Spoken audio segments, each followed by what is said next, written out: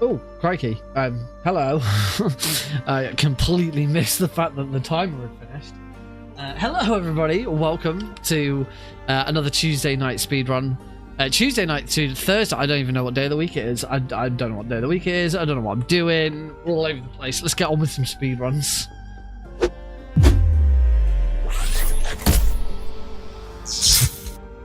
Good evening, everybody. Welcome to Thursday night speedrunning here on the Nick RP stream, where we are having one last crack, certainly this side of the new year, at trying to get a ideally deathless.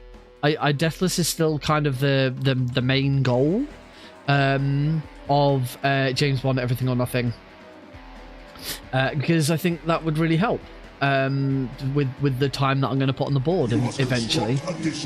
Hey, welcome. Just making sure I've got everything set up. Close the light. I've got loads of tabs open that I don't need, so I'll close some of those. Right.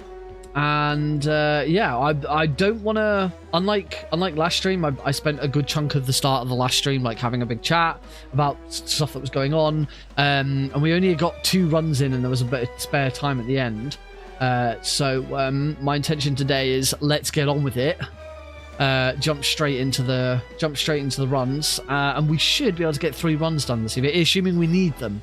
If we don't need them and it turns out that we're pretty good, then we might have a look at 00 Agent. But in the meantime, let's get MI6 MGS VR training. All right, that's a good suggestion. I like that. MI6 training becomes MGS VR training. There we go. Alrighty, with that, let's get started. Hey, Deagle! It's alive! Did you like my sunglasses?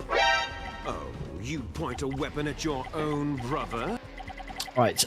One thing I have changed is I'm now using a save state just for the main menu, so that all of my weapon upgrades are deactivated. So we discovered on Tuesday I've actually been running I've been running non-legitimate runs for quite some time, because I had a lot of the weapon upgrades that I'd been rewarded with in these activated when they shouldn't be activated. They should be deactivated.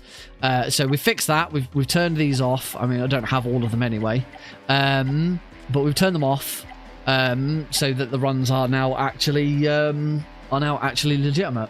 The other difference is I am not using my DualSense. I'm using my doesn't show up very well with the glare of the lights. So yeah, I'm gonna try using my Xbox controller instead, because I've been complaining that I think there might be some stick drift on my DualSense, but I don't know because I haven't experienced it anywhere else. I haven't really played anything else to notice it, but Bond kept sort of swinging over to the left occasionally, so I want to try it with a different controller, see if it happens again, because if it doesn't I still haven't shifted this cough. If it doesn't, then that means that I might actually have stick drift in my controller, which is not good, not what I want at all, but if that's what it is, I like the look of the 8-bit DOE controllers. I've got the only 8-bit DOE device I've got the Switch adapter. This allows me to use my controller on a Switch, which is good. But that's the only thing I've got. I think I've got my button. I think when I've set my buttons up, I've got them the right way round. The only ones I'm never quite sure which way round I put them is X and Y, because like X and Y on an Xbox controller is different from X and Y on a X and Y on a GameCube or on Nintendo controller, but I can't remember which way round I put them on my PlayStation controller.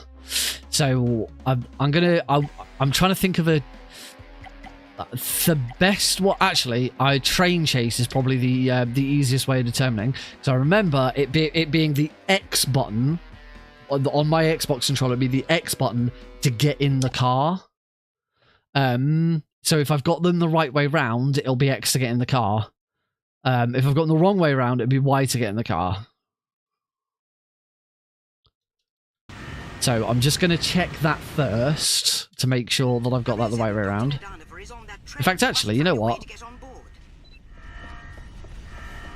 Oh. Okay, yep, I got it right. I did get it the right way around. Square, got it. So if you didn't know, by the way, when for this mission, you can get on the bike and you can get on this bike instead. You don't have to get on the. You don't have to get in the Cayenne. You can use this bike just by going right. But this is slower. The route, as you can see, the route is different. I didn't realize. Wow, I actually didn't realize how much different this route was. This route's very different. It's been so long since I last played.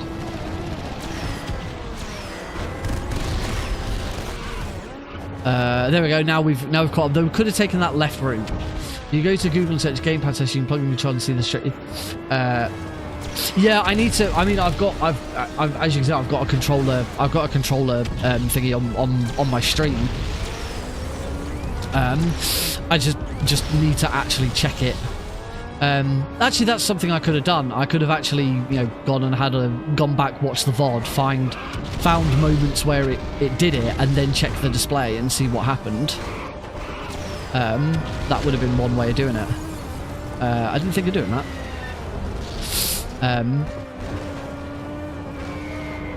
The bike's really shit to handle. This is horrible. Anyway, we don't need to keep going with this. We can stop now. I got the buttons right around. That's the important thing. Buttons are correct. Oh, Captain Awesome's found some new tricks since my last stream. That's pretty cool. All right, let's get straight into it.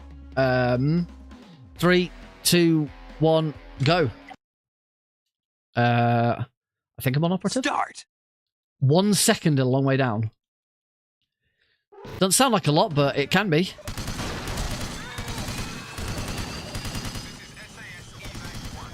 I think I'm on operative. I didn't really see what I was doing, and I pushed button. In fact, I'm going to play this safe. I'm going to restart. Reset. Ooh, that sounds cool. That does sound cool. I like the sound of that. Okay, I was on operative. It would have been fine. All right, let's try this again. In 3, 2, 1, go. That's better. Start.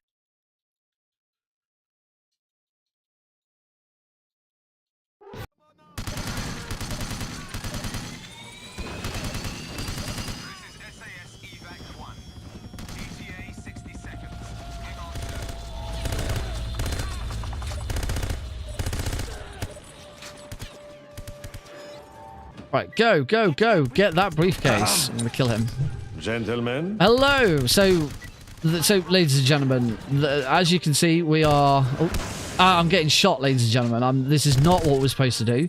I should have just gone into Bond vision, ladies and gentlemen. It's a thing that allows you to just sort of see all the targets, allows you to target the enemy at the top there quite easily. I should have just done that, ladies and gentlemen. It's slightly slower, but it's much better. And I've been shot again, ladies and gentlemen. I'm not having a very good time, as you can probably tell. But oh, that was okay. Apparently, I did hit it. Nick. Oh dear, come on, Nick. That's ladies and gentlemen. That's another channel point reward that you can spend your channel points on, ladies and gentlemen, to make me do stuff and say things, and things pop up on the stream. And that's kind of like how streaming works, ladies and gentlemen. But we're off to a good start, ladies and gentlemen. I think that's good. MI6 training. Sorry, MGS VR training. Untied. Oh, that's pretty cool. Ow! I've got to stop getting punched by this guy. And then exit. Oh. I just missed. It's important that those two buttons are the right way round. I'm saying X and Y not being incorrect, because otherwise, if they're not, then counter is A is A and Y on an Xbox controller, or X and triangle on a PlayStation controller, and that's really... Shut up in there, will ya?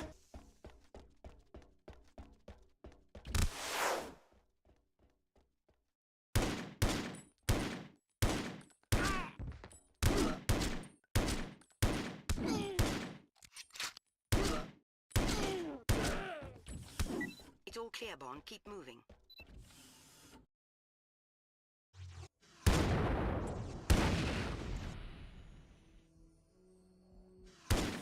Excellent, 007. Rappel off that ledge, 007.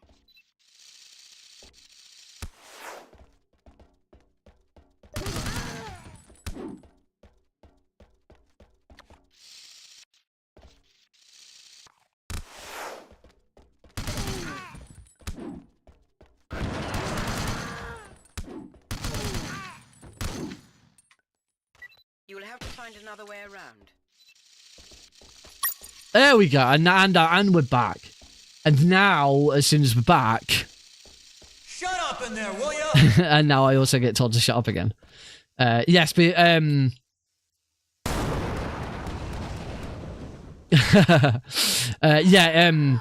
while Shut Up in There, Will You is on, everything else gets queued up behind it until it's finished. Which I think makes sense. I did shut up, I promise. I think that makes more sense. I'm supposed to be shutting up and concentrating, so the stream has to shut up and let me concentrate as well. It's not just about me. It's about the stream. It's about everything. That's all in symbiosis, shutting up together. And I think that's beautiful. Yes, I'm because I'm on emulator, I've created a save state at the main menu. With them already turned off so that I can just use that. Oh, I forgot to split. Shut up in there, will ya? Okay, please. I'll get on with it. Right, on to A Long Way Down. Our first proper mission of the game. And as you can probably tell, it's a long way down. We're going to be going down. Down, down, down, down, down, down, down and out. Not down and out. Well, we do go out at the end, I suppose, so it is kind of down and out. Right, whee! Down we go. And mash through those. Oh, that was weird. I used that last. Sorry, Bond, you were saying? What were you saying? I did not hear you. Where is the chopper? Whee! Whee! Drop. Then over to the left-hand side. And then do a little left turn and then a drop. So that we don't drop down onto that balcony. I think it's a Bond moment for that balcony. Whee! And down. I'm not going to grab the armor yet because I'm actually fine. So... Nice. Turn it off. Shoot that guy because he's got a rocket launcher. I haven't grabbed the armor, but I think I'm okay. I'm okay. Yeah, I'm fine. I don't need the armor.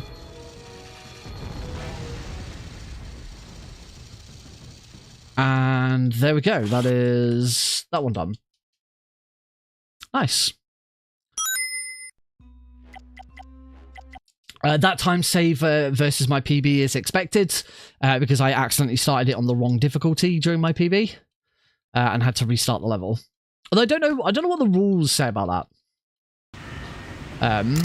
It'd be good to like, because the rules don't mention it. Like, we're on operative, so would it actually make a difference? Would I actually be okay accidentally running on a higher difficulty level? Have you tried speedrunning whilst on speed whilst watching speed? I mean, we have got a level where if the speed goes below a certain speed, then it explodes. I think it was called the limousine that wouldn't slow down.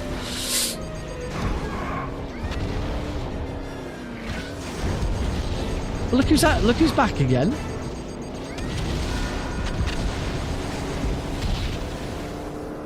Not the shitty YouTuber, the belting film. What?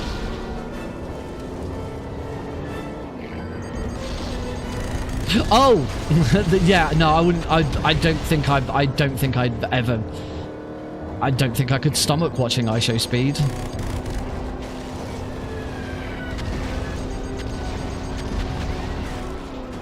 terrible. I'm gonna do that. I'm gonna do the jump. I'm better at the jump than going around the corner. I know it's slower. But it's not slower for me because I screw up getting around the corner. Where's the DB99? There is an Aston Martin in this, but it's not the DB99. Oh shit, those rocks are real. I'm not doing a very good... I probably shouldn't be jumping over all of these little bits. I should just be like trying to avoid them because jumping in the air is slow. I just got to catch up to that train. Come here, train. You should be able to climb up from there. Come here, train.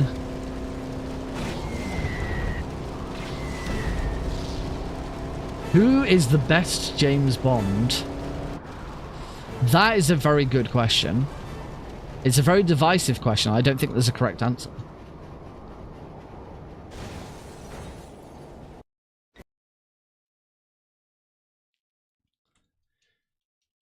All right, an old friend.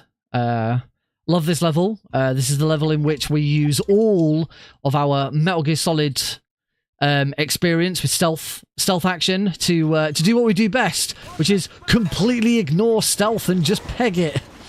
Ignore stealth, ignore enemies, just run. I like that it brings up the tutorial for here's how you stealthily take out enemies. I'm just like, nah. I'm gonna take out that guy. I am gonna take out that guy, and that is it. There we go. I love this mission. I love it. It's just run. And then I don't suppose we could just talk about this. Okay, pretty sure Johnny is trolling there. You gonna turn around, Jules? That might... I'm okay. Pretty sure Johnny's trolling.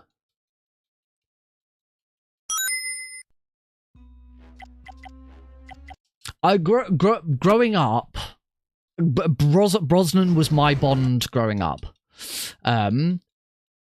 Thanks. Here's hoping.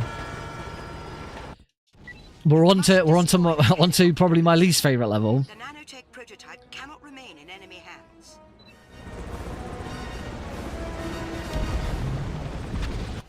Some flares may help to shake those missiles, 007.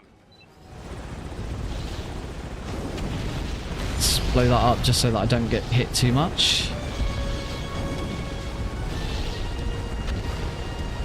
So, said this before for anyone who hasn't seen me do this run before.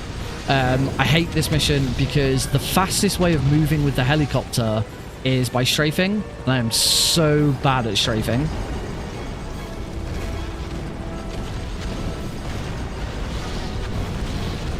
I also seem to take an unbelievable amount of damage. Like, when did I take all of that damage? Oh! I'm at less than half health already. It's crazy. He's still behind us. Get to the base. Oh, if a time is in grid, so I'm running against my personal best. So the times that are already there are the best run that I had. Okay? So far. Which was not a legitimate run, as we discovered on Tuesday. So if the time is in green, it means I am ahead of my best time. So I'm currently 35 seconds faster than my best full run. If it's gold, that is because for that individual split, so that individual level, that is the best time I've ever done. So you won't always get golds, but ideally you want to be in the green as much as possible. There's also two different types of green. It's quite difficult to see. But there are two slightly different types of green. There's a darker green and a lighter green. The darker green shows that I made up time against my previous. The lighter green, like the one you see for the level we've just done, is I lost time. So, and that makes sense because you can see I was 35 seconds ahead in an old friend. I'm 31 seconds ahead in Darude Sandstorm. That's why.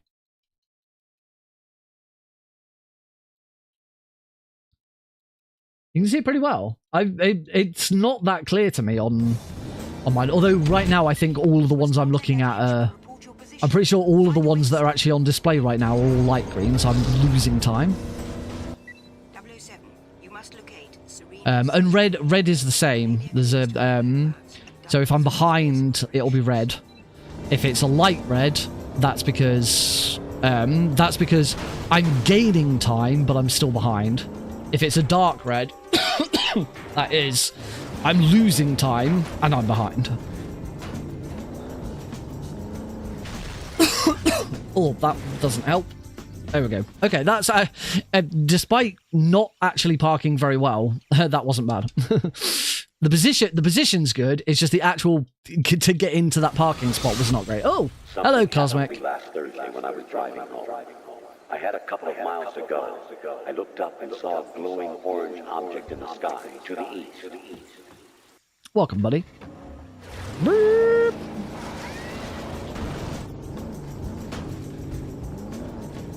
Right. Let's go driving. See if I can get through. That cough I was talking to Heidi earlier today. I'm probably going to go get a doctor's appointment because it hasn't stopped. I've had this for like a month and I don't want this to be one of those things where it's like, you know, if I leave it and then 6 months down the line someone comes to me and goes, yeah, if you checked in with us 6 months ago we could have stopped this, but no, now you've got, you know, you've got cancer or something. I don't think it's that serious, but you know, it's just one of those things where I'm like, could this be something worse? I certainly don't want it to be. But it has been going for quite a while, and I have been on a course of antibiotics during it for something else.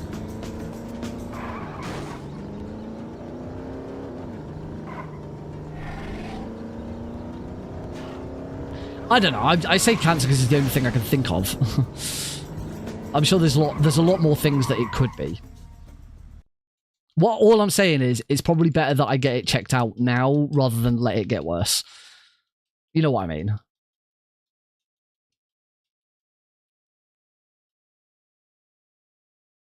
It's also not good for streaming. It's not good for streaming. It's not good for running fast travel. All the police here answer to Diavolo. He controls everything in this town. Go left here! Did you hear something? Oh, that wasn't very good. I say, where did he go? I don't think I've been found yet. Oh, yeah, I have. I've caught cat AIDS, I feel like. That is exactly what it is. Straight along this road.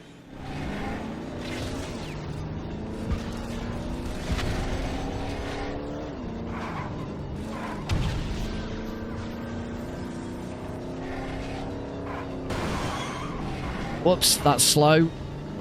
Shouldn't just crash into the car like that. This has not been a particularly good journey this way. The car's completely beaten up. I've got a broken windshield. Look out! Stop eating my own hair.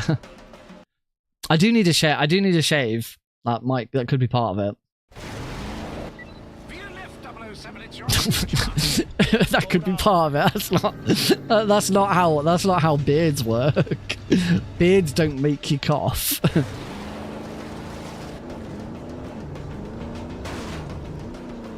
No, why? I was going straight. What?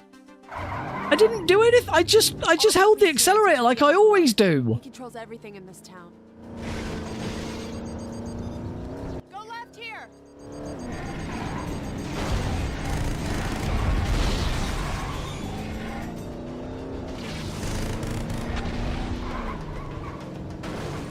I don't think insurance will cover this. Bond moment. Straight along this road.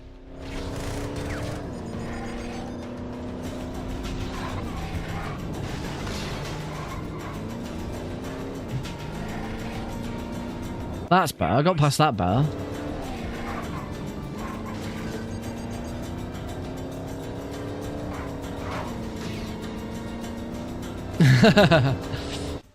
Don't plan to.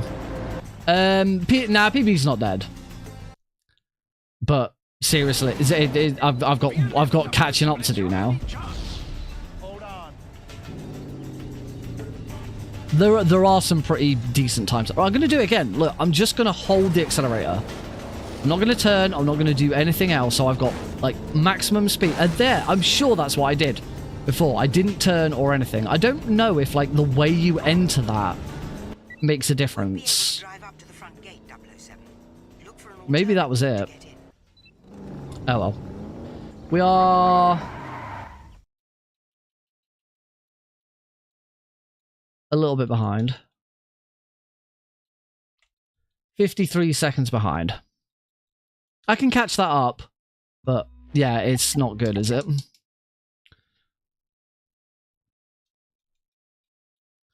All right, on to back to some good old fashioned running and gunning. Bond, by hacking into their computer system, we have reason to believe 003 might be in prison. Oh, Hurry, 007. You're our only hope. And his.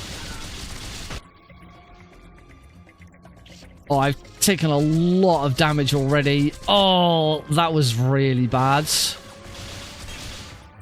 Nah, I'm dead. I just completely ballsed that all up. It starts with this one guy. If I miss that sleeper dart, it's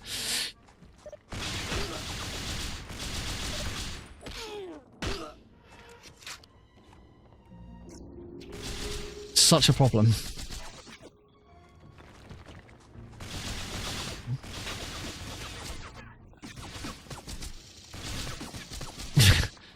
I've only been learning to speedrun it for like, what? I started learning it last week, or was it the week before? I think it was the week before. I've not been speedrunning it for very long.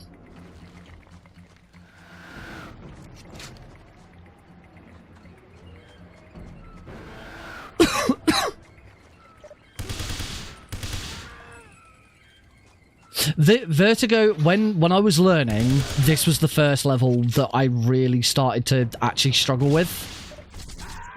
And it, you know, sort of learning, okay, when do I go ham? When do I hold back and take it a little bit safer?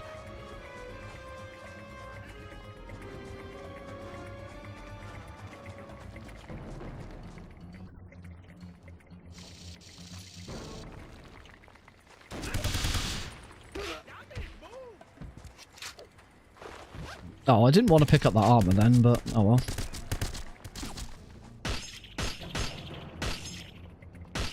Oh, bloody repel.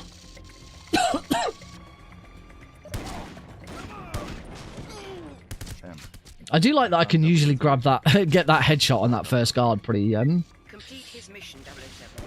Find a junction box. pretty safely. I think I knocked that guy out the window.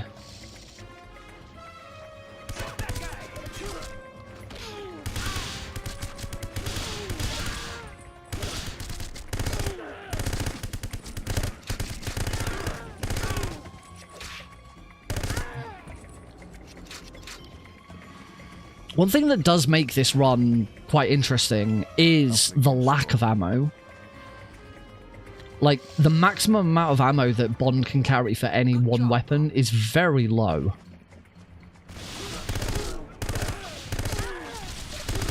And the amount of ammo that you pick up along the way is also pretty low.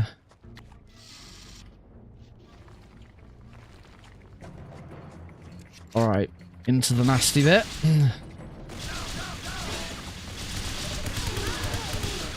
I'm okay. I'm through. I'm through. Upward and onward, No. lives will be hanging in the balance. 124 behind. I can still catch that up, but I this isn't a run I would want to submit to the leaderboards.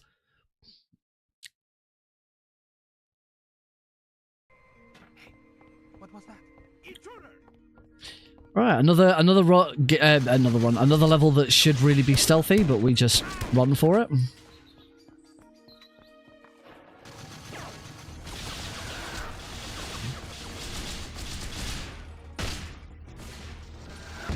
So much so that we just completely ignore everybody. Just like, I'll just get shot. I'll just get shot. It's okay. I'll just get shot.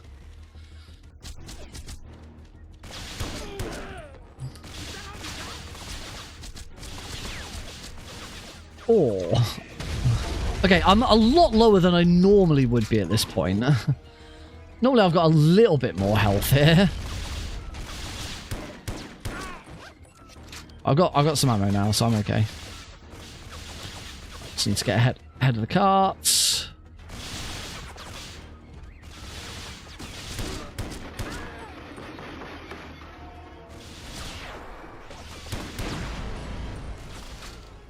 There we go.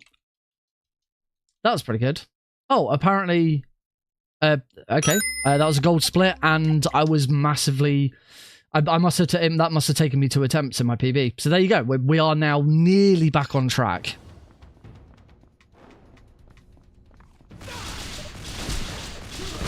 I'm so bad at equipping that grenade.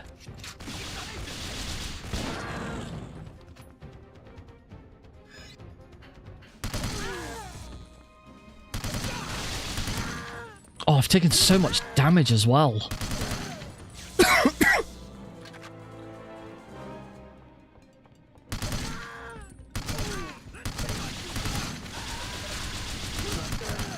There's some armor here. I should definitely grab it. Ooh, let's get the MP5K out. See how much...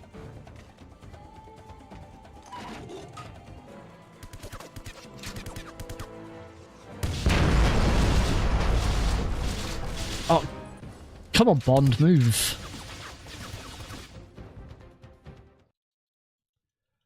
I'm good. I'm good.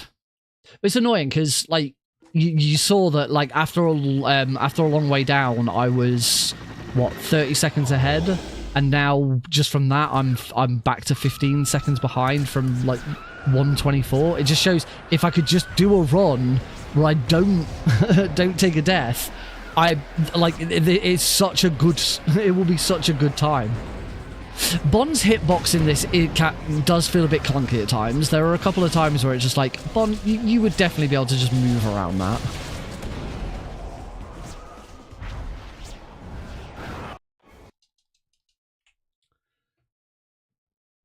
We're good. Gentlemen? Hello, Metal Gear Solid. So, ladies and gentlemen, Metal Gear Solid is clearly a reference to Metal Gear Solid and also to the character of Meryl Silverberg from Metal Gear Solid. And what Metal Gear Solid has done, ladies and gentlemen, is combine those two names together to create Metal Gear Solid, which kind of sounds a bit like Metal Gear Solid, ladies and gentlemen, but it clearly isn't. It's Metal Gear Solid, so it adds like a fun little twist on the the two parts of those names, and that's kind of the that's the gist of that, ladies and gentlemen. There you go. That's gonna be everyone's punishment now for using ladies and gentlemen. I'm gonna really sarcastically explain your own username to you. It's the Chinese counterfeit game. Da na na na na na na na da na na na na na na na na na na na na na na na na na na na.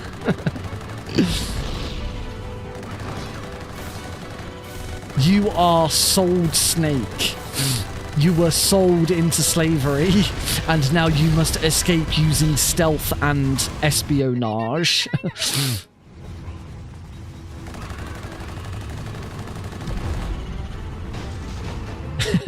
Sorry! The more you explain the joke, the better it gets.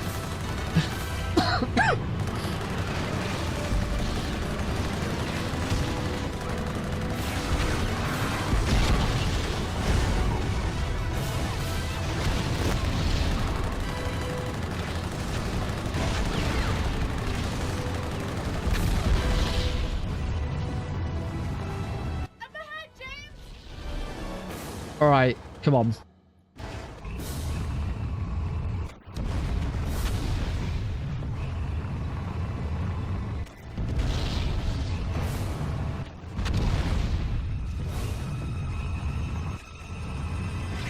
Wait here a moment.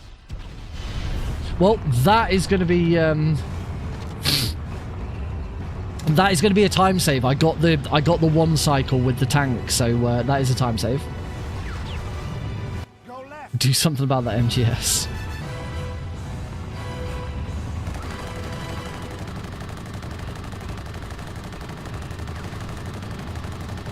Snake, I think I love you, but we only have 35 hours to save the Earth. Go right.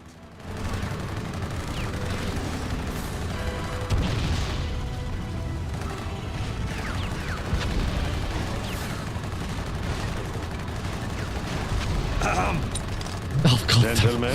Oh god.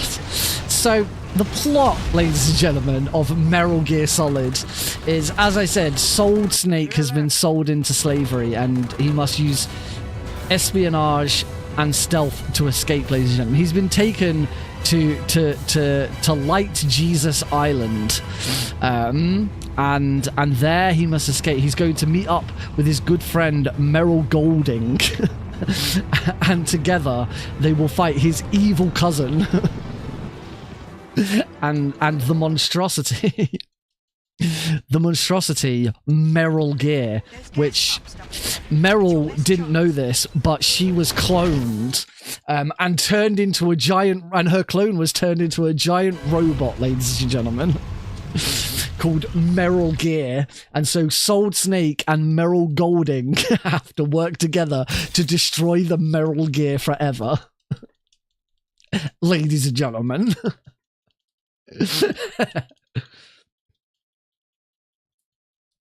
I hate when that happens. Happens to me almost every day.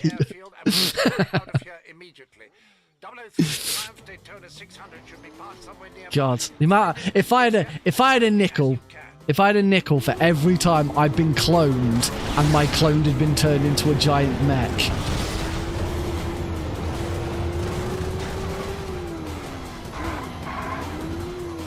I am oh no, wait, I'm the clone! No!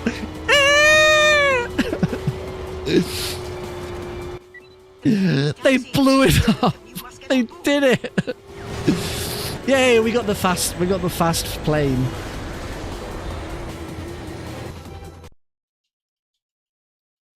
All right, we are getting back. We're getting back that time. Pulling it back into Mardi Gras. Let's go. I do think during my PB, I accidentally started watching one cutscene. There's probably some time save on one of those as well.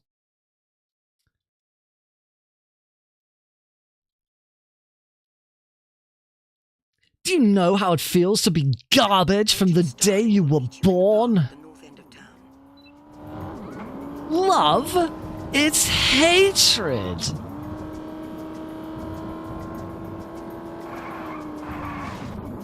No, there was once a man who said he was my father. Big Boosa. Oh god, no. I can't concentrate enough as it is without now being on a different bloody camera. Oh god.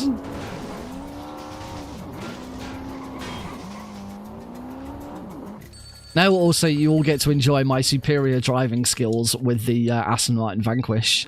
which I am terrible with, as you can probably see. We do, however, ladies and gentlemen, or everyone, we do have our first like proper speedrun trick in Mardi Gras Mayhem though, and it's right here. We just slow this down a little bit, and boom, we get transported to the other side of the Bond moment.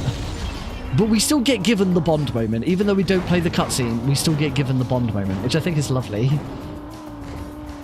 The game's like, yeah, I saw you do that jump. I saw you do that sick jump.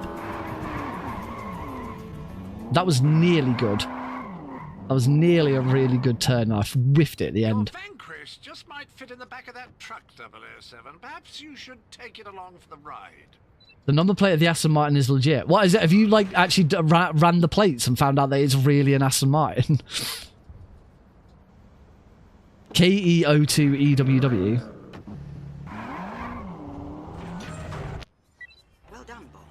Yeah, now we get the cozy cruising with 007. All right, folks, and welcome to Truck Simulator 2. Today, we're going to be taking a shipment of an Aston Martin Vanquish to a warehouse in Mardi Gras. I'm going to be trying my hardest not to get any violations and not damage my truck too much.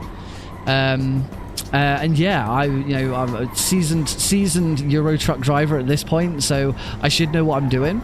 But you never know. There can be some sneaky like right turns from cars. Oh, you just hate it. Hate it when you're just trying to deliver and a car cuts you up like that. It hasn't got MOT.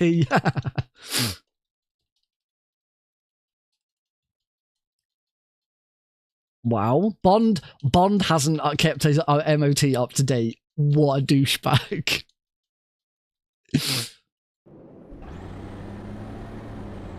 It's like Q told him in Tomorrow Never Dies. You have a license to kill, not to break the traffic laws. So we can follow their movements.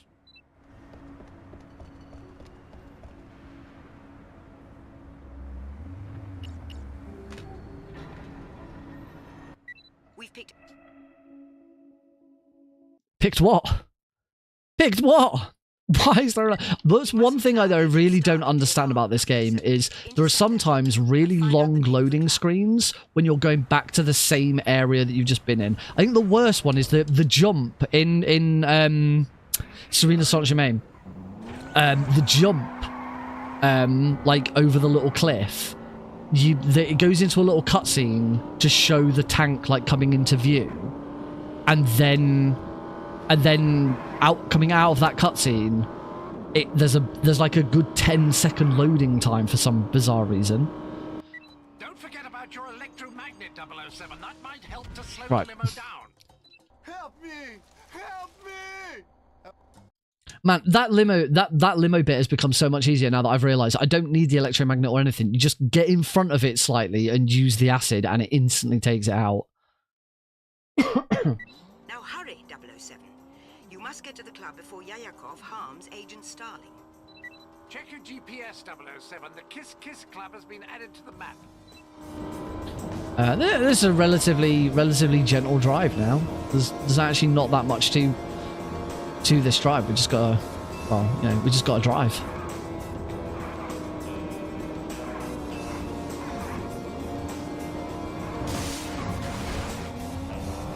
We still get to enjoy the funky music.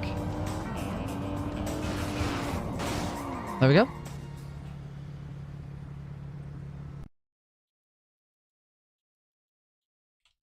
And with that, we are back on PB pace.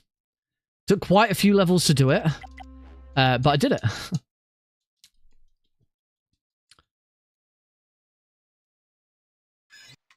Let's see about that holiday. Soundtrack does go hard. I want the Favorite Bond moment in the game. We don't get to do it. Intruder! Bond, Agent Starling is starting her last song. You must get to her before it's too late.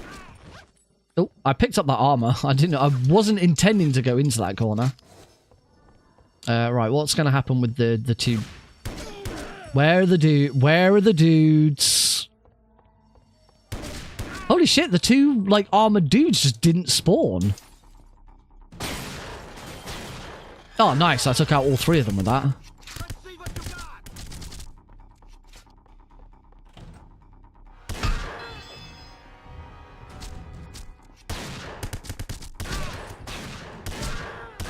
Oh, that was good. That was fine. Pretty short level, that one.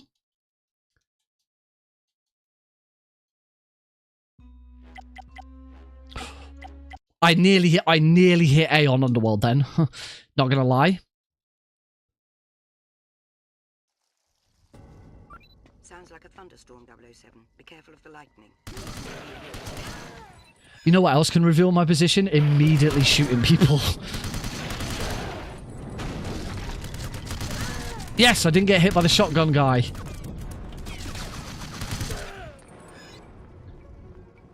Wait. There we go. I didn't get hit by that shotgun guy either. Sometimes all it takes is just slowing down slightly. I know that is completely outside of counterintuitive to everything that we do in speedrunning.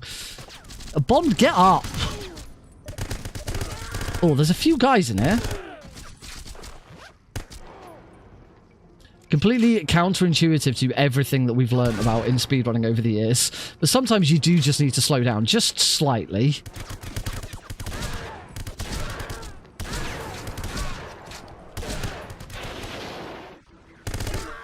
Oh, Bond moment. Funny, in the other difficulties, you actually don't want that Bond moment. That Bond moment's a slowdown. Okay, we're not quite done with Underworld yet. We've got the boss. LaRue. LaRouge. Enjoy the ride, little songbird. You were a hot. Whoops, I've screwed this up. Your ridiculous efforts amuse me. Not today, LaRouge. Thank you.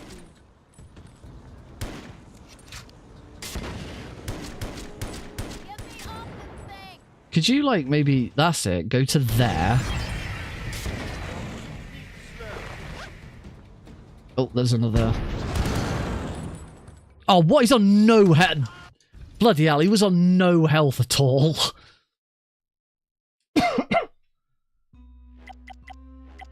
Right, battling the Big Easy. Another like really long-winded level. But a lot of fun. And this is where we get the speed reference as well. There's always one of these. Take Agent Starling to our local...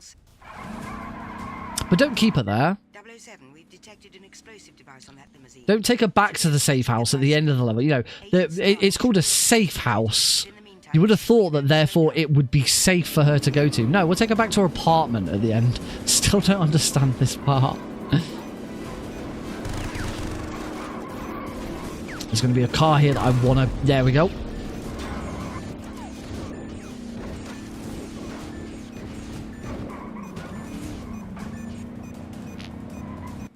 The bomb has been defused, 007, Oh. and not a moment too soon. That was actually really good, apart from the fact that I then couldn't turn the corner.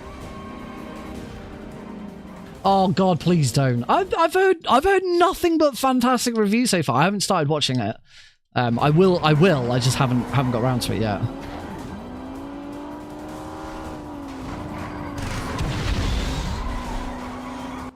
Diavolo mustn't be allowed to operate in New Orleans, 007. At the just this week, I finally started season 1 of Gen V.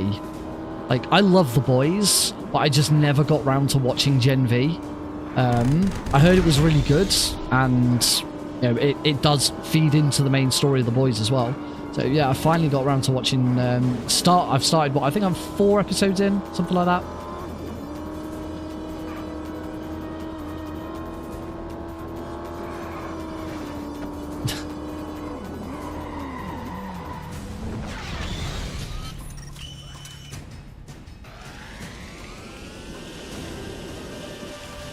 Well, Todd Howard has now come out and said that Fallout 5 will take into account the series, because the series is canon. The Fallout series is canon with the games. It's all supposed to be part of the same canon universe. I still haven't got my GameCube copy in the post yet, but as soon as I do want to have a look at it, because I'm gonna have to play through it first to unlock all the levels.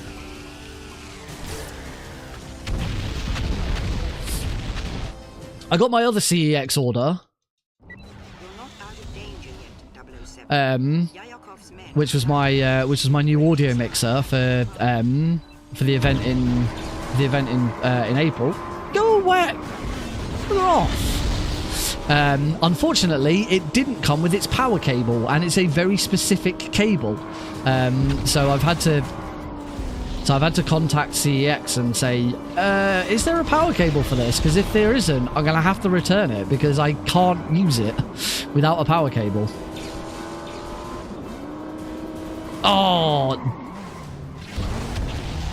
That'll do. That should be fine. Come on, please, please, please. Okay. Lose a little bit of time for that ending.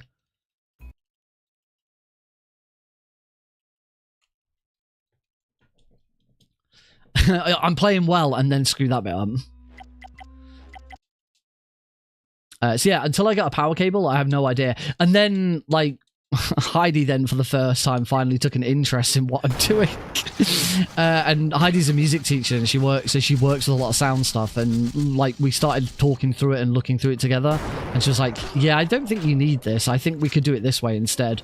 And we came up with a much better solution.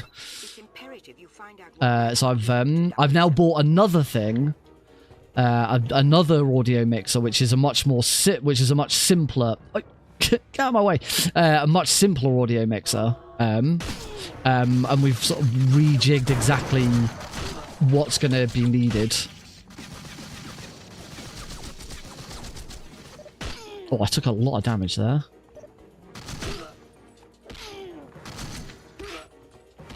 Oh, phew, I am. How did I not pick up his gun?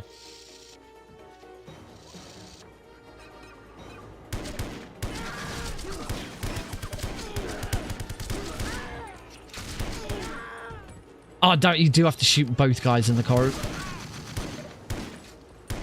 I think I just have to kill him and now I can go. Yeah, okay. Oh, look at my health. Doesn't that look cute? That'll be a slight time loss.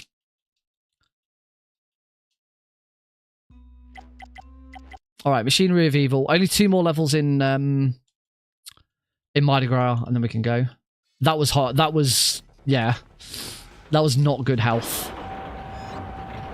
Right, let's see if I can do these in the right order this time.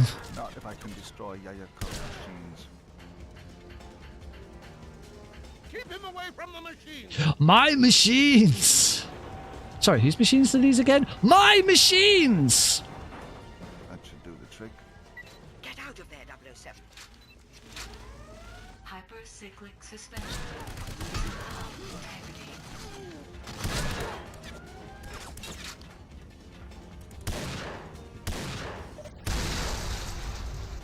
Should not have taken me 3 shots to hit that, but oh well.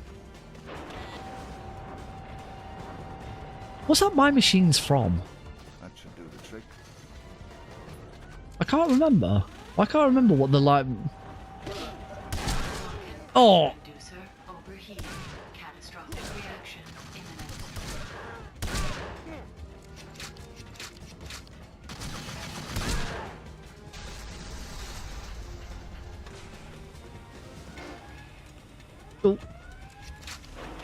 Oh, I'm gonna have to wait for the laser anyway. This should be a blast.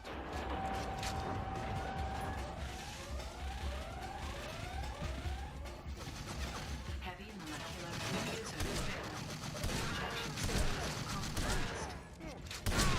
compromised. Okay, that seems like all the guards. She should be good now.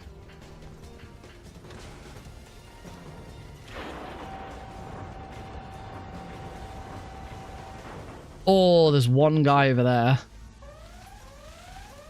Well, let's see what happens. Oh, okay.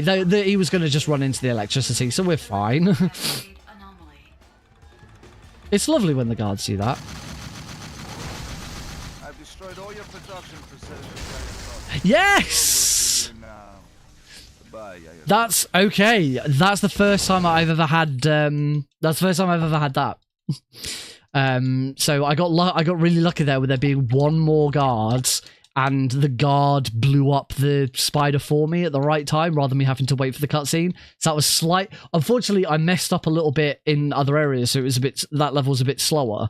But that would have been a time save if I'd gotten everything else correct. That was really cool. I've not had that yet. Before you enter the city, there's no telling how many innocent people will die. You're our only hope, James.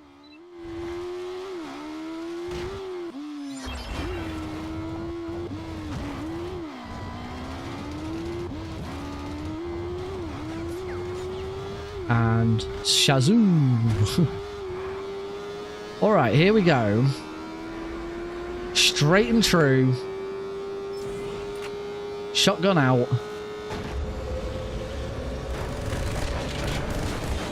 Oh, they put, yeah, that was bad.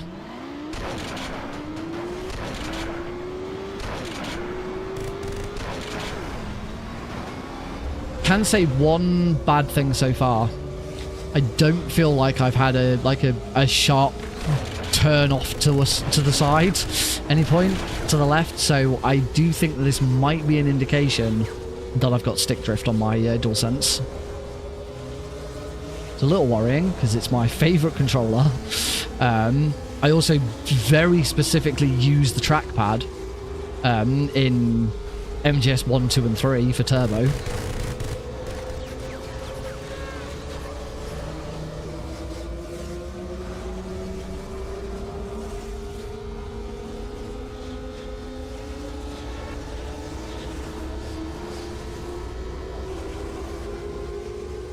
Everything breaks eventually. I mean, it's been well used, don't get me wrong. Like, I've abused the heck out of that controller. Can't remember how long I've had it. Pretty sure it was brand new. Everything or nothing will break. Either everything will break, or nothing will break. Right, skip the really cool options. There's the truck, 007. You must do everything Flamethrower. Right, can we get the quick kill on Jaws? Oh, I didn't quite get over enough. Didn't actually do any damage to its other side.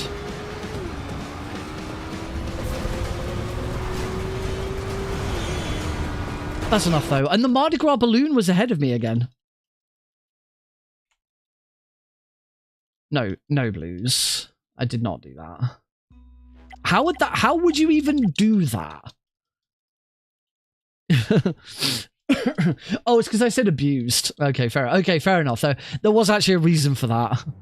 I heard something. The driver is likely to be in one of the hotel rooms. Be stealthy, 007. Where'd he go? Hey, what was that? Okay, yeah, fair enough. Using the nano suit just yeah, does yeah. All right, time to take a break. time to just chill out for a bit. Ah.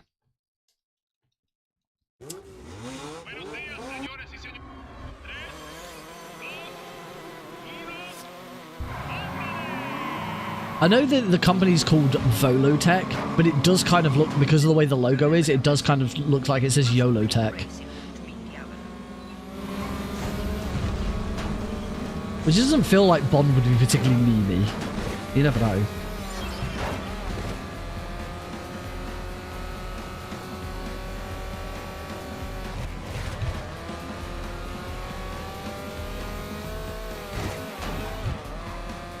I'm just gonna be quiet and let everyone appreciate this banger.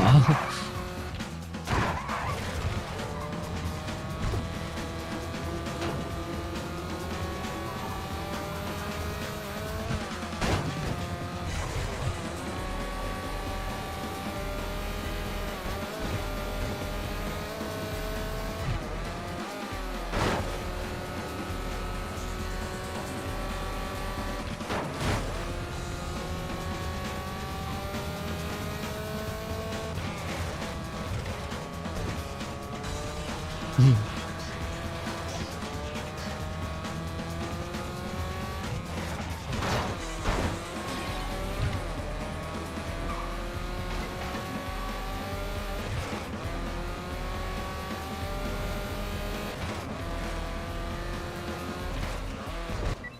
should shorten this lap considerably.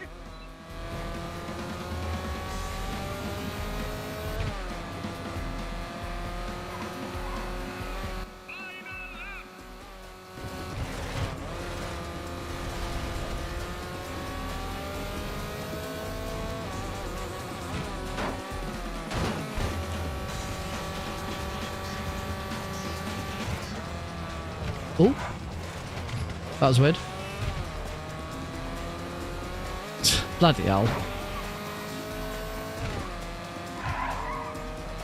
I hate to say it, dude, but I'm pretty sure you're in the minority.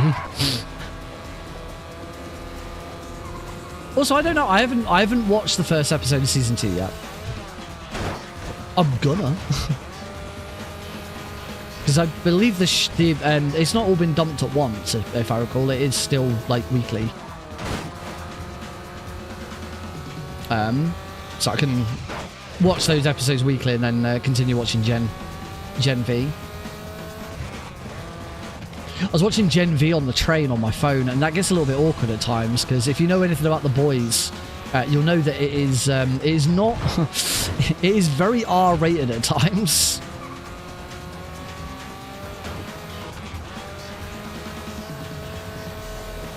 So yeah, there's been times where I'm watching it on the train and something's come on. I just kind of tried to turn my phone away so that definitely no one else can see what I'm looking at. Just in case. Gen V has had its fair share of penises so far. I can say that.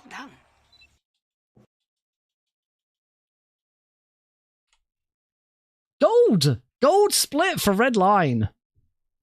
By not a lot. Lovely. A clip of me saying Gen V's had some penises. It has.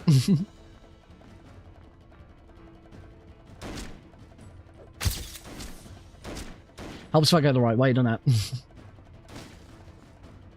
Oh yeah, that might have disrupted all the guards. That has actually disrupted the guards here, so I haven't been shot. We know Serena hasn't left the building. That was actually okay. That wasn't too bad in the end. Thank you. Right, onto the high road. This, unless something goes really wrong later, this is almost certainly a PB, because I'm 21 seconds behind, but though I know there is one major mistake at some point coming up. I can't remember which level it is. Actually, I think it's red card. I think red card took me multiple attempts in my PB. You'll have to avoid those patrols if you expect to deliver Miss Saint-Germain home in one piece. Careful, James!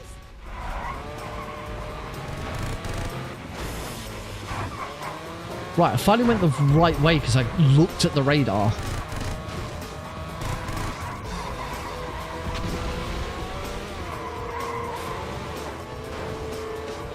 It's red line, not red card, red line, isn't it? It's red line. Final card? I can't remember now. Whichever one that's got the massive skip in it. Like one and only big skip in the game.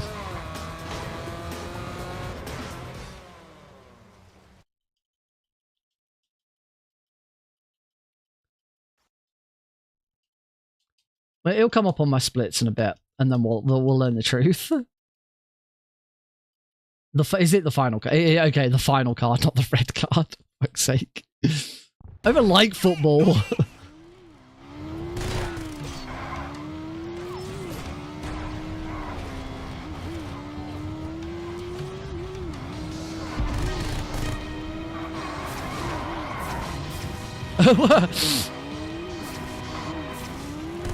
Okay, I wasn't expecting the 360 there, but that was cool.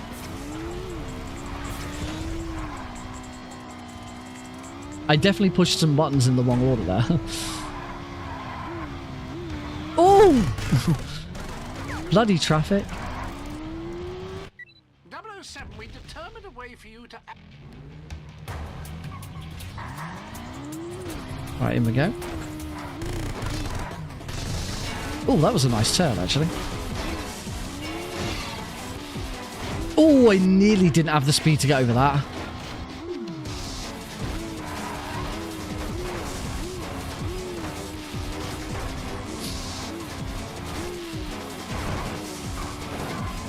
Bond was clearly an MTX driver in a previous life.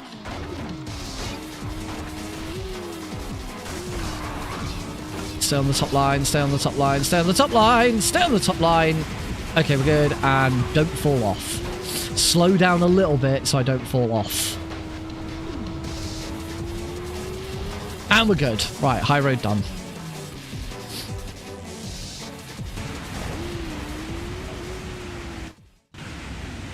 Wait for it. It's a little bit behind, but as I say, there is definitely a big time save coming up at some point. All right, Diablo's plan.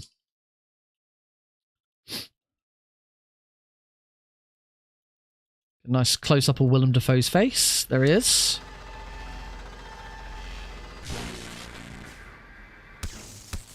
I need to find my equipment.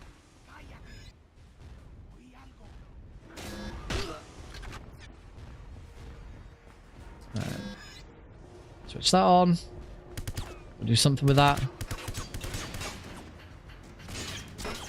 Oh, that's not who I wanted to shoot. I wanted to shoot that guy.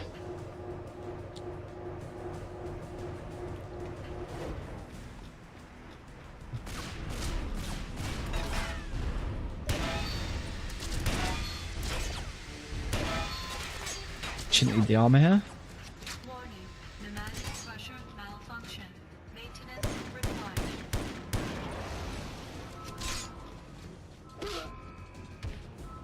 Warning. Oh, that was slow.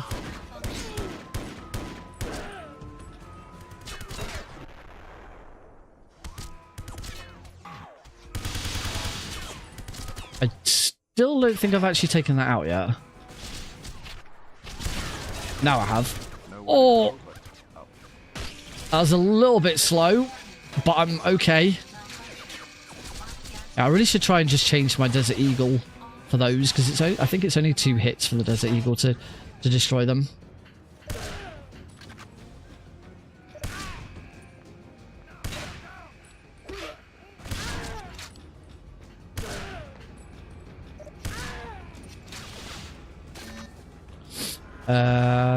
Do I want to grab some armor here, or am I? I'm gonna play this safe. I'm gonna grab the armor.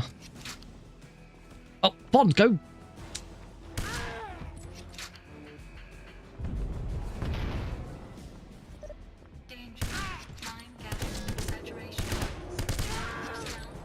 Okay, that was a little bit slower than. Yeah, you can see I'm gonna lose a little bit more time. I'm interested to see the out of bounds that you come up with that.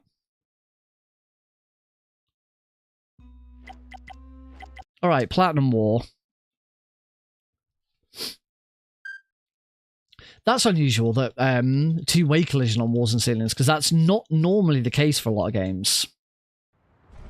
It's kind of interesting that that is the case in this instance. Bond, Diavolo plans to release a toxic gas into the Kremlin. You must beat his forces to Red Square, find the source of the gas, and neutralize it. You must arrive before Diavolo's forces descend upon Red Square, Bond. There might be a shortcut beyond that wall. Left turn. There's an enemy among us. Got him.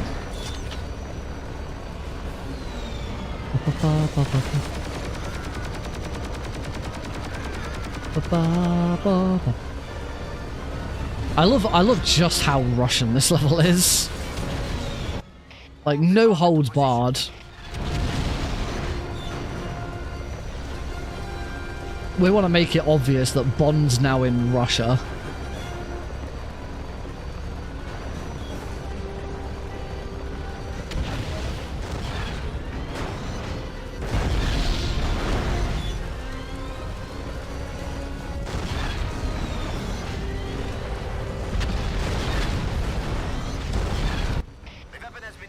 Evacuating now. There are subterranean. Alright, that was not great. Diavolo must be planning to use them to release the poisonous gas. Get down there and eliminate the source. Slow getting in.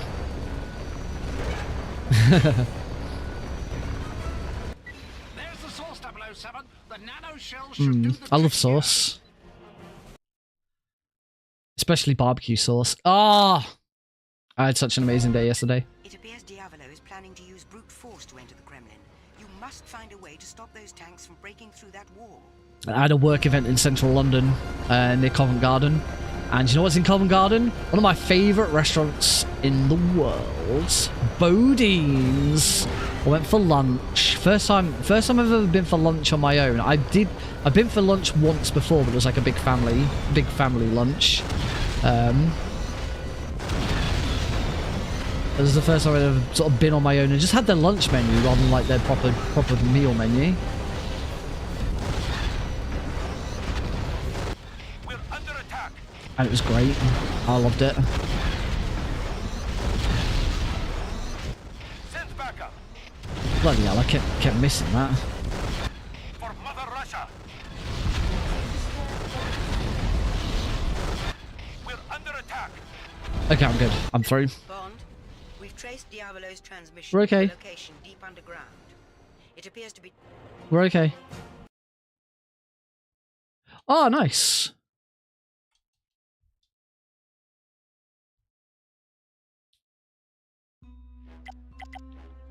All right, on to dangerous stuff. What are you running? Or are you just... Oh, no, you said... I was about to say, or are you just attending? But no, you said you're running.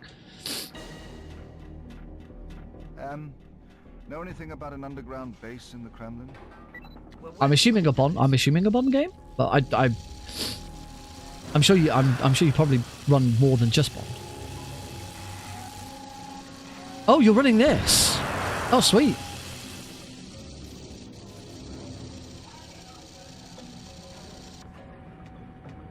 Operative or 00 agent? I say I did previously say that I didn't think there was enough in this run to really warrant a marathon, but I'm really enjoying this, and I'm definitely changing my mind. Search for the lift control.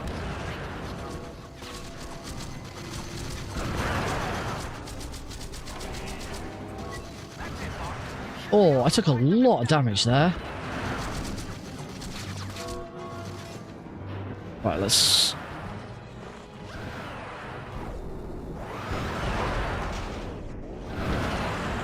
I got it. I'm okay.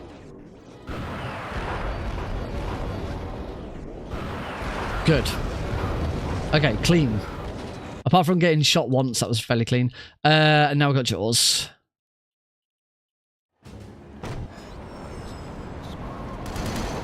Oh. Not a great start.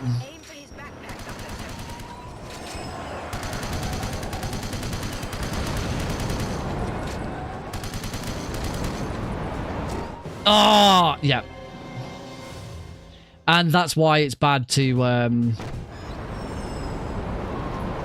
gotta land like every single shot on him.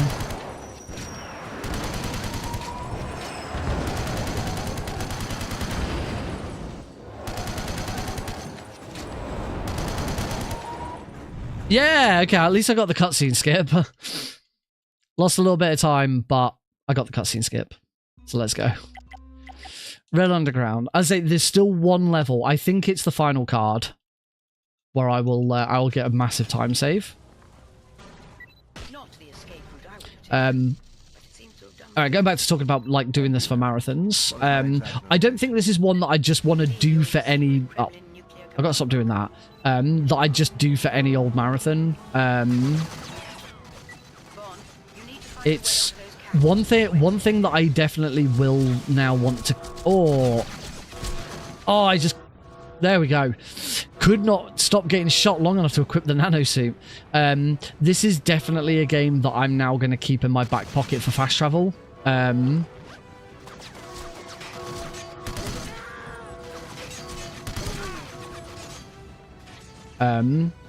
Because it's a British you know, it's a British IP, so being able to run a British IP game for fast travel by a British guy for fast travel works. It'll always work in any whatever the situation is. So if I'm ever in a situation where someone's pulled out at the last minute or something like that, then you know I'll be fine. I can do it. But I'm sure there'll be lots of other opportunities. The one that I wouldn't mind running this for is License-a-thon. I enjoyed License-a-thon last time I did License-a-thon. Oh, I didn't quite get that right. Got that time. I really enjoyed License-a-thon. The only thing with License-a-thon last time is I had 2 runs to do, both of which I wasn't overly prepared for, particularly as I'd just come back from Italy that week.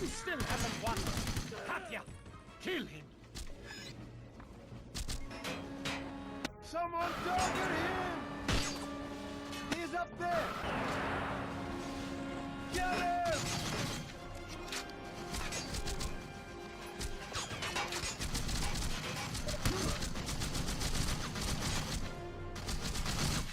All good. We're not done just yet. We've still got the Harrier fight. Yeah, this is where the time save should come, because I'm pretty sure in my PB I didn't get the glitch.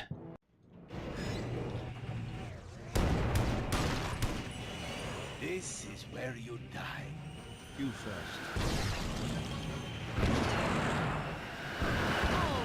Oh, good hit. But you still haven't won. Have him. Kill him.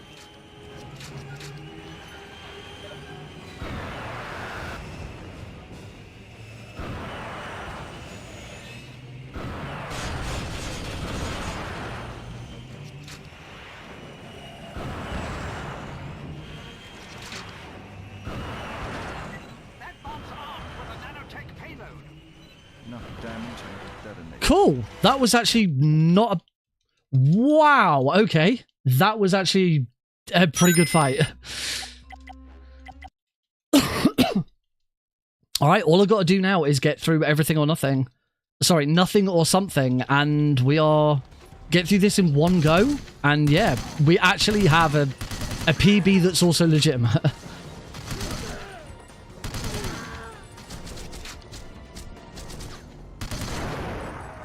So I'm not going to take too many silly risks with this one.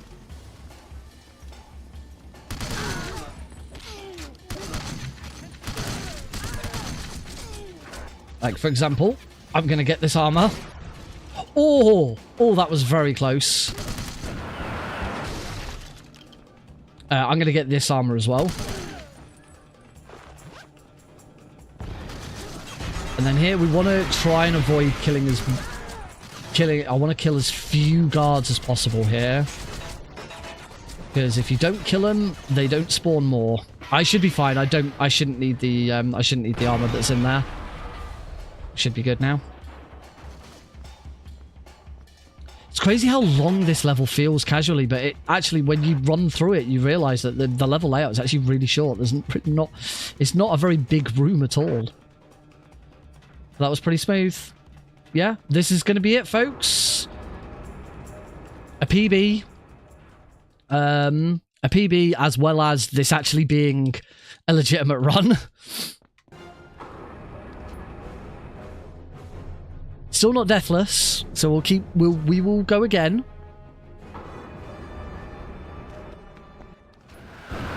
But if all else fails, if I don't get that deathless run, at least I now have a run to submit. I would submit this to the leaderboard.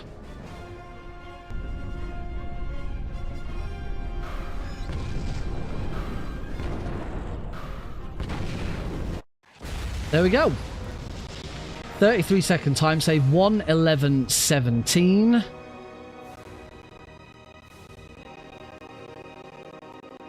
Wahoo! I'm sure I've been looking into the... I don't know if I've been looking into the camera. I've probably been looking into the wrong one if I have this whole time. What happened? But still, with all of the deaths and stuff, And, this could be a lot better. oh, James. What was that for? Yeah, we only got to look at the only got to look at the splits to see. We were 31 seconds ahead and went 124 behind. Then pulled it back to 10 seconds ahead. And then went to 45 seconds behind. Until eventually pulling it all the way back to 33 seconds ahead. So there is a lot of time save available in this run. I don't know how accurate my sum of best is yet. Because there's always some levels where I've split at the wrong time and it's been saved and stuff like that. But we'll have to. Once I think once I get a run where like I don't have any deaths and every level is okay, then that'll be the time to go through the best segments and go, right, which of these are clearly incorrect.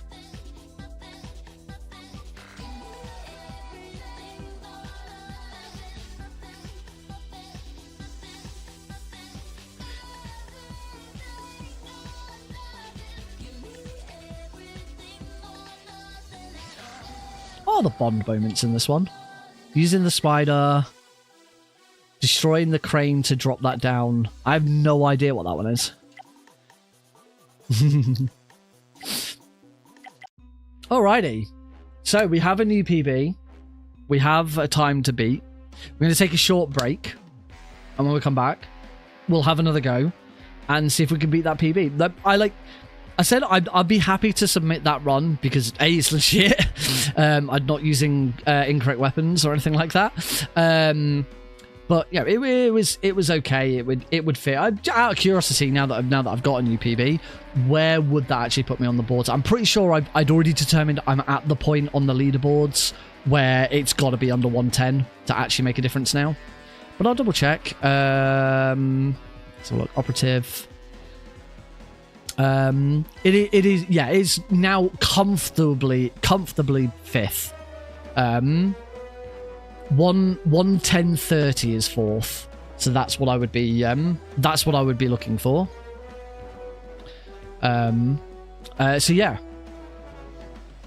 so that's what we're gonna, well, as I say, I'd love to get under 110 because according to my summer best it should be 106. As I said, I don't know exactly how accurate that is, but we'll find out. So yeah, we're gonna take a break. When we come back, we'll do another run and see how we get on. Sound good? Capiche? All right. See you in a few minutes.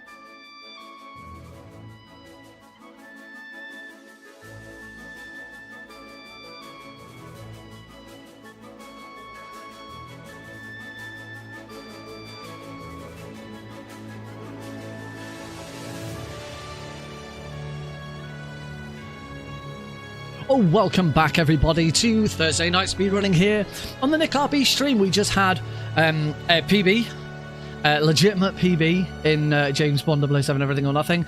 So we're going to give it another go because I'm still trying to get a deathless run. Or at least maybe one that doesn't have quite so many deaths in. Or maybe we should just target under 110. That's probably a better target to go for than deathless. So that's what I'm going to go for. All right. Let's give that a go now.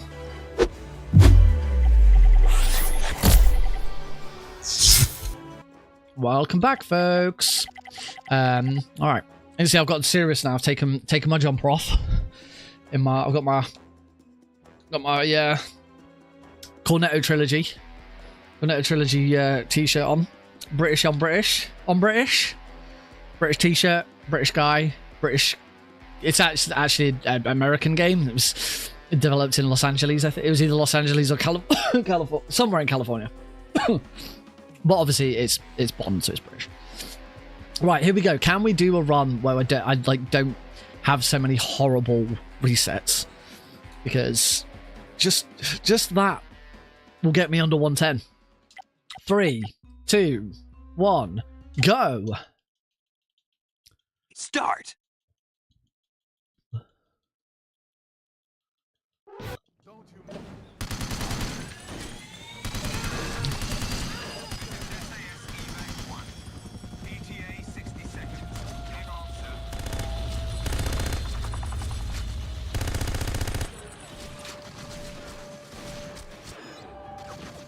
Get to that briefcase, Bob. Find a rocket launcher.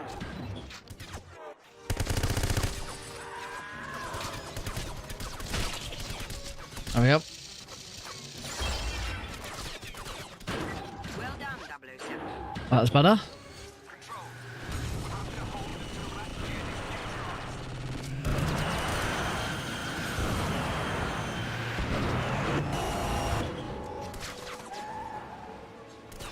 Oh, apart from getting caught on that corner there, this has been a better ground zeros.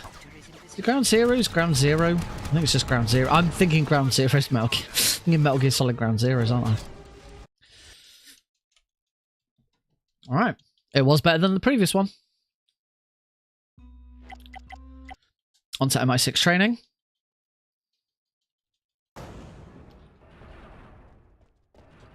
Oh, I've got to stop getting punched by this guy. With hand-to-hand combat.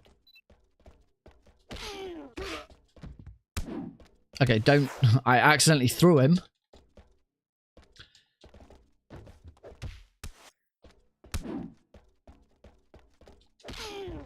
Nice. Good job, Bond. If you look up, Bond, you may find a good...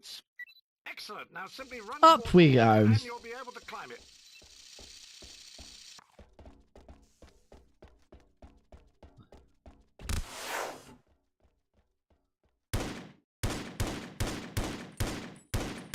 Oh. That was slower than it should have been. Here, Bond, keep moving.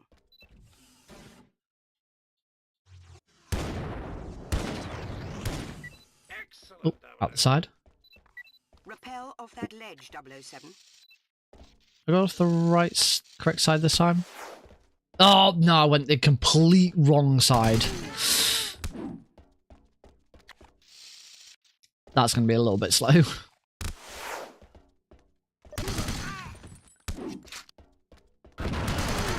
And here you don't need to do the corner ledges because they don't do anything. You will have to find another way around. Around? Don't you mean over? Ha ha! This camera. Ha ha!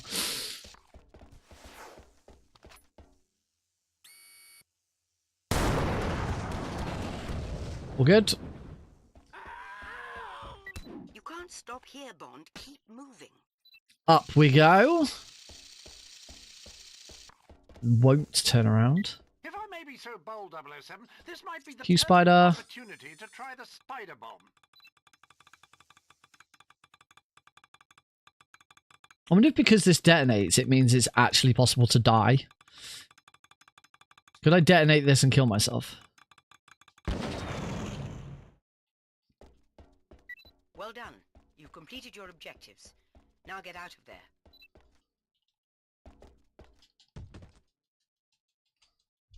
Okay. I have a problem in the previous run. Oh, and a hit save. Okay, okay. Look at accidentally hitting save once isn't too bad. Doesn't lose you that much time. Alright. Here we go. How?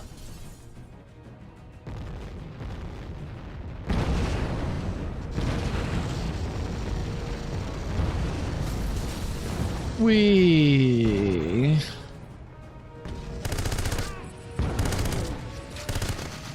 I'll use that last.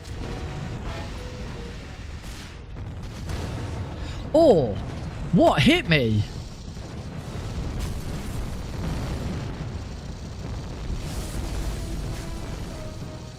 That was surprising.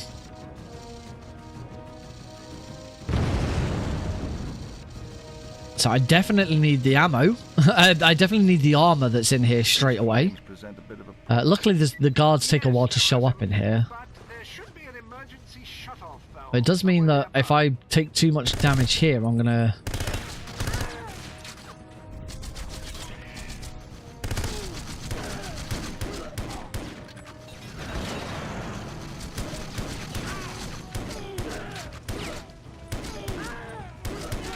Okay, I should be okay. I had to take that a little bit safer than normal. I have no idea what explosion hit me, but yeah, that was really horrible. I lost a little bit of time there because I had to slow that down, but it's okay. We already know that there's still plenty of time saves available. But they're all mixed up again now. I don't know where they are.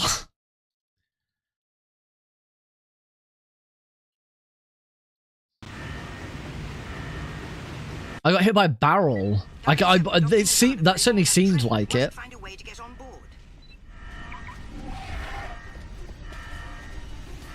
You know, you mentioned on the previous in my previous stream that the game uses 2 different engines. I never really considered it before, but yeah, I can now tell because like moving Bond around is completely different when you're on a vehicle level. Bond's control, like, the way Bond moves is completely different. I never really clocked that properly. I always knew that it felt different, but I never clocked before, oh, the reason it's different is because it's a completely different engine. That makes total sense now. I always thought it was weird.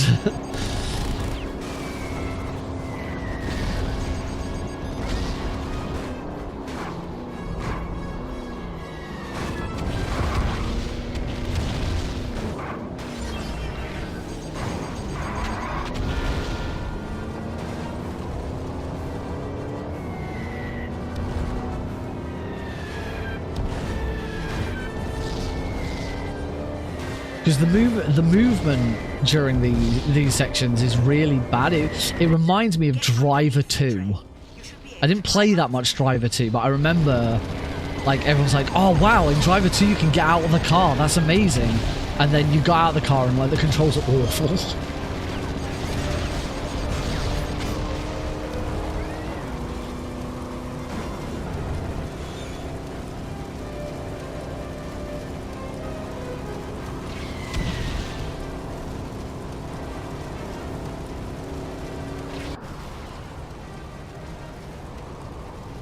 One thing I'd like to do actually, I want to. There's a really good website. I have a link to it, which stores the VODs for every single GDQ run that's ever been on. So you can go on it and at a glance you can tell like how many times an individual game has been ran at GDQ. I wonder if this has ever actually been. Certainly in my experience, I don't recall this ever being a GDQ, but there's a lot of GDQ events.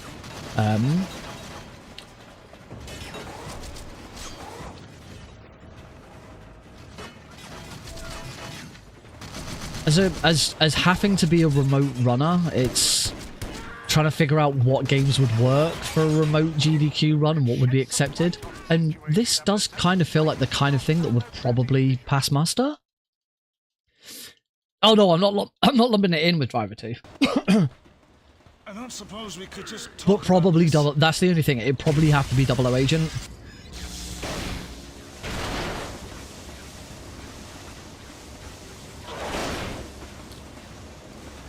Oh God. He's not gonna. Oh, he did. Okay. Okay. I lost a little bit of time for that.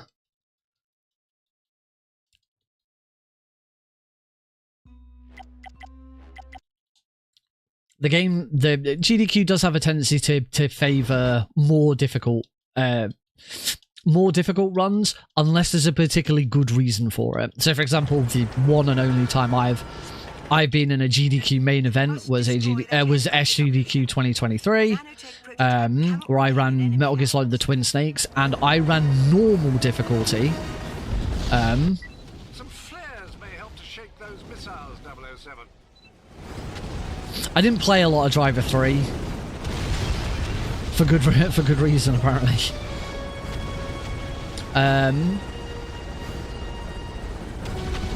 So yeah, for Metal Gear Solid: The Twin Snakes, I ran normal difficulty. Oh, Ken, it takes so much damage at that starting bit. But the reason why, and I put this in my submission, is because for Twin Snakes we'd only just found the newest trick, which was the Prozac skip, or the Twin Snakes Prozac skip, and normal was the most interesting difficulty that used the trick, because hard and extreme you can't use the best version of it in hard and extreme. He's still behind us. Get to the base. So it made sense that normal was the better speedrun there. It's not always, it's not always the case that GDQ favours harder difficulties, but certainly for something like James Bond, you know, saying you're running it on operative does not sound as cool as saying you're running it on on 00 Agent. And certainly when it comes to Metal Gear, whenever you see Metal Gear at GDQ, it's almost always extreme or European extreme. Outside of Hotfix, the only other event that I've ran for GDQ was Disaster Relief Done Quick, and that was MGS3 European Extreme. I don't think it would have been taken if it wasn't European Extreme. The structure is protected by those shield generators. You'll need to deal with them before continuing on with your mission. Excellent, 007. The shield is...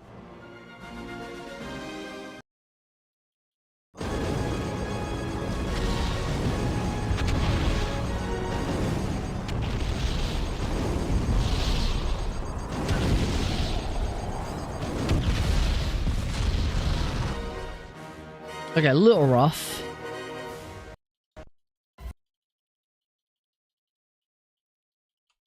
didn't feel that was that good at the end, but apparently it wasn't that much different from my previous one.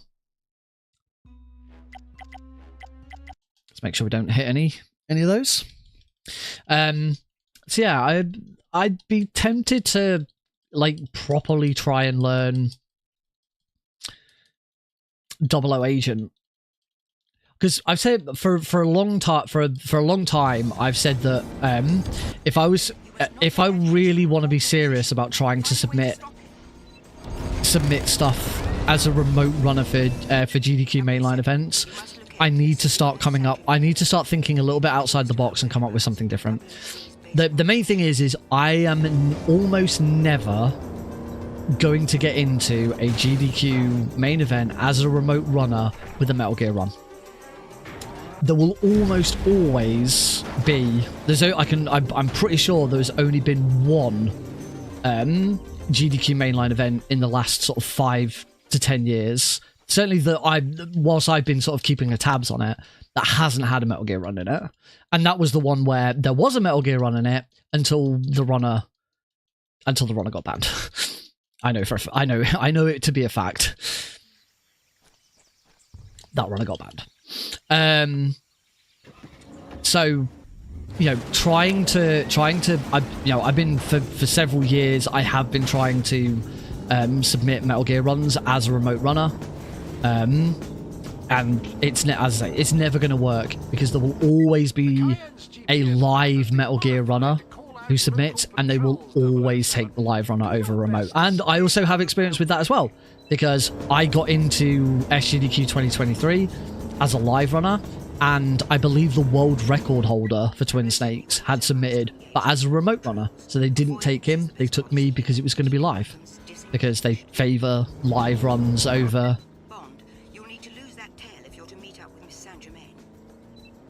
because they favour live runs over... Don't forget, 007, your Q cloak will make you invisible for a short time only.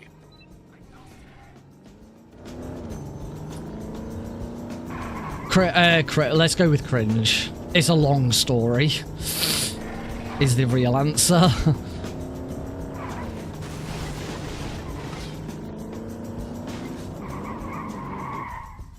Yeah, I remember to just not do it. So yeah, and that wasn't difficult. It's the simple solution is just don't go invisible until you've crashed through that barrier. The cars don't really cause you much of a problem at that point. So yeah, and as a result of sort of coming to that realization and actually thinking a little bit more strategically about it, I did not submit. The AGDQ starts the week or so after Christmas, and this year was the first since like I properly started speedrunning. This year, AGDQ 2026 has been the first time I have not submitted, because I didn't feel like I had anything that was particularly strong or good. The only things that I had that I felt that was good were Metal Gear runs, and I knew because this year had because Delta came out in August, there was no way GDQ wasn't going to just take Delta, and it would be a live runner, so there's no point. And they have, and Metal Glen Solid is running Metal Gear Solid Delta for AGDQ, and he's going to be there in person, because he's always there in person. So, right, can I not screw this up this time? Because here's our first major time save. As long as I don't screw this up. Be a left, 007, it's your only chance. Hold on.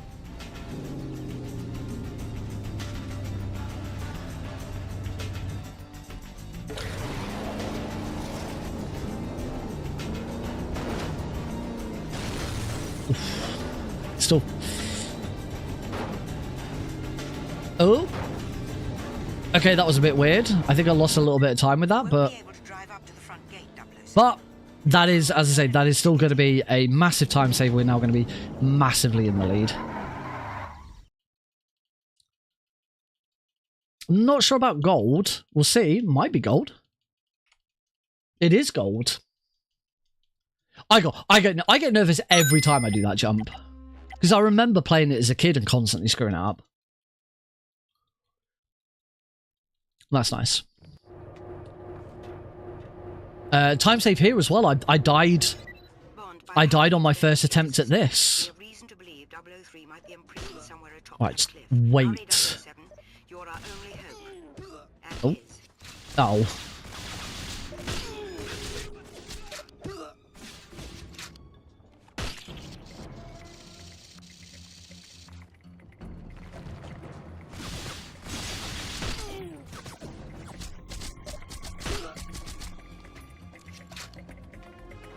Oh,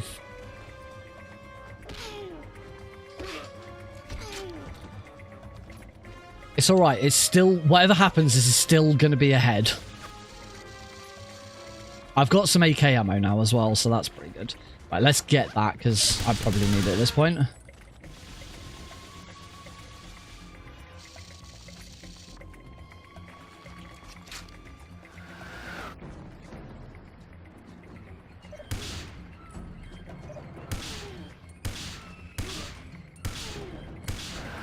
Oh.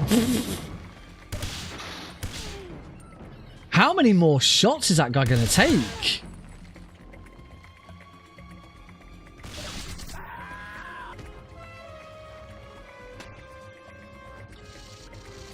So yeah, going back to what we were talking about before, I started to concentrate on that bit.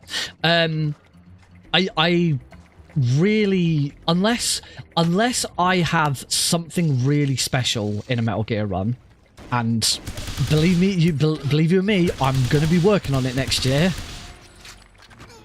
I don't see any point in submitting any more Metal Gear games to GDQ.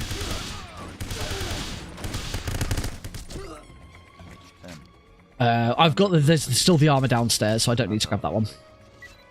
I will continue, as I always do, as I've always done, and will continue to do forever. Though it's probably not going to ever work because it's too long. The other thing, I say that's a point. Actually, I hadn't thought of that. I said I'm cooking up something, but they wouldn't take it. Because the other thing with remote runs is they generally tend to be quite short. They don't want a run that is hours and hours. And this is why Klonoa 2, even though I really want to keep submitting it, Klonoa 2 has never featured in a mainline GDQ event. It has featured on the GDQ channel once before. I've checked hotfix. I've searched for hotfix on Google. I've never seen Klonoa 2 on hotfix. I can tell you that's about to change. Oh, that wasn't very nice.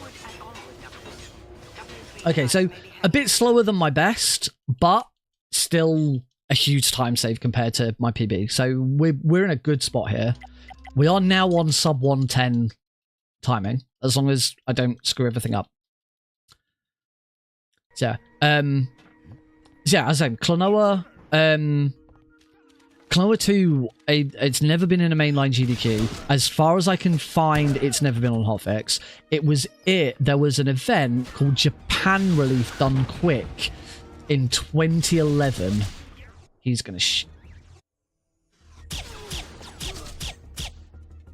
oh, I didn't want that.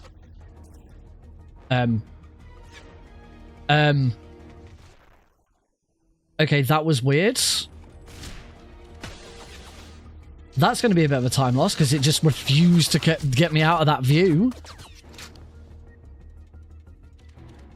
I thought I was going to get shot by him again, so I thought it was just going to be safer to take him out. But that was awkward.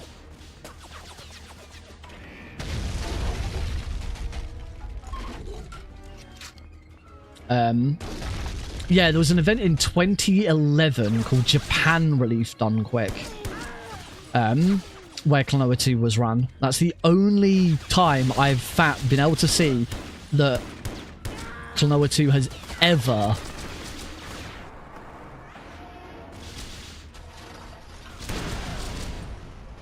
been in any GDQ event.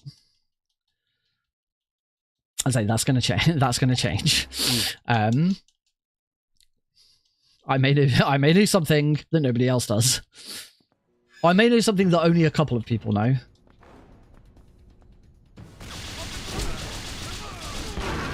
That was bad.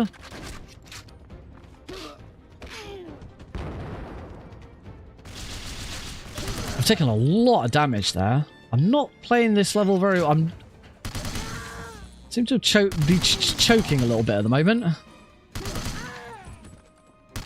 I will definitely need to get some ammo. Whilst I'm some armor whilst I'm down here.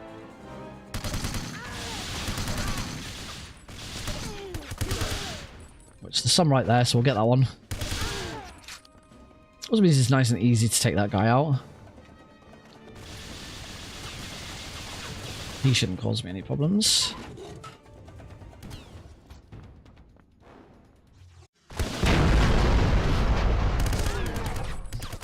Oh, damn it. Stop getting stuck on everything. So as much as I'd like to continue to submit Klonoa 2 to GDQ,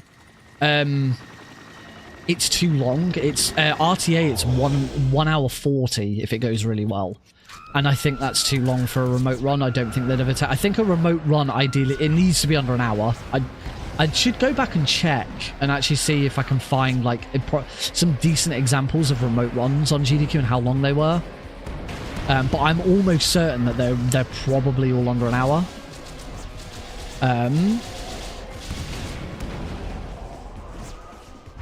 So actually, as I say, I said I was going to cook some. I'm thinking of cooking something for Metal Gear, but that'd be way longer than an hour, ridiculously too long. So that'd never work. Come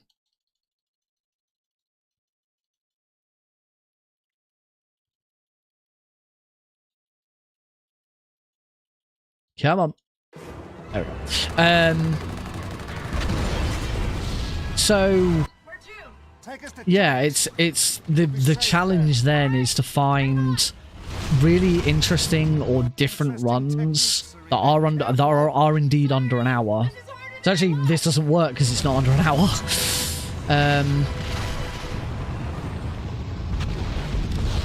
Nice. And submit those. Flashback is one that I was working on, but problem with Flashback is running it on hardware is tricky.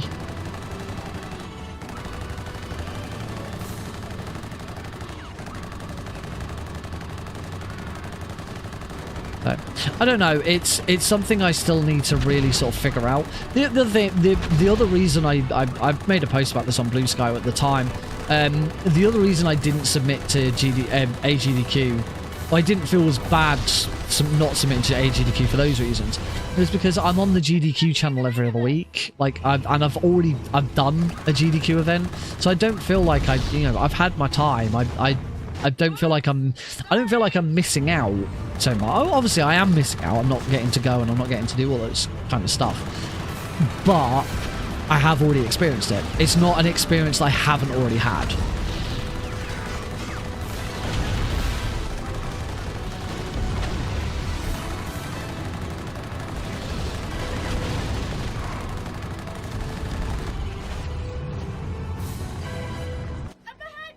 Oh, I think I hit the... Oh, I did. Good, because it takes 2 hits to take that out.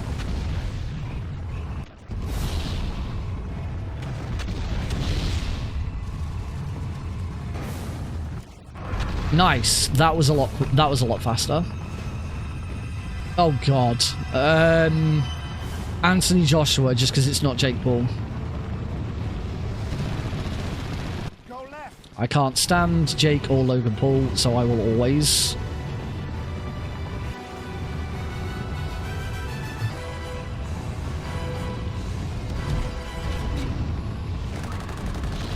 I don't actually know if taking out that helicopter is completely necessary.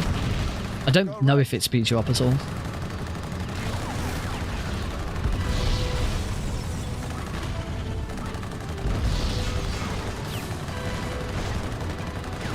Yeah, I'm not putting my money on Jake. I can only beat up guys if they're 50 years older than me, Paul.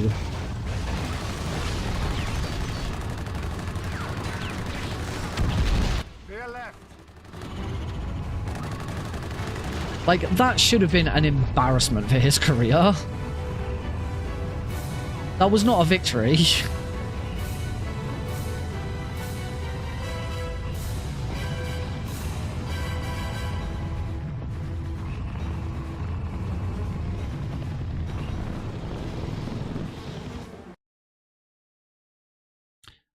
Maybe. I wouldn't know it.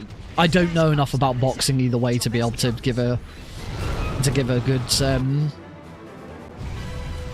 good impression.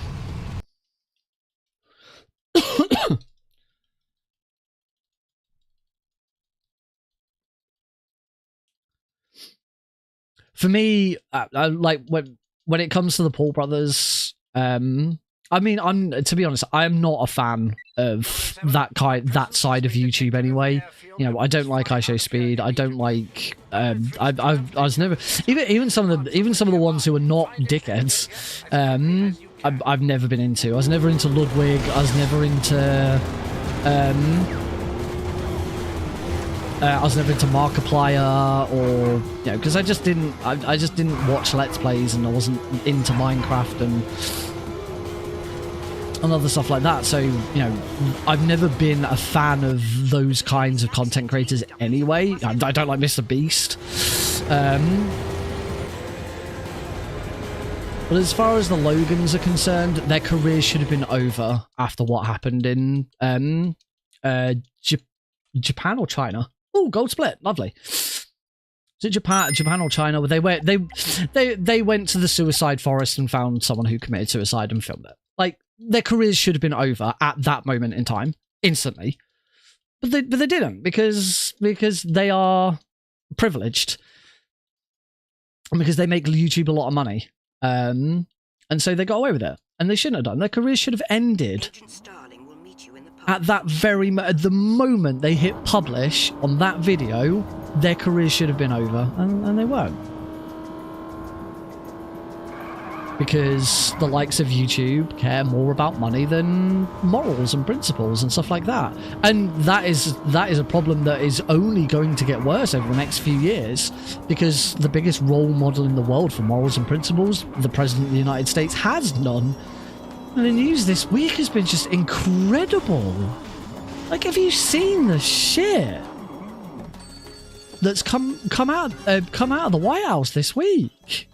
It's just like, it feels like we're living in a parallel universe. And it's only society in that sort of respect is only going to get worse. It does make me worried for Alex. Like, what have I brought him into?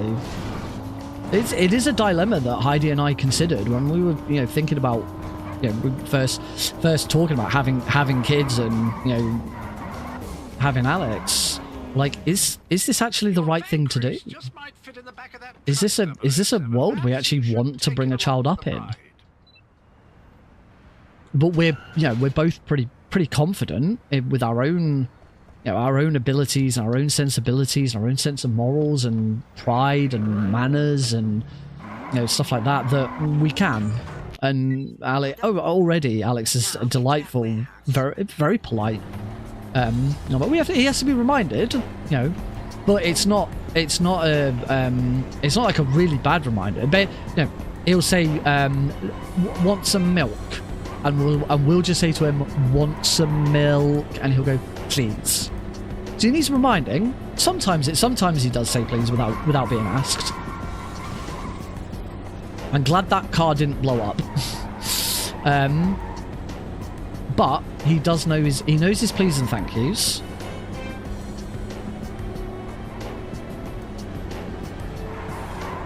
And yeah, he has the odd little tantrum now and again because he's a 2-year-old. But I'm sure he'll be fine. And you know, the other thing that helps is that Heidi's a teacher, and Heidi goes through so much with school, with parents. So there's so many instances where she talks about school and stuff where the parents are bigger problems than the kids. You know, the ones where she's got parents who, it doesn't matter what their child does, the parent will always side with the child and always thinks that the teachers are out to get them and all of that, and there's just no support whatsoever. I can tell you, the moment Alex comes home and he's got a detention or he's in trouble because he's done something that's obviously bad, he's picked on someone, or he's punched someone or something like that, the detention will be the least of his worries. Because the thing that's really difficult to get through to some of these parents is, like, you know, they feel like the teachers are out to get him and they don't like him and stuff like that. It makes no odds to the teacher at all. It's like, you know, the amount of times that Heidi's been told that, you know, they just don't like their kid, or they're out to get him, and it's like, why would that make a difference to me? Like, what benefit is there to me to not like your child or specifically pick on your child? It's because all that happens is I have this conversation with you, and I don't want that conversation with you. It is very, very, and that's the problem. You said they mirror of their parents sometimes. You're absolutely right. The problem is that to them, the parents seem to suggest that they can do no wrong and that there's no consequences, so the kids don't think there are any consequences and they can do what they want. And it's very, very difficult to deal with a child in that way. Yeah, so I have a massive advantage that my wife is a teacher and knows sort of good behavioural practices and skills and things that we can do anyway. But we both come from we both come from a good set of morals from both sides of our family. We were both like split. We were both smacked as children. We will not be smacked. I can assure you, we will not be smacking Alex because you don't do that anymore, and it's not the right way to discipline a child. Let's see about that. But I don't necessarily agree with the idea that smacking only makes it worse, and it doesn't. It turns children bad or whatever. And it's because I was smacked as a child, and I turned out relatively all right. Okay, I'm a bit weird. I'm sure there are some people who wouldn't agree that I turned out all right, but as far as I'm aware, I'm doing pretty well. Oh. Go! I'm good. I'm through.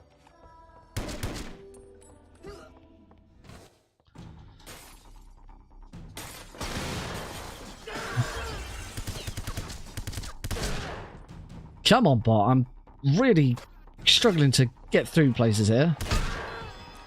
Ignore that guy.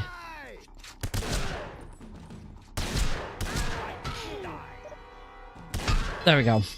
I'll be slightly slower, but we're through.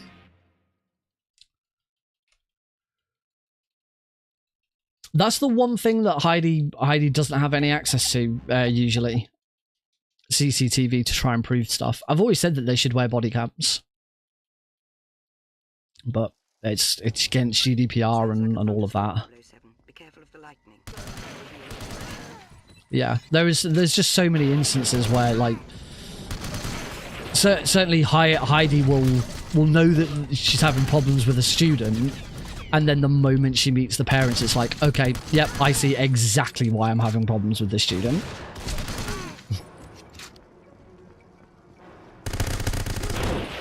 And as obviously it's still early days, he's only 2, but I do like to think that Heidi and I are not going to be like that. I certainly hope not.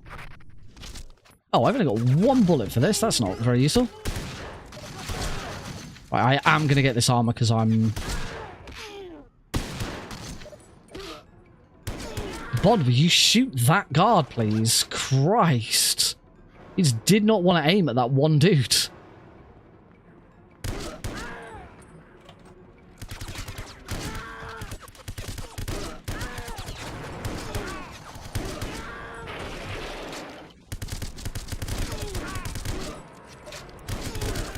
Oh god, I'm dead, aren't I?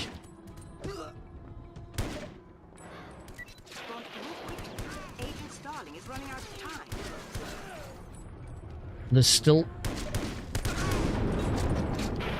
Holy crap, I genuinely thought I was dead there. That was, Hey Heidi, we're talking about you. That was horrible. Oh, there's no point in changing weapons there. Perhaps it's time Mr. LaRouge tasted some of his own.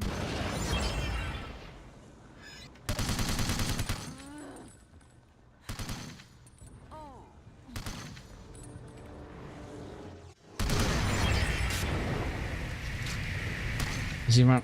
Oh, he's here. He's not being very nice. There we go.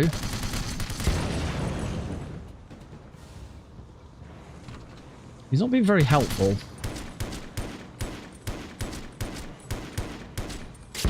Oh, it helps if I could actually aim. This has not been very good, has it? Got there eventually. Oh, 20 seconds lost there. That was horrible. You're not going to let Alex try Big Shelly when he's 13? No.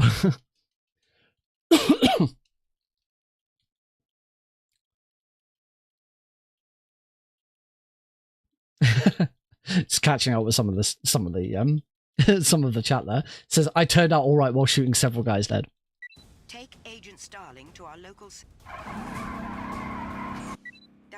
we've detected an I don't know, explosive it's... It appears to be triggered by speed. Agent Starling should be able to defuse it, but in the meantime, ensure you don't slow down. That was not my best driving. As I say, the biggest problem that I have with all of this at the moment is you've only got to look at what's happening in America at the moment to know that this is only going to get worse before it gets better. Because there's you know, when the President of the United States can get away with the kind of things he's been saying and doing, like, and you know, we have our own version of that over here. It's called Nigel Farage, and these people are enablers. They enable people and make people think that they are allowed to have whatever misogynistic or racist or whatever bad thing you want to call you want to have, you know, those kind of views. It's okay to think. It's okay to think that way and to say those kind of things. It's just your opinion, and that's all it is. It's enabling the worst of people, and those people then pass it down to their kids.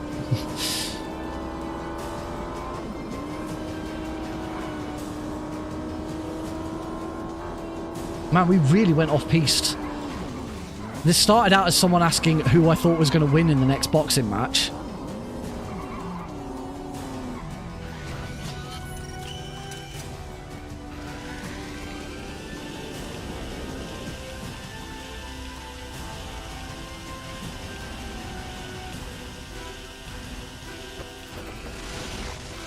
Did that guy ever? Only other thing I will say though is you do have to be careful not to just necessarily blame the parents.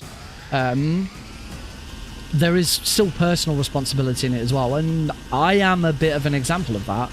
I am very different from the rest of my family.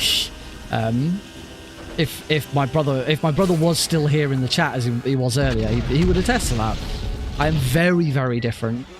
But certainly politically, my parents and my brother are all very right-wing. I am not. But I used to be. When I was first able to vote, I didn't know who to vote for. I had no idea. I didn't really think about it. I sort of listened to what my mum and dad would say, and I voted with them until I went to college and spoke to people and sort of proudly said who I'd voted for. And someone said, "Oh, Nick, you do realise that these are the things that these people are saying?" I was like, "Oh." I was like, "Yeah, I don't like that idea." And that turned it around for me. I immediately like, nope, I am not going to agree with that. And I've been left. I wouldn't say I've been left wing ever since. I did vote for the Tories in at least one election after that,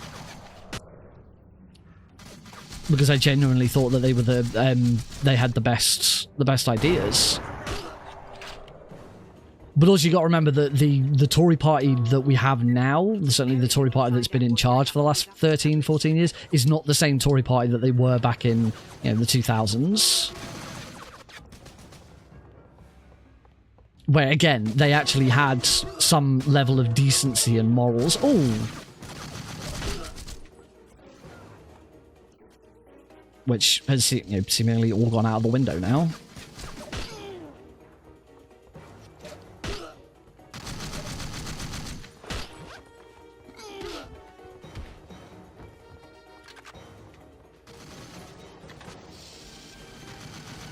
You can roll. Oh, you can roll into that cutscene.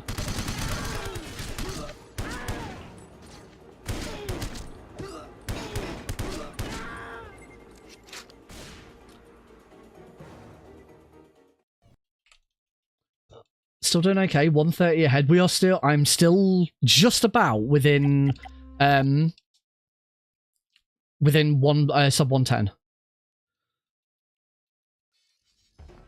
territory. Truck up the spaz. You were right. You were right before. The spaz is completely broken. Not if I and destroy Yayakov's machines. Keep him away from the machines. My machines! I never got an answer to that. I never worked it out. Where does the line? My machines. These are my machines. Sorry, whose machines are they? My machines. Dude, you're not helping. If anyone can work out what that reference is, I would be very grateful. You'll pay for that, Mr. Bond. This should be a blast.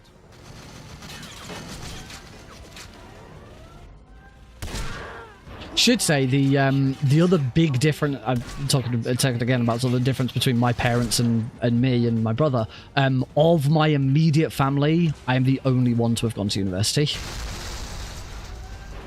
I say immediate family, some extended family as well. Not I've got cousins. I've got cousins and stuff who went to university, but certainly none of my grandparents went to university.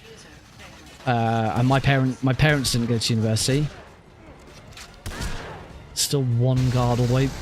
Okay, well, hopefully he doesn't get in the way. I can't run all the way over there and deal with him. That's going to take far too long.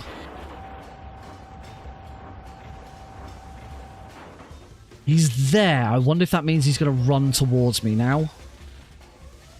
Quanti-static activation pod has created an exponential electrical cascade anomaly. What's that? Start the cutscene. Yes! Wow, that was spot on. That was like absolutely perfect timing for that to happen. Gold split. Yes. Thank you, that dude. I was like, literally, as the cutscene started, he blew it up. That could not have been better timing. I should check. I'm sure there's probably. I'm sure that can be done faster with better movement and stuff like that. But I should probably check the ILs for that level just in case.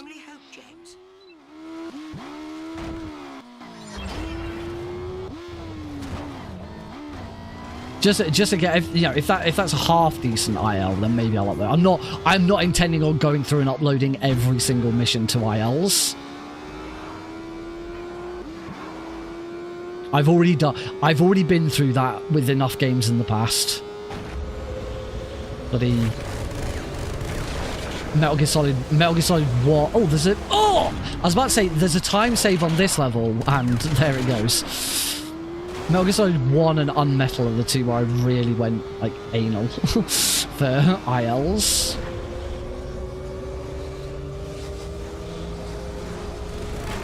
Oh, I got lucky there.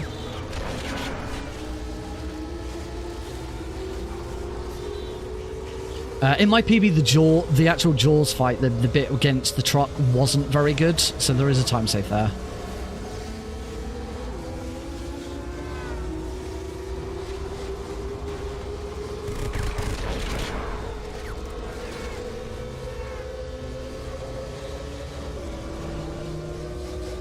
Yeah, I didn't get a good cycle on the electricity. I need to sort of learn how that cycle works, I think.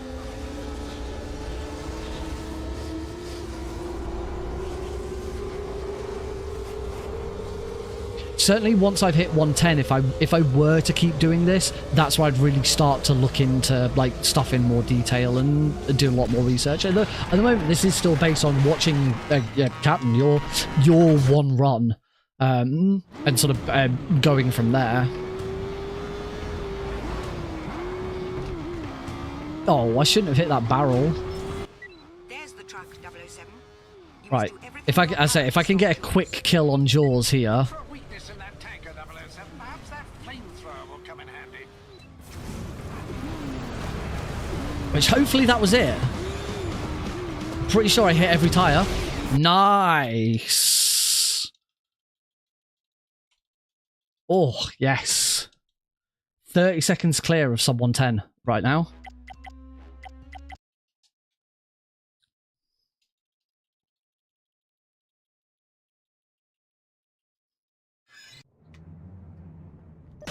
The driver is likely to be in one of the hotel rooms.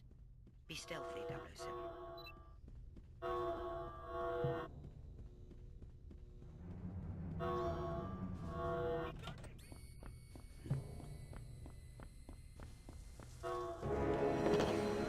Sweet, with the nano suit, I don't even need to shoot at the guy. Yeah, I was really dumb when I was like, oh no, I definitely don't need to use the nano suit. Yeah. Sorry, what did it? Wait, what? Are you saying I just got the world record for an IL?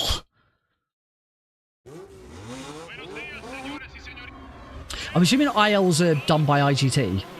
Is it as in the final time that's shown on the scoreboard at the end? Oh, sorry, 21 seconds over world record. I need to learn to read. 21 seconds over, not under, over. Learn to read, Nick. Idiot.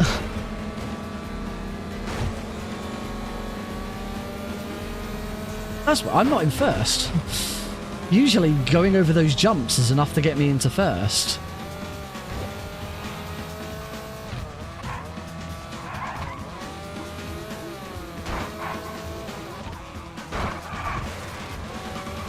I was going to say, because actually that spider detonating exactly when it did, it's not a huge time save. It is a time save, but that's only by a matter of seconds, if that. As I say, yeah, I should have seen 21 seconds and I'm like, oh yeah, there's no way that's a 21 second time save. Dumbass. Thank you. I say we are good at the moment. We are 30 seconds ahead of 110 right now.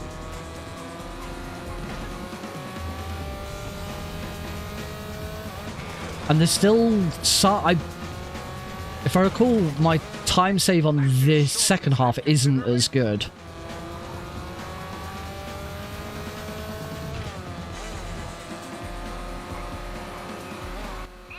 There's a bit of time save in the next level because I went the wrong way.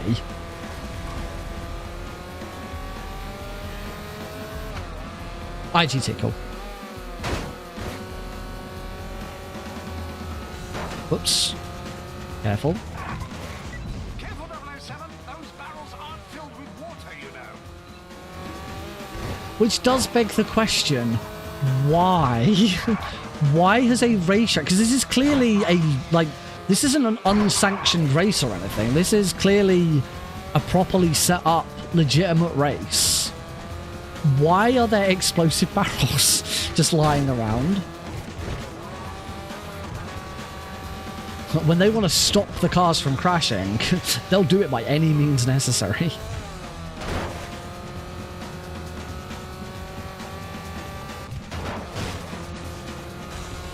I don't feel like this is going to... I mean, I got a gold split on this on my last attempt. I don't think I'm going to match it. This hasn't been quite as smooth.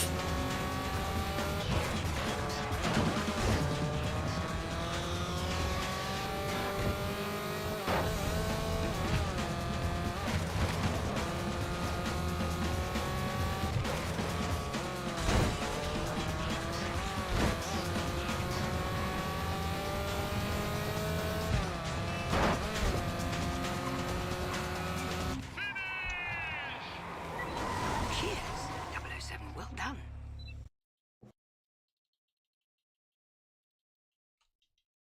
$135. Okay, so lost a little bit there. Not too much. So yeah, ambush. There should be a little bit of time save here because I got punched at the start and I got punched here again, and I accidentally went to the right rather than I started running down there because I was thinking.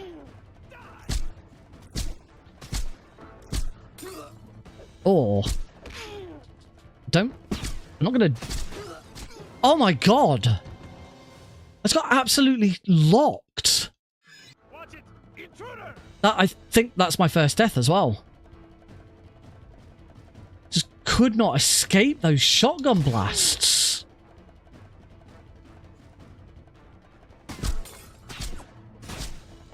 Command We know Serena. Luckily, it's not a very long level, so it's not like I lost that. Not like I've lost that much time redoing it, but still a time loss. I'm now only just like 2 seconds under 110 right now, so I'm gonna try and pick up my game a little bit again now. That was awful. If there was ever a level to die on, that's probably the one to die on, because it's very, very short. Either of the 2 levels in that hotel are probably the best levels to die on, because they're the shortest. But it's still not great, is it? So far, so good, 007, but that's not an armored vehicle. You'll have to avoid those patrols if you expect to deliver Miss Saint-Germain home in one piece.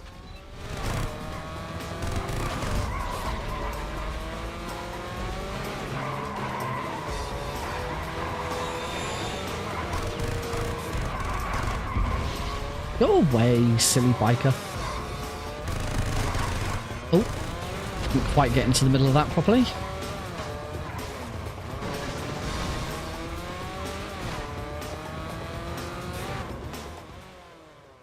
Yeah, it was just very bad luck.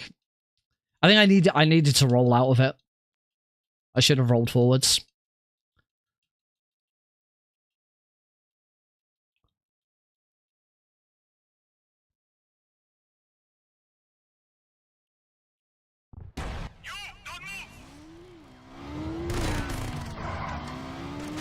That was interesting. Wasn't quite what I was going for there, but...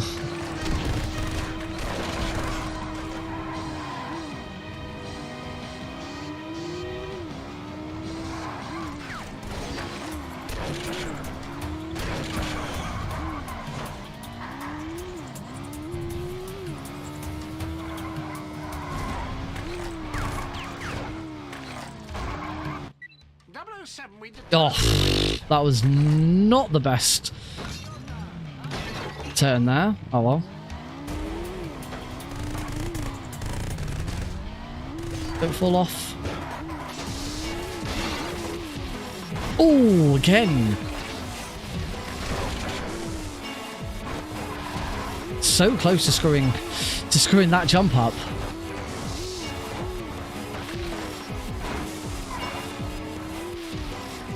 So down slightly, just so that I definitely hit that. On the top, let's keep it that way. Cool, just don't die here. Bit of a left turn. We're good, we're good, we're good. Through. Kablamo! Excuse me. Oh. Wait for it. Wait for the right lady. There we go. Oh, still gold split though. Nice. I got a fake gold split and then I got a real gold split. There's a little bit of time save on this one. I fumbled this a little bit. But not by a lot. We're talking a couple of seconds.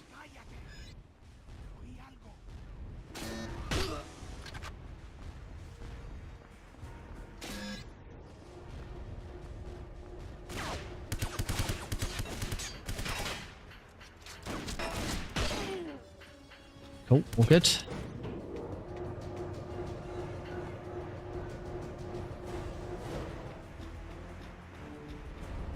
Ignore all the guards here. Make sure I pick up the Desert Eagle though. I am gonna get that armor.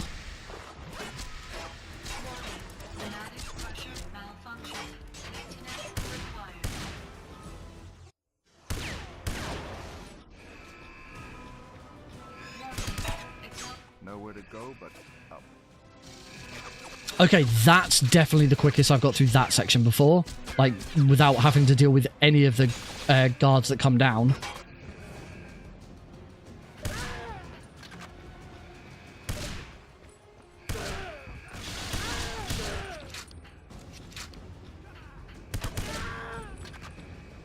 Get off that.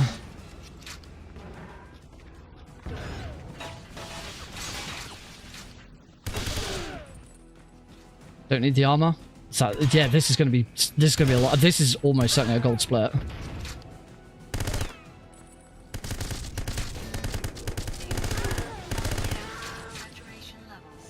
Took the risk of pushing the button before killing either of those guards as well. Yeah, that's almost certainly a gold split. That was really good. By nearly 10 seconds, and we are now like back in a really good spot. Fumbled this one a little bit. This was a little bit slow at times. So yeah, we got some good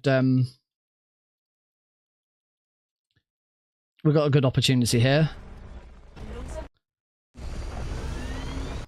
Bond, Diavolo plans to release a toxic gas into the Kremlin. You must beat his forces to Red Square, find the source of the gas, and neutralize it. You must arrive before Diavolo's forces descend upon Red Square, Bond. There might be a shortcut beyond that wall.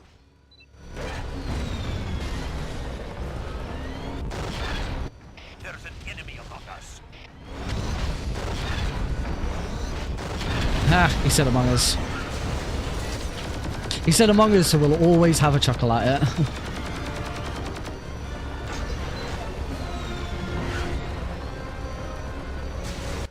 Move the bomb into position.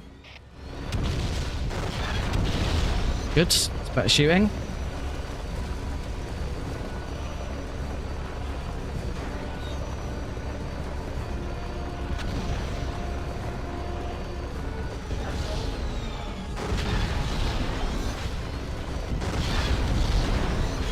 Okay, that's much better shooting. I feel like the trick here is don't turn the turret left and right. Just move it up and down, and just focus on being lined up with them. There's the source, 007. The nano shell should do the trick here. But yeah, this is already going a lot better. Just got the ending to do. The other advantage of taking out those other tanks so quickly is that I wouldn't have taken that much damage from them, so this end bit isn't going to be quite as scary.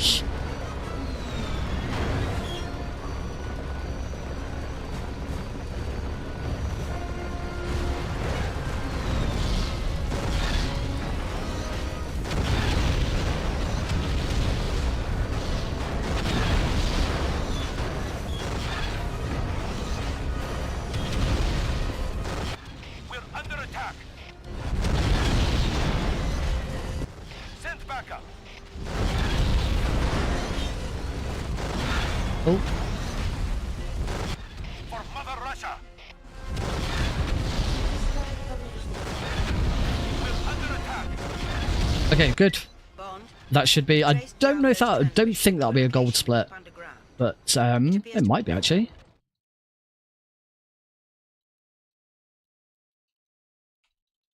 No. Oh, only just not. Right, not long to go. We are, as I say, we are really, really clear of 110 at the moment. As long as it's not too much into it. We've still got the Harrier fight. My Harrier fight went very, very. Oh, I've taken damage there. That's a little worrying.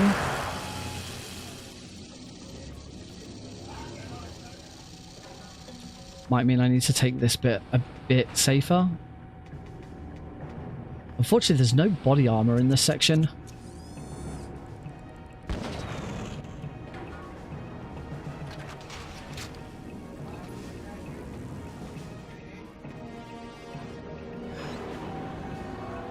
I need to get this bit.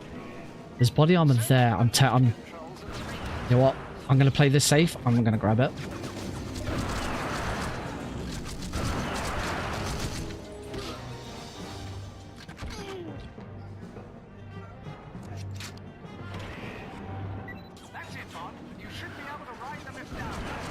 Cool, I've still got 4 shots. Yeah, that's fine.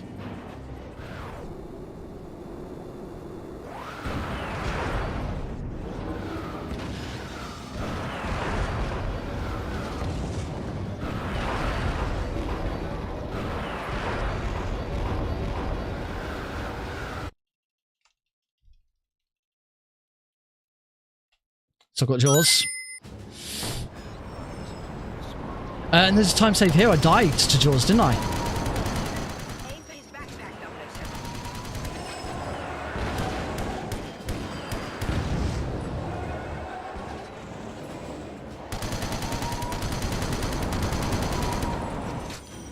007. Not going to go for the cutscene skip there. I want to make sure I don't die.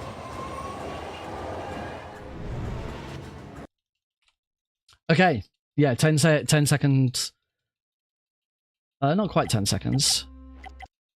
Oh yeah, yeah, that makes sense. That makes sense. It's not that big a time save because yes, I died, but I took a fair bit of I took it safe in the first part of that mission. So yeah, it's not a huge surprise actually. Thank you, Em. What is my exact location? We believe you're in the secret Kremlin nuclear command bunker. Bond, you need to find a way onto those catwalks to exit this hatch. Okay, that was a lot. I think that was a lot cleaner than I had last run as well. Yeah, actually, I don't know why I picked that up. I don't need the armor. Kill that guy.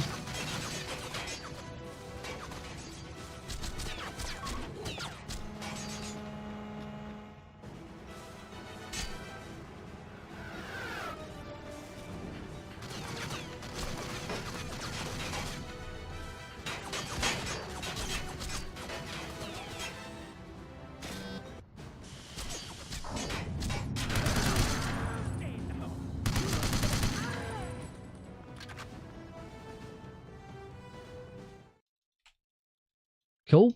Slight time save again. Final cards. This had a very good Harrier fight. That's the only thing I'm worried about here. Oh, I still suck at that. You're about to find out, Diablo. Savage. Savage line. Oh.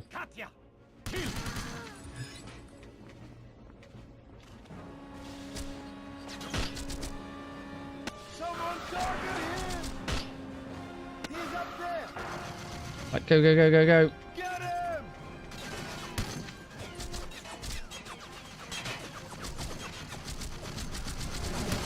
No, don't shoot. Just keep running. There we go. Good. Right, now for the horrible bit. Oh, that's okay. Oh, interesting idea.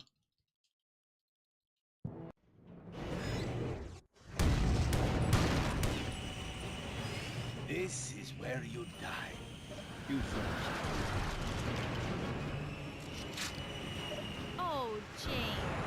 We could have had such fun together. The loss is all yours. Okay, good start. That was luck, but you still haven't won. Katya, kill.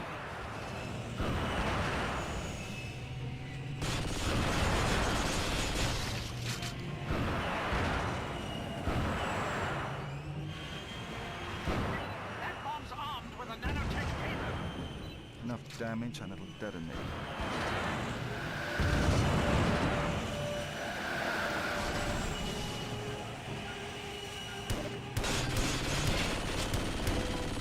Not too bad. Not as good as the last one, but we're good. As this is it. As long as I can get through everything or nothing without dying, we've got sub 110. And only one death in the entire run. One really annoying, horrible death that is forever a stain on this run, but one death nonetheless.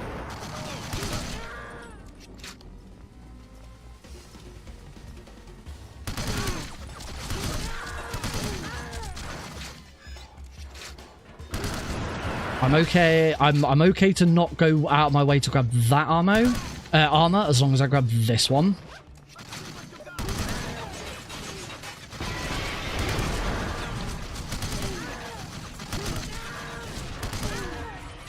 Try and start ignoring some guards.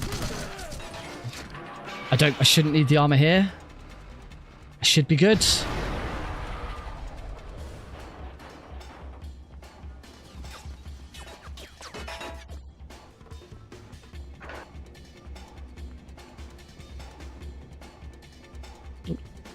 Don't get caught on the wall there.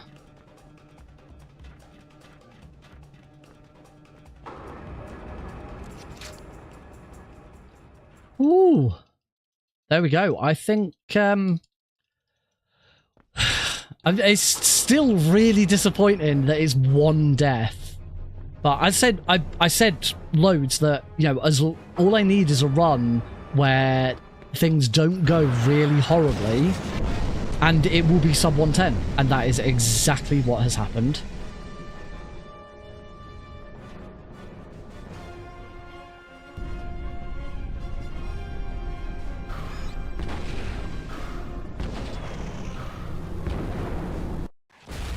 $109.27 with a gold split on everything or nothing as well. Yes! Yes! One death. What happened? One really annoying death. What about us? Oh, but I'm so pleased with that. This is finally the... Yeah, Eli! This is definitely the run to submit. Finally. Finally a run that I'm really, really pleased to submit. Oh. Oh, thank you, everyone. Oh. This has been really good. Really, really good. I'm so glad I've been meaning to learn this run for a very long time. It's been on my list, and I've gone back and looked at it and thought about it, and just like never been quite sure whether I wanted to do it. So I'm glad that I finally took the leap to do it, and I'm really, really enjoying this. It's so different from everything else I do. I can't think of another third person. I suppose actually Ground Zeroes is technically third. Actually, if you're using the subsistence camera, Metal Gear Solid 2, Metal Gear Solid 3 is third person. So actually, no, I do play some other third person games. They're not quite like this. I'm really pleased. Yeah, as I said at the time, that one death that I've got was probably on the best level. Maybe I think the first of the two hotel levels is probably quicker. But yeah, I'm really pleased to I've said for a while 110 under 110 is certainly the first major milestone to hit. And yeah, and it's some really good gold splits in this. Oh, that one's okay. That one is faster. The only thing is reset. It was right towards the end that I died, whereas you usually reset a lot earlier in the first one. So I'm really pleased. It's really good to have another speedrun under my belt. And as I said, I'm going to go back on what I said before. I didn't think I'd want to submit this to any marathons, but I do think I could carry commentary for this. And I do think I could really enjoy showcasing this. I've certainly got some speedrun marathons that I've done where it's kind of, if I submit to them again, I'm submitting stuff that I've run for them before. The main one I'm thinking of is Preventathon. Next Preventathon will be my 5th Preventathon. 3, 1, Klonoa, and Metal 5th. It'll be my 5th. It'll be my 5th Preventathon. My 3rd as staff. My 1st as a lead, because I'm now co-tech lead with Cubs. No, it's way too early to call it. I don't know what I'm gonna do. I don't want to do another run. I'm happy with this.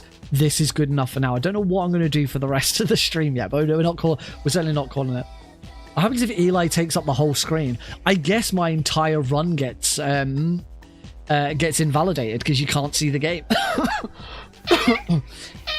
I think if I get to that point, I need to go back to locally recording runs without the alert overface, which I used to do. I haven't done it in a very long time, because I've then discovered it doesn't really matter. No one cares. But if I got to that point, I probably would. Or like I have a thing where certain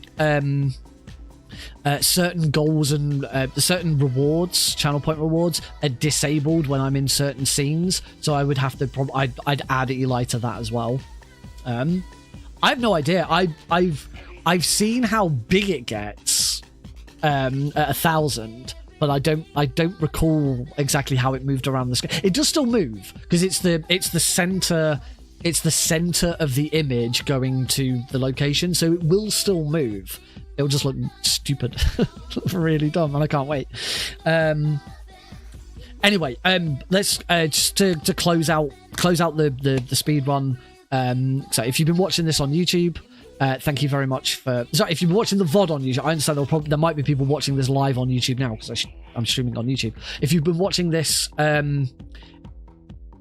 additional voice sponsors. Oh, I thought that might be someone I recognised. If you've been watching the VOD on YouTube, thank you very much for watching it. I hope you've enjoyed it. There's links down in the description below to all of my various socials and places you can check stuff out that I do and things like that. So, yeah, check me out. I don't run any other James Bond games yet. I might do in the future. I'd certainly like to play some more Bond games. So yeah, if you're into that, hit the subscribe button, and you never know, you might be watching me learning Nightfire next. Who knows? Yeah, thank you very much for watching, and yeah, see you in another video.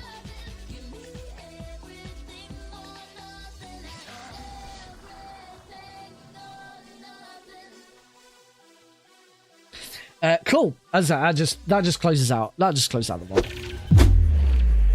Oh, that was good. I'm really pleased. I'm really pleased with that run.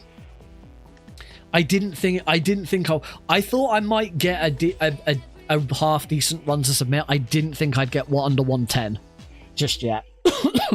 What does that actually do for me on the leaderboards? Under 110 does put me very safely in 4th place. I've always felt with these kind of games, the more real they are, the shut up, John. It's then some really big gaps. 3rd place is 107.20, which according to my sum of best I could get. Then we've got Captain Orson's run, 1 hour 3 minutes and 57. And then you've got the world record of 59 minutes 58. One thing I don't know, and Captain Orson, I don't know if you can help answer this. It is notable that the top 2 runs are done on Xbox as opposed to 3rd place done on GameCube.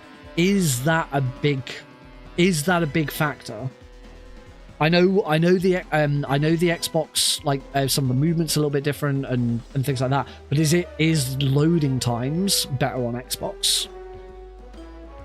Because I remember I read the guide about the version guide, and according to the version guide for the full game, GameCube is the fastest is running the PS2 version on a PS3 because of loading times, but the GameCube is supposed to be better than Xbox.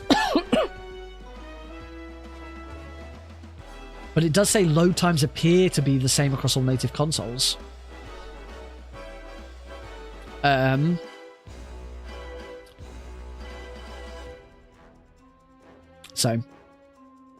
So there we go. That's sort of where that's at. Yeah,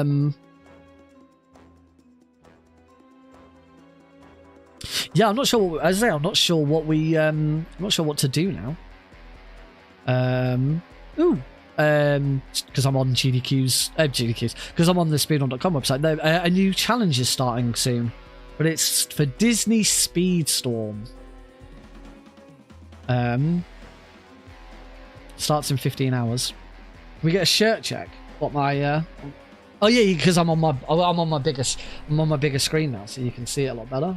This is one of my favorite. This is the first QWERTY that I ever bought. This is my Cornetto Trilogy shirt. My favorite film of all time.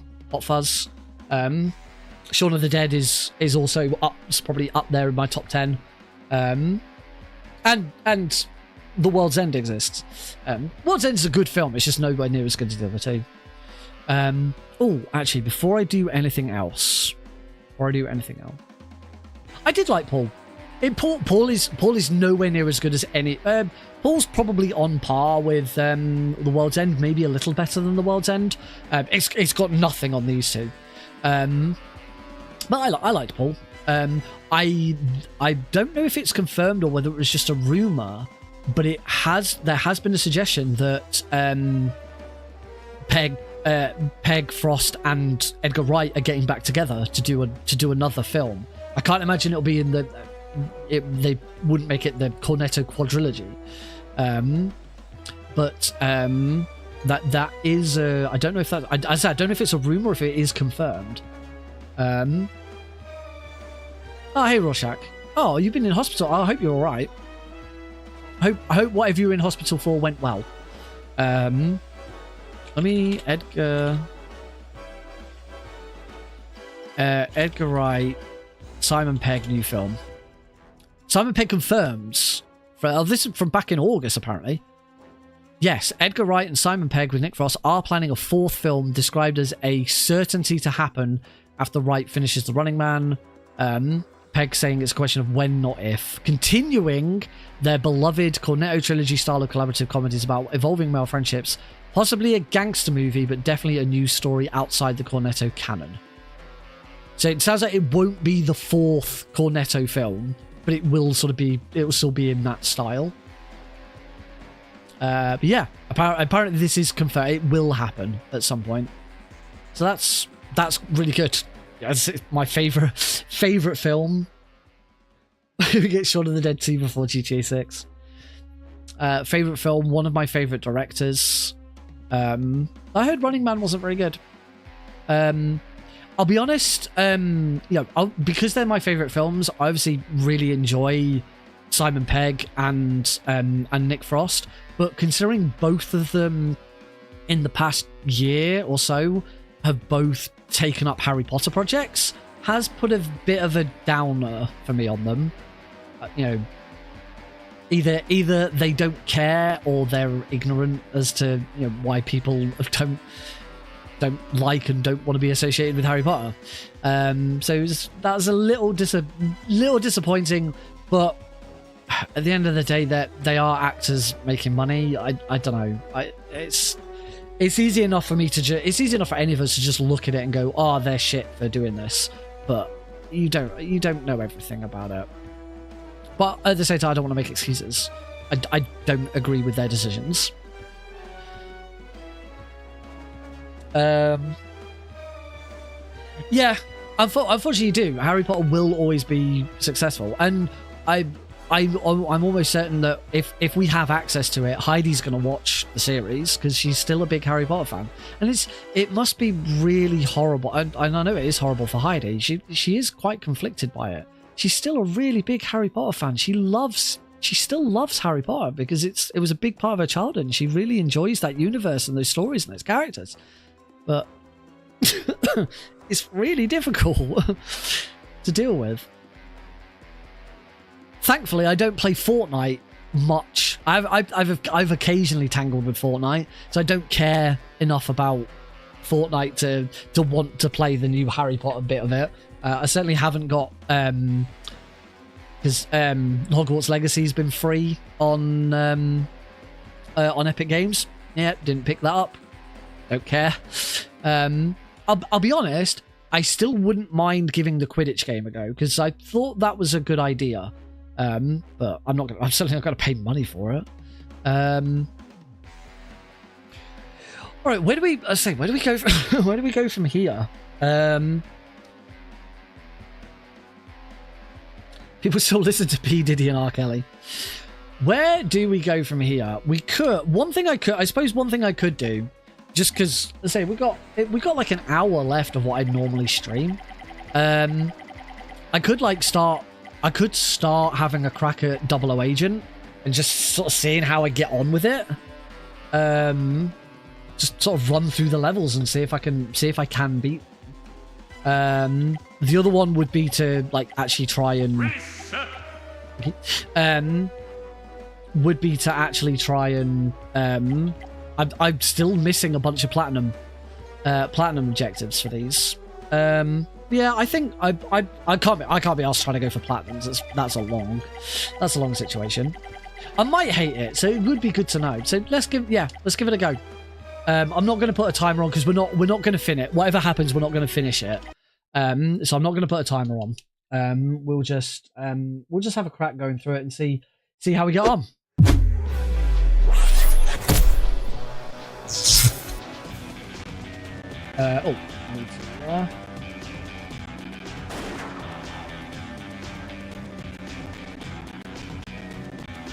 Oh, my gamepad's not on this view.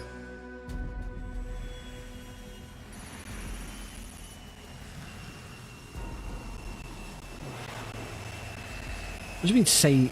My splits can't be saved. Why can't my splits be saved? 007. Intelligence reports that a nuclear suitcase bomb stolen from the ex-Soviet stockpile. Bear with me a moment, folks. Southern Tajikistan. Unfortunately, it's about to change hands. The wrong hands. We cannot allow this to occur. LiveSplit won't save my... Okay. So I probably haven't saved... My saves probably haven't saved... splits probably haven't saved there. 100 million. In fact, I've loaded up... I've reloaded LiveSplit and it's opened my MGS3 splits. What the hell's going on? What have we here? It's confirmed, 007. That's the device. Have I, like, accidentally deleted my Bond folder or something? Kiloton yield. You are authorized to use all means necessary to retrieve that case. Understood. No, I've loaded them, and 109 they are correct, so that's fine. Right, let me fix this. It's a trap! Kill them!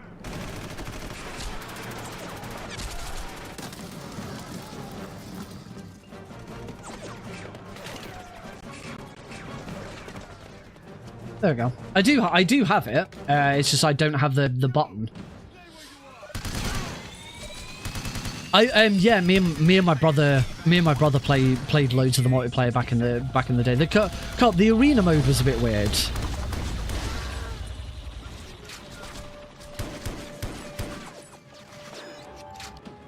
Get to that briefcase bomb.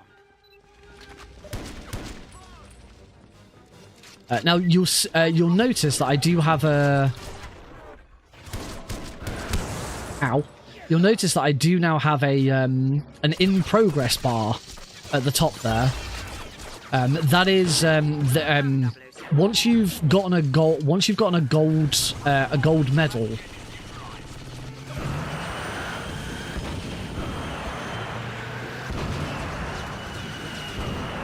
Once you've gotten a gold medal on 00 Agent, you then unlock the platinum medal, which is an additional objective.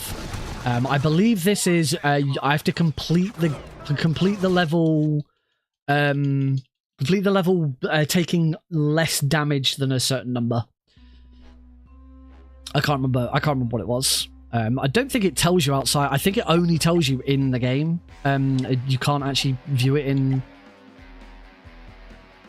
Yeah, you can see your score, but it doesn't actually tell you what the... it's not until you're in the game where it actually tells you what it is. MI6 training, there is no difficulty, so there's no point in trying that. Yeah, Arena was always a bit weird. But yeah, the co-op's really good. The co-op leads directly into this mission.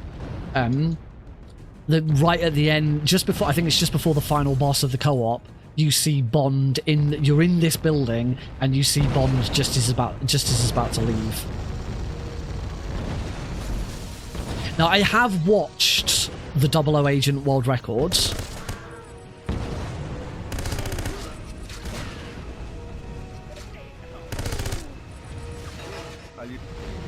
Because I wanted to get an idea of what it is, you know, what the run's like, and for the most part, it isn't that much different. It is just simply you play it a lot safer. There's, you know, some of the skips that happen just from playing on operative obviously don't happen. And you just have to be a bit more careful with what you're doing. You also tend to use grenades and strobe grenades a little bit more. And I'm dead.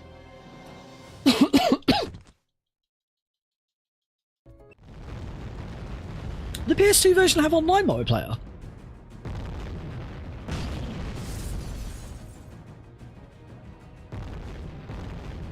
Well, yeah. I had no idea. I'm going to check. I want to see my... I've got my PS2 copy over on the side. I want to look at that.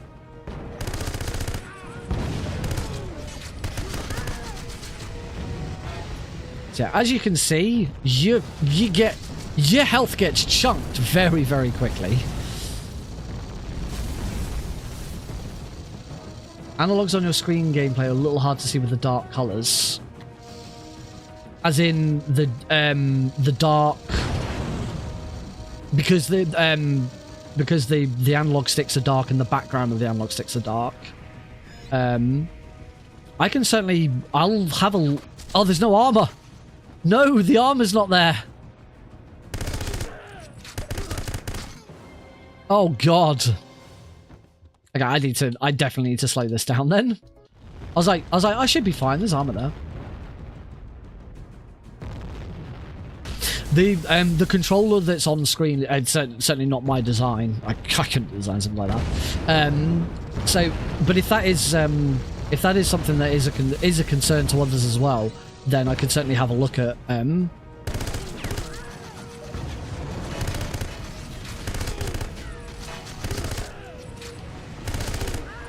I could certainly have a look at changing it to a different one. But I'll be honest, I've been using this one for a few years, and that's the first time that anyone's ever mentioned anything about it.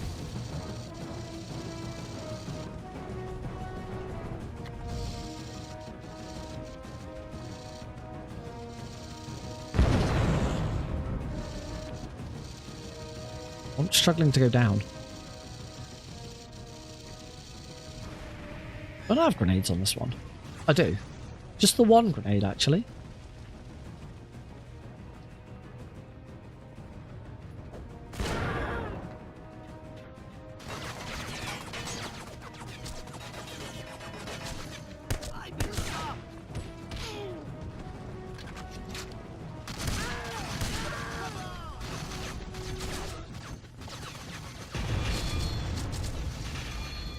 Oh, damn it. So close.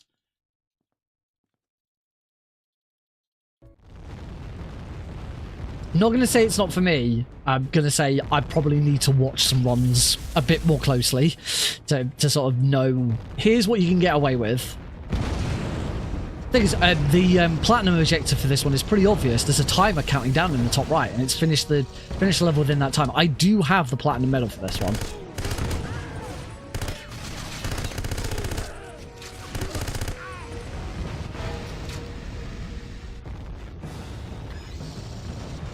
Okay, I've jumped down here with a bit more health this time.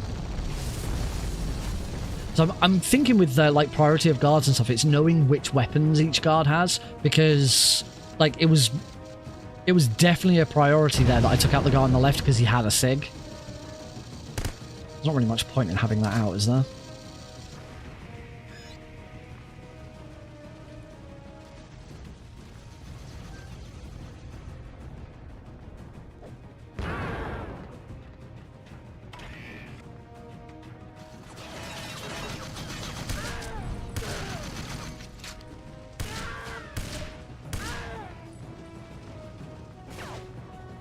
That's better.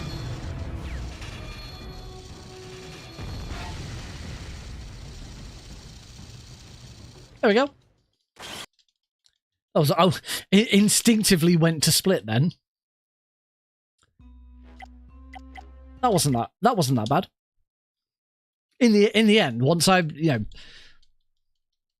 learned which guard I really needed to take out, that wasn't too bad.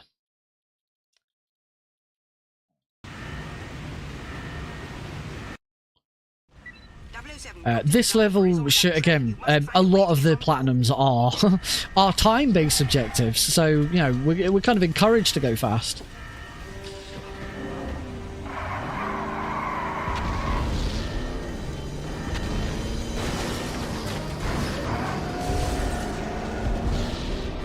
I think things that I think like I might have slightly limited ammo compared to.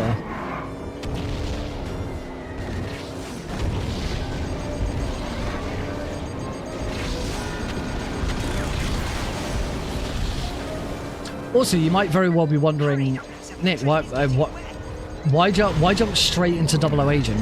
Why not run Agent instead? That's not an upgraded machine gun, right? Because I turned all of my upgrades off.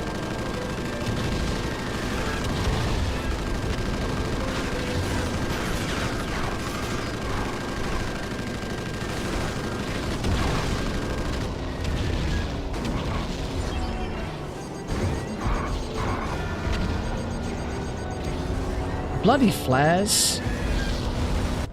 Get underneath the train. You should be able to climb up from there.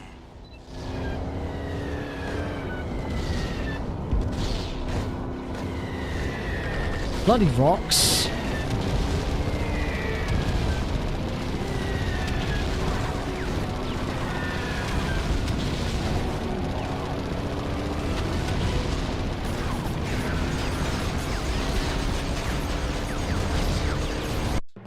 Oh, I'm dead. Yeah, you can start to see how the difficulty curve is significantly different. Yeah. There's two reasons for not running Agent rather than just going straight to 00 Agent. One, like most speedruns, you either want to run. The general consensus with most speedruns is always you want to run the easiest difficulty because it's the fastest, or you want to run the hardest difficulty because it's the most challenging. No one ever really cares about the middle difficulties. And as a result, the everything or nothing leaderboards takes that into account by not having a leaderboard for Agent. There are no speedrun leaderboards for Agent difficulty, which I think is sensible. I genuinely think that's a good idea, particularly for a game that isn't overly popular. Not gonna say that this this game has its fans and there are runners on the board. It's not the quietest game I've ever seen, but I think it's good. It's a good idea to focus in that way, and it's something that the Metal Gear community really haven't learned. Should have done it with Delta.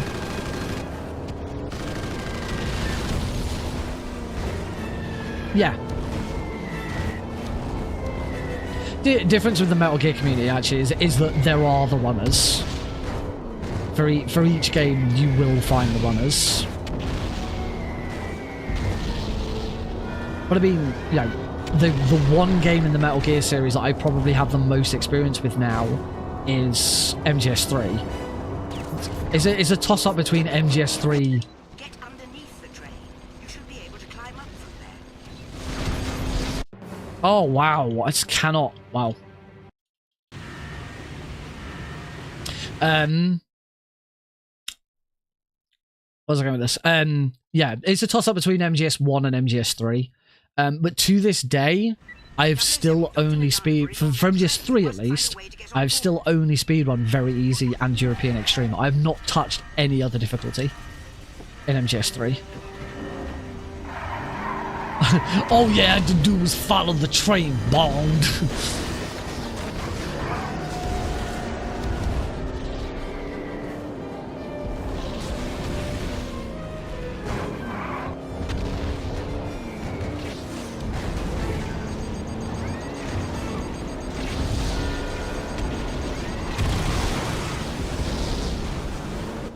Hurry, 007, the train is getting away. All right.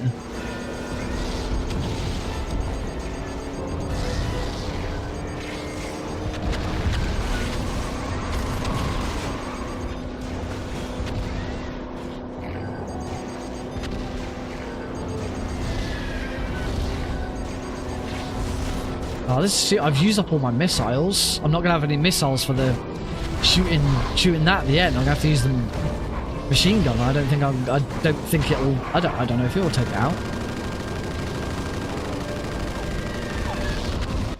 Get underneath You know what though? I'm gonna take the jump this time and see if that makes a difference.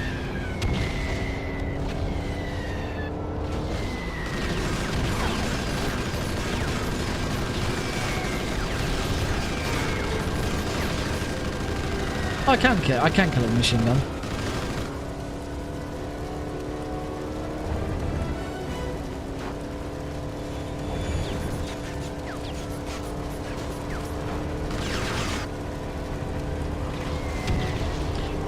Yeah, Metal Gear isn't as popular. The thing with Metal Gear speedruns is there's a lot of people because it's a very popular franchise. It is one of those where a lot of people jump in, do it, and then go. You know, there's actually not a very big and not a very wide net of like dedicated Metal Gear runners. It also doesn't help that the community is completely split when it comes to Metal Gear runners as well. I'm pretty sure I haven't. Now in this mission, we also have to destroy these computers.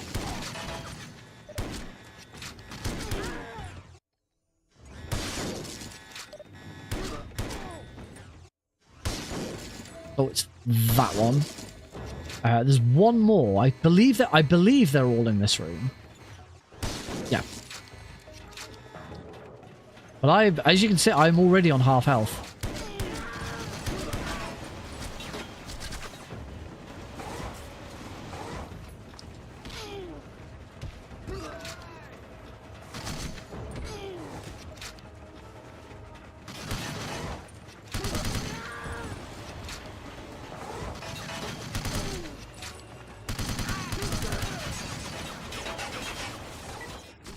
Oh.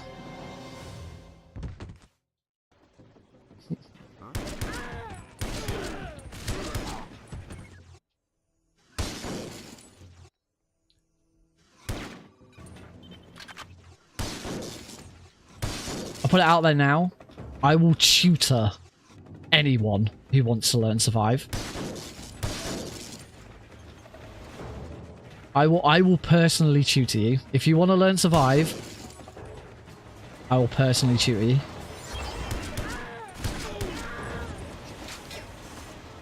Somehow I still got the bond moment for that, I believe, is getting through that without being spotted.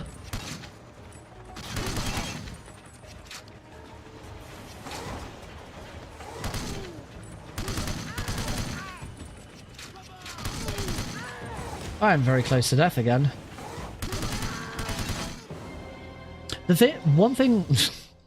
One thing you might already notice.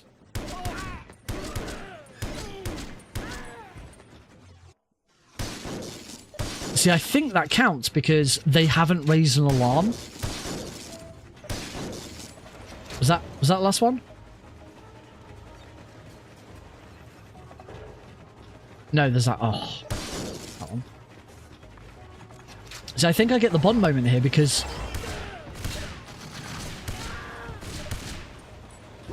yeah, I get the bond moment for that because they didn't raise an alarm.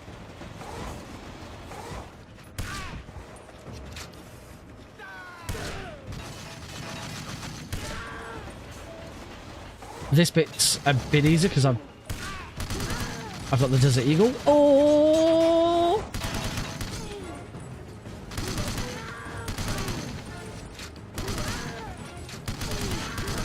Oh, wow. And my health, I got so lucky there. Only problem here is I don't know if I now go into the Jaws fight with the same amount of health. I don't suppose we could just talk about this. Because if I recall correctly from what I saw...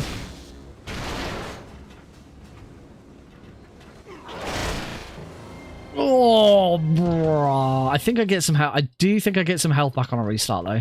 I don't suppose we could just talk about this. Yeah, I get all. Okay, I get all of my health back.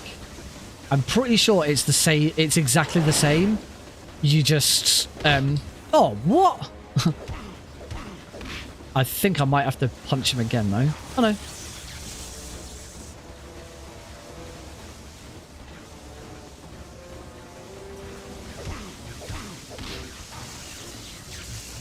This is just rinse repeat. When can I stop? Oh dear. That was interesting. Bond groaned. Bond groaned with the sound of a grunt when I got thrown there. I don't suppose we could just talk about this.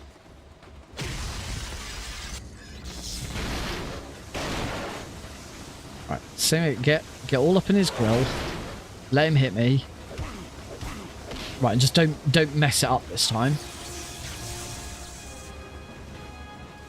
Wait for the electricity to disappear. And then do it again. There we go. Okay. Let's do that a third time and I should be good.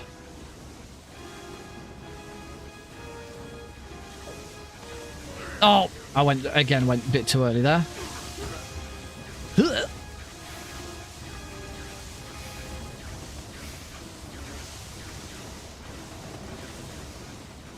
Oh. I wasn't sure whether I could just like walk him into it.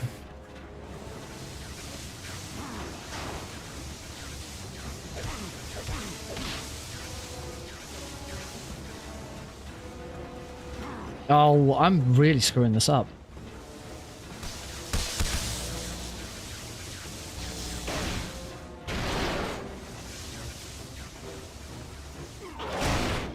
Oh!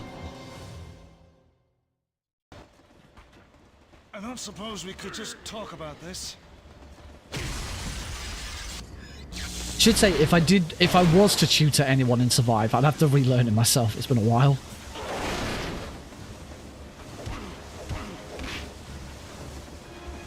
The big problem with learning to speedrun Survive is, like, if you really do care about your sanity, then you won't want to do anything other than New Game Plus.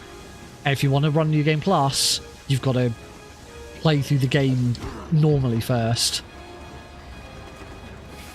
And also, you have to grind. Like, outside of speedruns, you have to grind.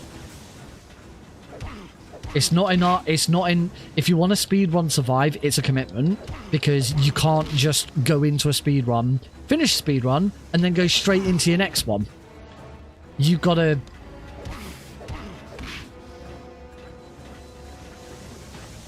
Oh, I'm really screwing this up. I don't suppose we could just talk about this.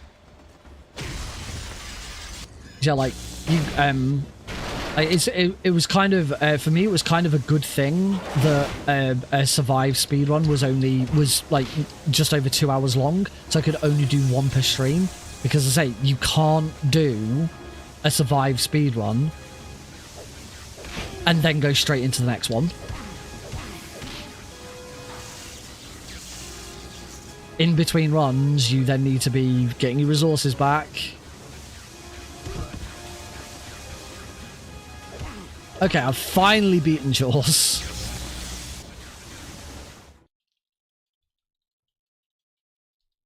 Twin Snakes is a very good speedrun.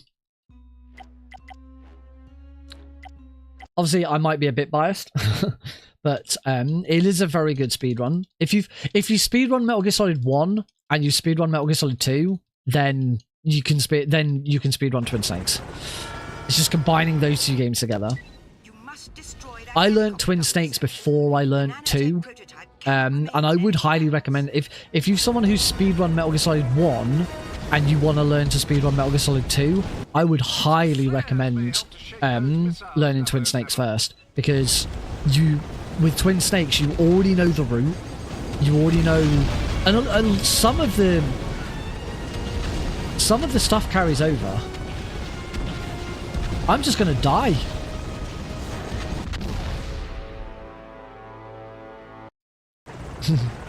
To be fair, a lot of people discovered me through Twin Snakes. You must destroy that helicopter, 007. It's Twin Snakes is certainly one of those games where everyone, no matter how you feel about the game, you should at least get every Metal Gear fan needs to give it a go.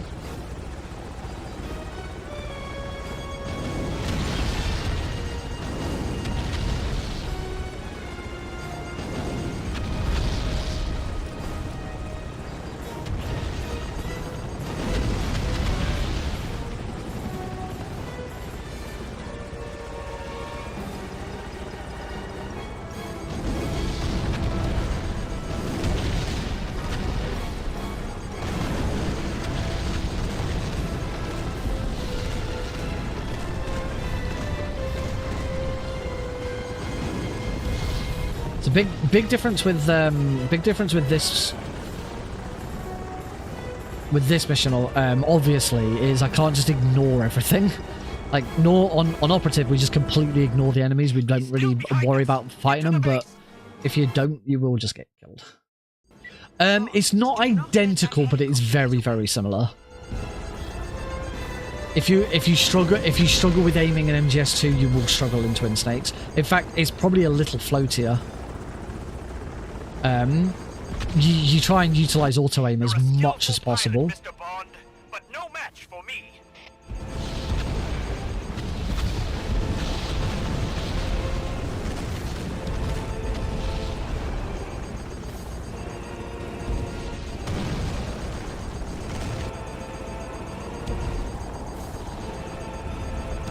I can't say I've heard that the aiming in MGS2 is bad. It also depends which version you're playing. I mean, if you're playing the Master Collection, particularly on PC, you have a lot more choice. The structure is protected by those shield generators.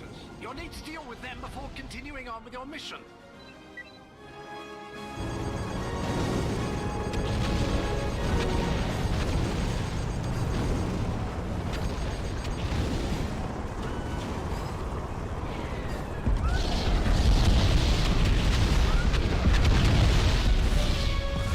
Well, I at least got Sandstorm done in one go, so that's I think that might be the first level I've done where I've done it in one go and not died. Oh, apart from Ground Zero, I got that done.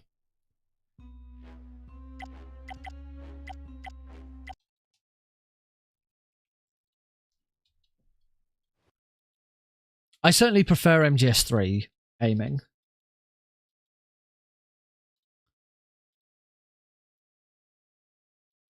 Oh, other thing with MGS2 is I've only ever done very easy difficulty, so in very easy you don't really care that much because you're not doing that much precise aiming anyway.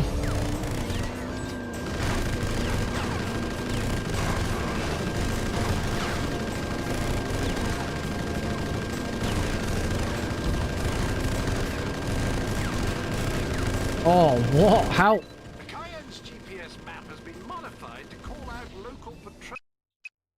Okay, there's got to be a better way of taking this guy out. Maybe it is just absolutely blast him. Like,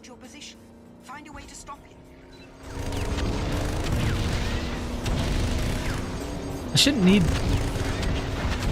Yeah, I shouldn't really need my missiles for anything else in this level. You must locate Serena Saint-Germain. There may be a clue as to her whereabouts at 003's base of operations. Oh, aiming on MGS1 is awful.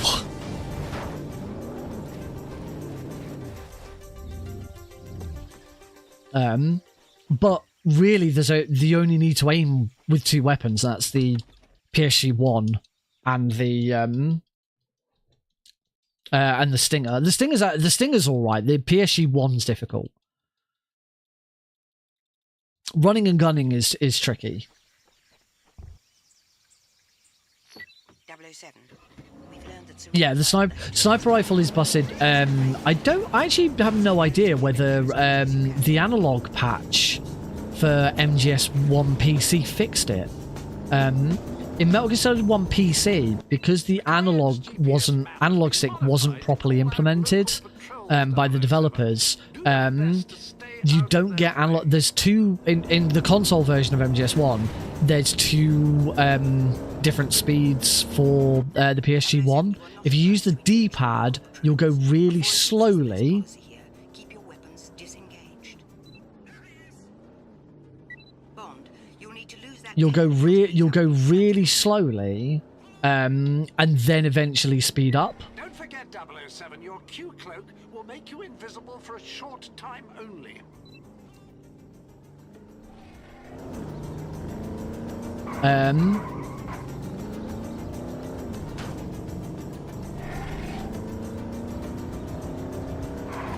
Whereas if you use the analog stick, you get full speed straight away.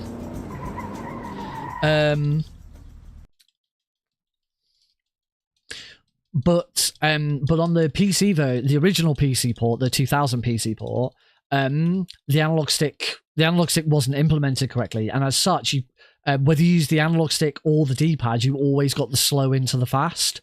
I say B-Man, when B-Man developed the analog patch for the game, I don't know if that it fixed the analog movement.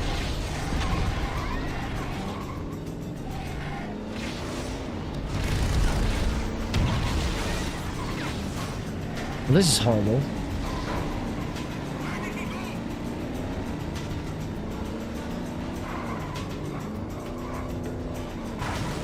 Straight along this road.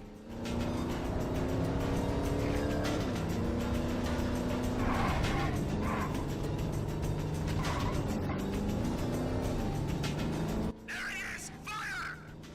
Did you hear a noise? Okay, should be good now. Tank's still not going to bother me.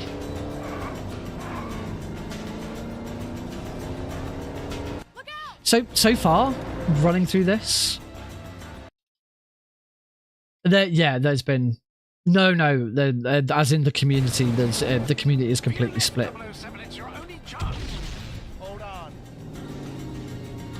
Between those who have been banned from MGSR and those who haven't.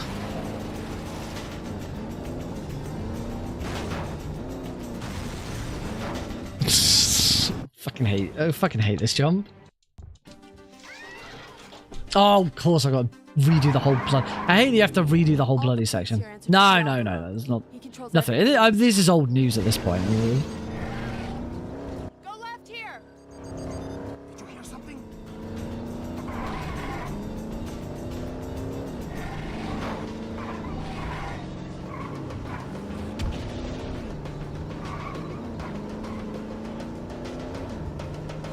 To be honest, nobody really cares about it anymore. Straight along this road. Oh dear. Where did he go?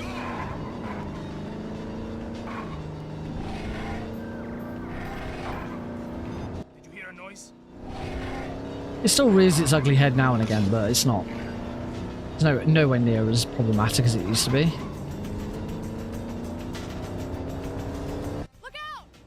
Politics. Unfortunately, it does all stem back to politics.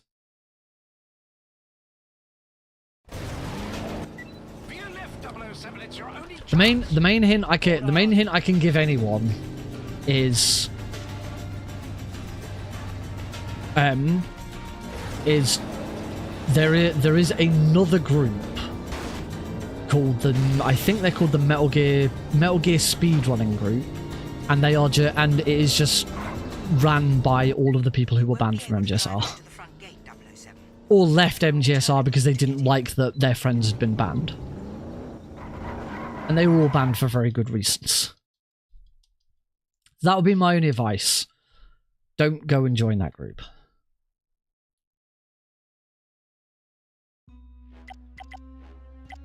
Alright, Vertigo. Now, as we know, Vertigo was the first level I really struggled with when I was first learning Operative. Now we're having a crack at... I can... There's a document that exists, which I do have a copy of. You're our only hope. And his. I can share it with you if you really want to know, but I wouldn't recommend it.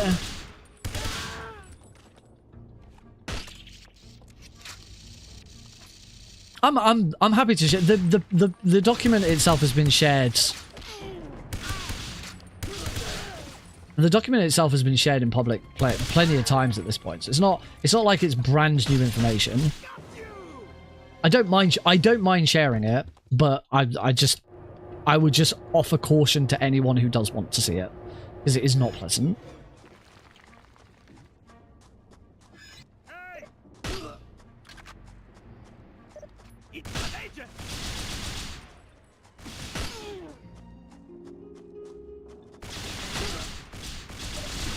Oh, I've taken so much. Yeah, I'm nearly dead already. I knew this was going to be a difficult level. I will hit you up later. Good luck. You got a better stomach than I have.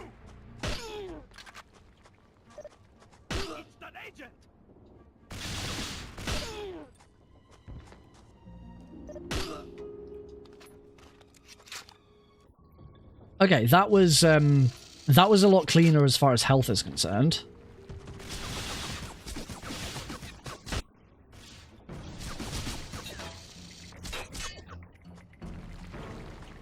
I'm back to full health with that.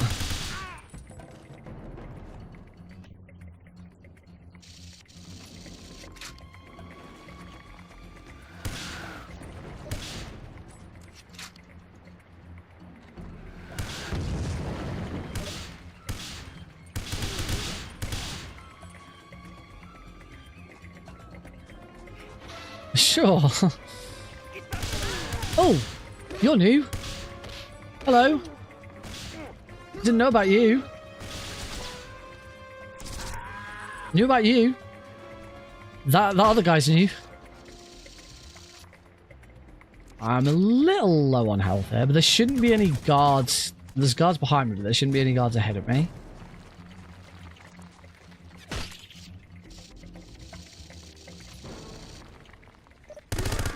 Nice. Oh yeah, there's no armor, is there? I don't know. I don't know if there is no armor at all, or whether.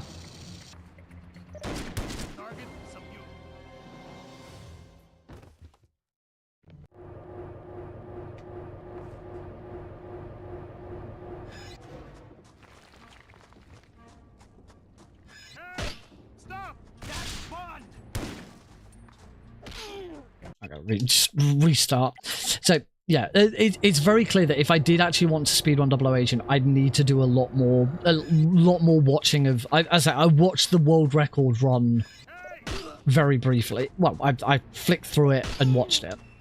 I'd need to.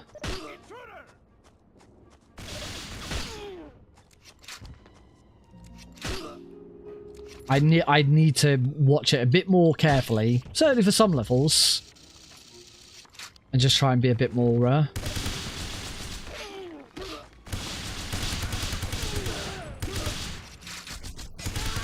The one thing that that this does get right with the difficulties is that the enemies don't just become bullet sponges. Because I feel like now I should be saving that armor for the end. There's no armor. Oh, actually, I think the armor there is at the end. I'm just going to take him out now. I think the armor for him might be...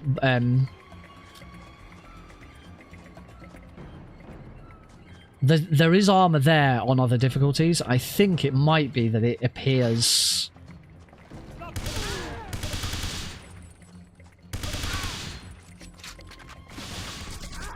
I think that it might be on the way back that panel is broken, so you can go and get it.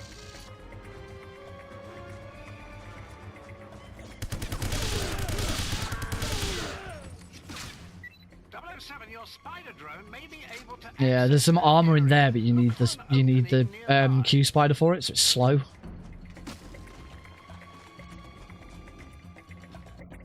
Yeah, I'm not going to survive this, am I?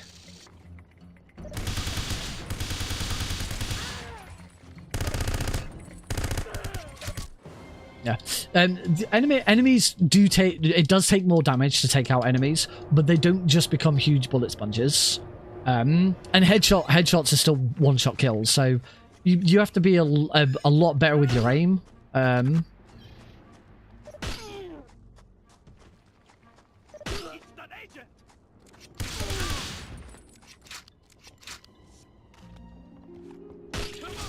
Oh, I needed to be so much quicker at getting out of that.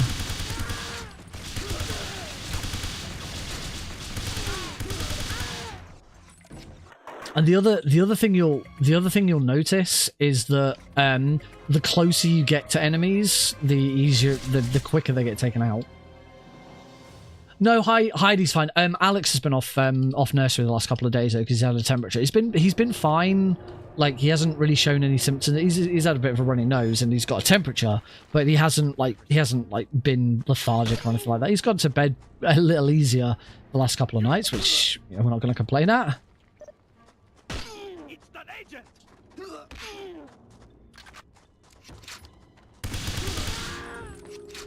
At this rate, I'll be glad just to finish this level. Never mind speedrun it.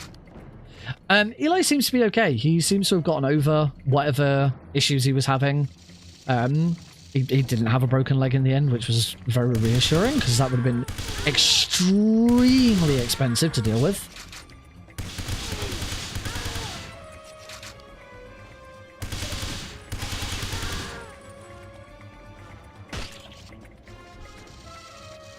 I am a bit scared of catching it because obviously Christmas is coming and I'd rather not be ill over Christmas.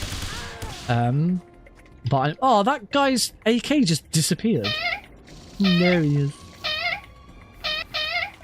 Yeah, thankfully he's fine now.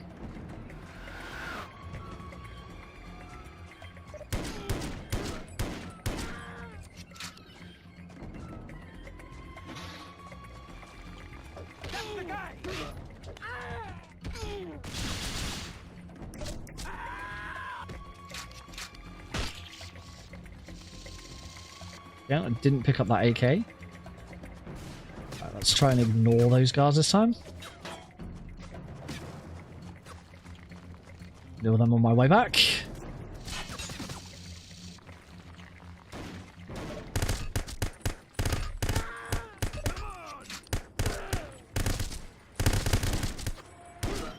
Oh, I just took so much damage from that guard. So I'm dead again. Damn it. Aren't we on? I might be hitting my limit here.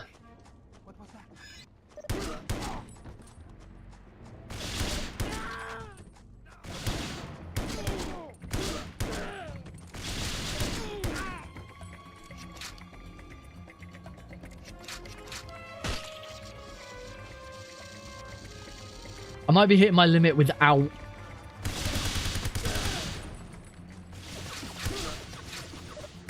I might be hitting my limit here without further help.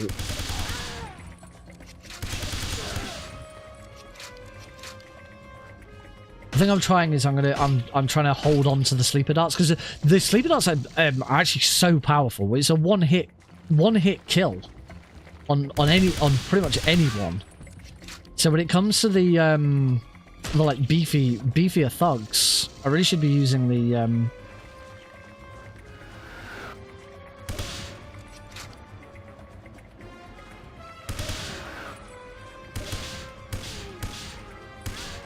I really should be saving the sleeper dart for them.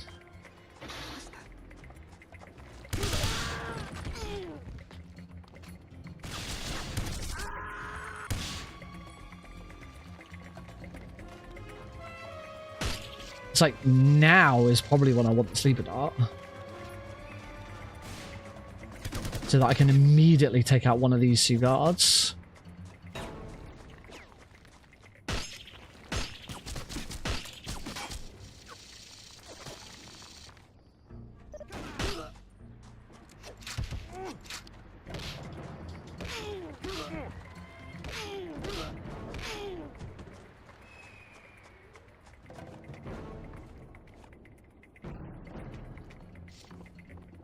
Oh, what? Why?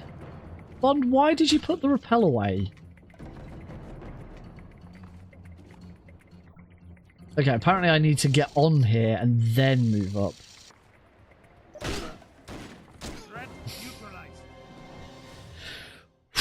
The armor's right. The armor's right there as well. This is really tough. I would definitely need to. Bloody. It's the other thing. Bond grabbing weapons seems to be a bit.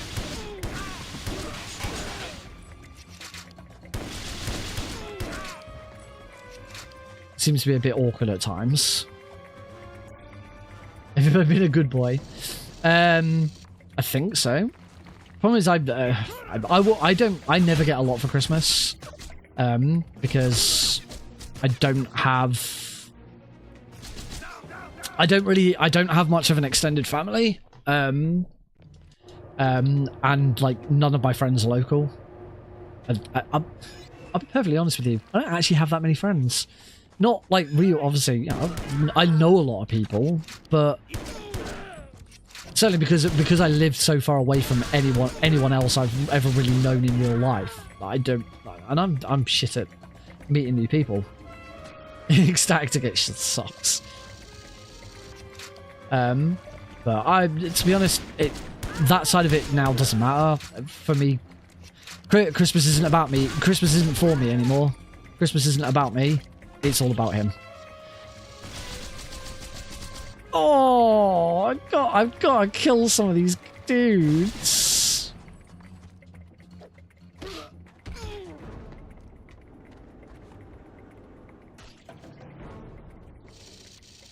I am.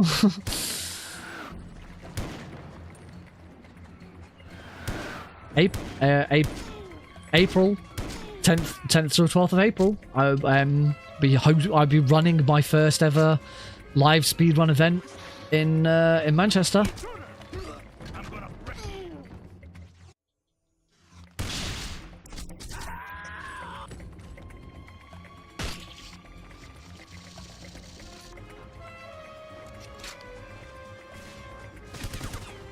I'm really looking forward to it. Heidi and I have been sort of working out the sound this week. I bought a little bit of sound equipment.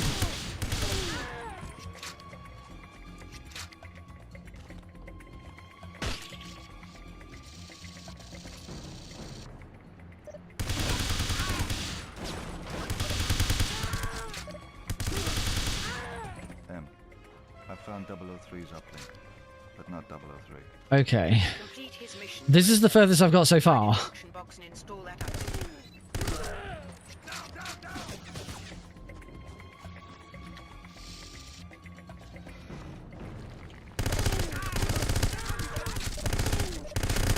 Ugh, just wouldn't aim at on the guy on the right. Okay, I think after this many attempts, I might be done. Trying this just sort of without much more instruction for now. This has started to get a bit silly.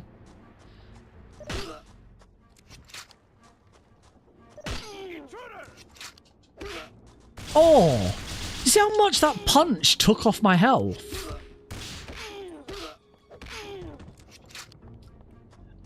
Because there was. We only really discussed 3 locations, which was Birmingham, Manchester, and London.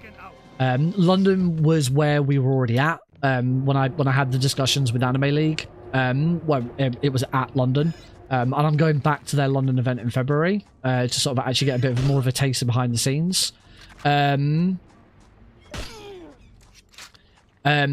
But talking to the community about what the community wanted, Birmingham and Manchester were the two requested ones, because both Manchester and Birmingham are easy to get to. And then when I chatted to them originally, when I was chatting to Anime League about like what we'd end up doing, they were like fully geared up for it being in London. Like they were expecting it to be in London. And I was like, well, these are the community suggested, because London's not the easiest place to get to. I certainly wouldn't want to try and get equipment over there. It is a bit of a mission. So when it came, the community really wanted Manchester, because presumably a lot of people were from Manchester. Oh, come on! Get staggered. You stay where you are.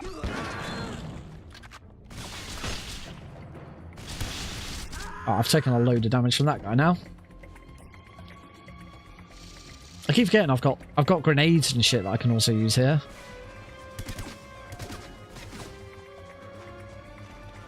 So yeah, we talked about Manchester, and they were like, yeah, we could definitely make it work in Manchester, but then started thinking about, you know, the room, you know, the space and stuff that they've got.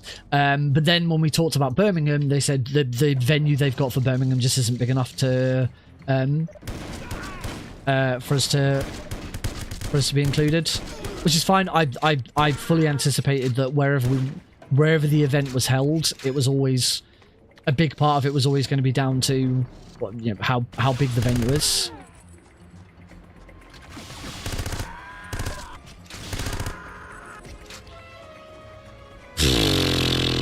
Somehow I don't think I'm getting out of this.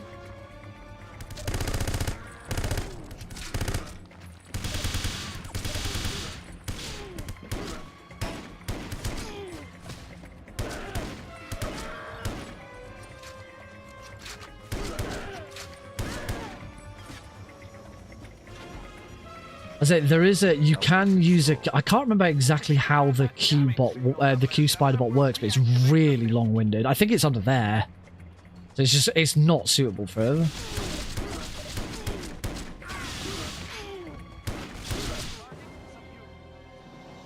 it. It will be streamed on the Albion Speedrun Collective Twitch channel, which is twitch.tv/Albion Speedrun Collective. Or is it twitch.tv/Albion? No, it is. Yeah, twitch.tv/Albion Speedrun Collective. The URL that I've registered is just albionspeedrun.com, but we haven't got a website yet. We might do at some point.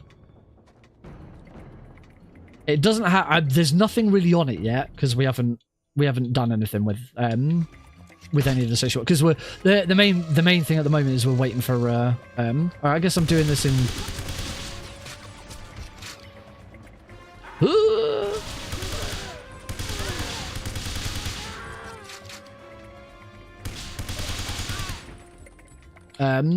we haven't done anything with the website with any of the socials yet because don't know, we haven't opened. I'm hoping we will open submissions in January. That is when I'm expecting to open submissions, because we need time for everyone to sort of be prepared and stuff.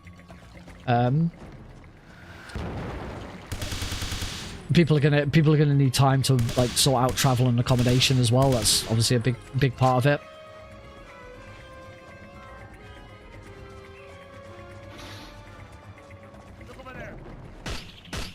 Oh, I'm going to take so much damage here.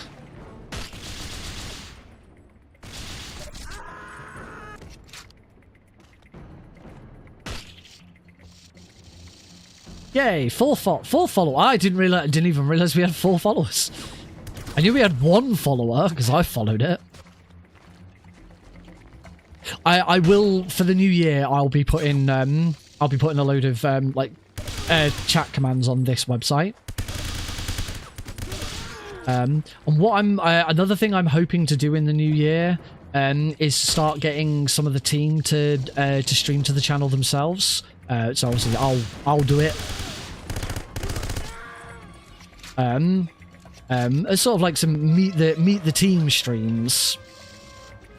But also it means that we start getting those streamers, viewers looking at the channel and following the channel. And it might give us it might put us in a really good opportunity to start getting towards. It'd be nice to get to affiliate as soon as we can. I do believe it is much easier to hit affiliate than it used to be, but it's still not. You know, you still got to put in a little bit of work.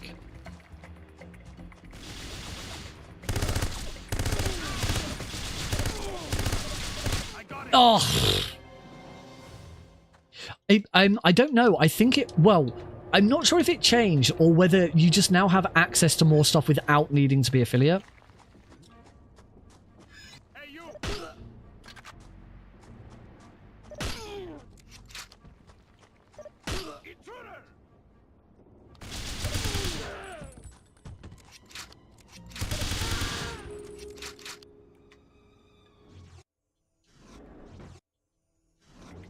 Oh my days.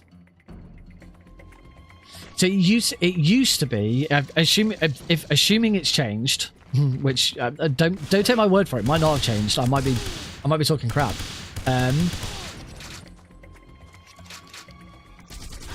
But it certainly used to be that, yeah, it was you needed 50 followers, and I think you needed to have streamed. I'm trying to remember what the hours were. You're right. It was something like, I think you needed to have streamed something like 30 hours within a 30-day or 20 hours within a 30-day period. I know it's a certain amount of hours within a 30-day period. Because for those of you who remember my time with Pixel Perfect, after Pixel Perfect 3, I ran an event for us called the Pixel Perfect Pixel Perfect Path to Affiliate series, where I think it was over a week. Over a week, we invited a bunch of speedrunners to just do runs on the stream. For the week after Pixel Perfect 3. So that we could use the numbers of Pixel Perfect 3, the hours of Pixel Perfect 3, as well as the hours... as well as the hours that that we then got out of that stream. And actually, I remember there's a third one. It's stream a certain number of hours and also stream a certain number of days. Because it's all right, you know, it's all right if you stream, you know, if you're a marathon and you stream for 24 hours over a long period of time.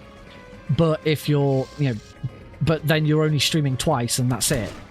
You fill all your hours. So yeah, I think you have to stream. It's something like 5. You know what? After this, once I've finally given up with this level, because there's no way I'm finishing this.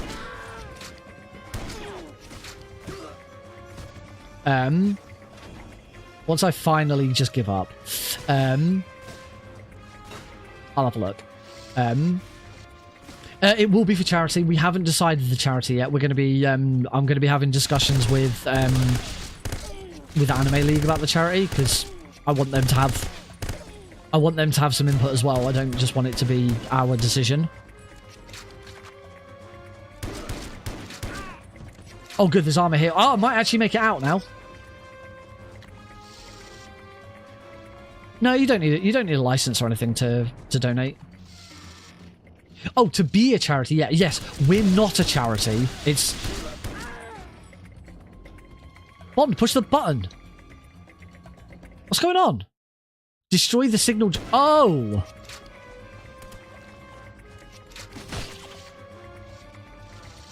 You also have to destroy the antenna on this difficulty. Yeah, so we won't be a charity. That's the important distinction.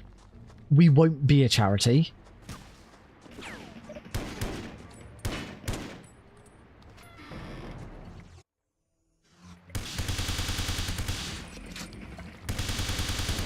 There we go. I've got to destroy that as well.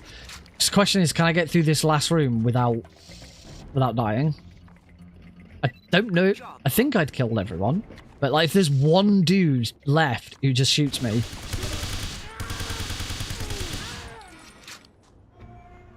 I'm through. I don't think that would be classed as a speedrun, but I am through.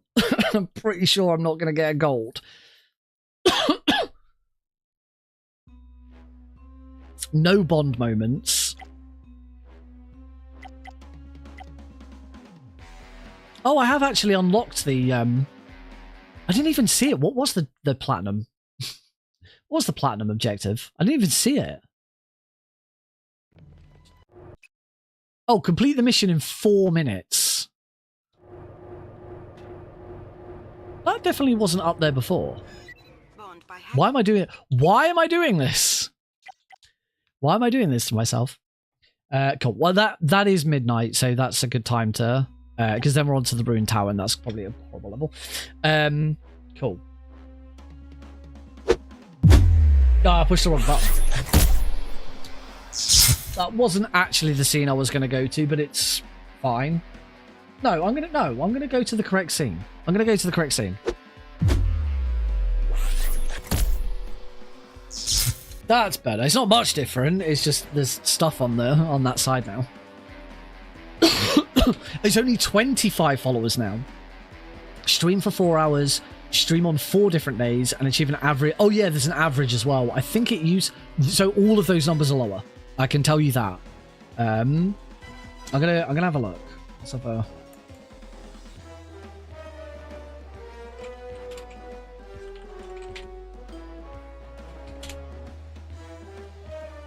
Joining the affiliate program. You are correct. That information is correct, though. Just looking at the Twitch affiliate program website. That is easily doable now. Like, anyone could become affiliate. Yeah, reach 25 followers, stream for 4 hours, stream on 4 different days, reach an average of three viewers on 4 different days. I wonder if I can find what it used to be.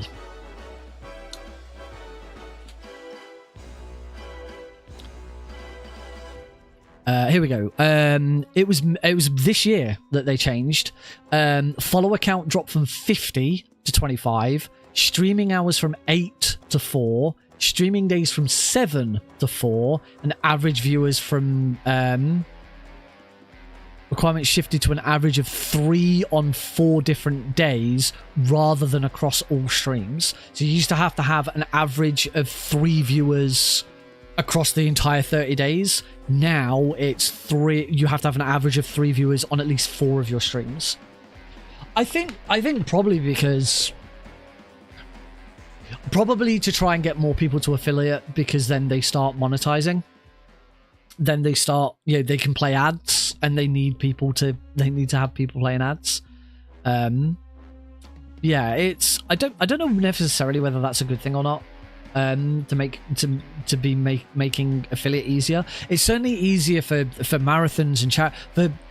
Affiliate has never been that easy for anything that's an event that just runs once, because streams. That was why we did the Pixel Perfect Path to Affiliate series, because you needed to stream on 7 different days.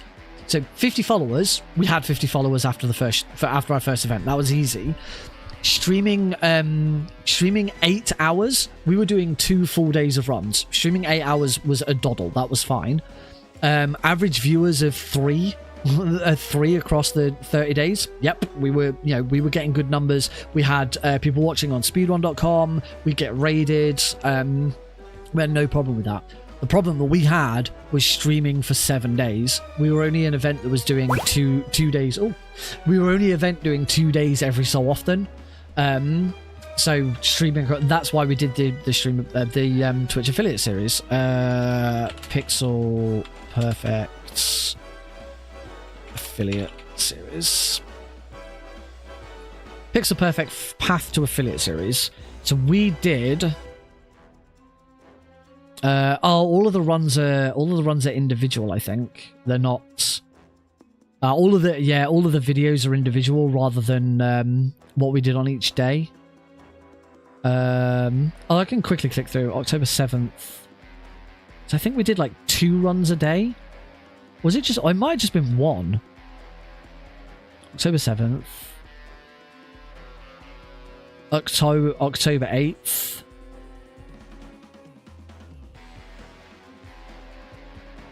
October 11th. Maybe we took a break. The 7, 8, 11.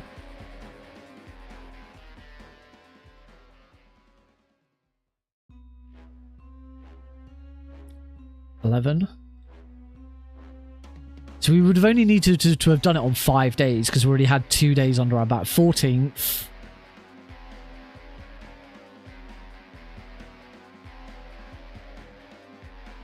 Wait for it. 14th. So this must be the 15th. Yeah, 5 days. So yeah, we did 5. I say I did 5 days of streams. I think Jasper was on holiday, so didn't participate in it at all.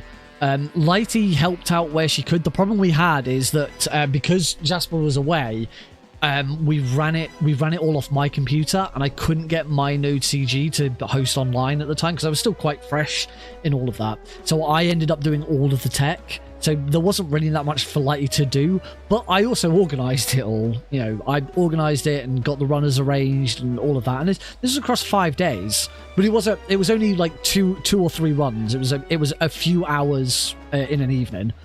And yeah, that's how we. But the funny thing is, we got to affiliate, and we never actually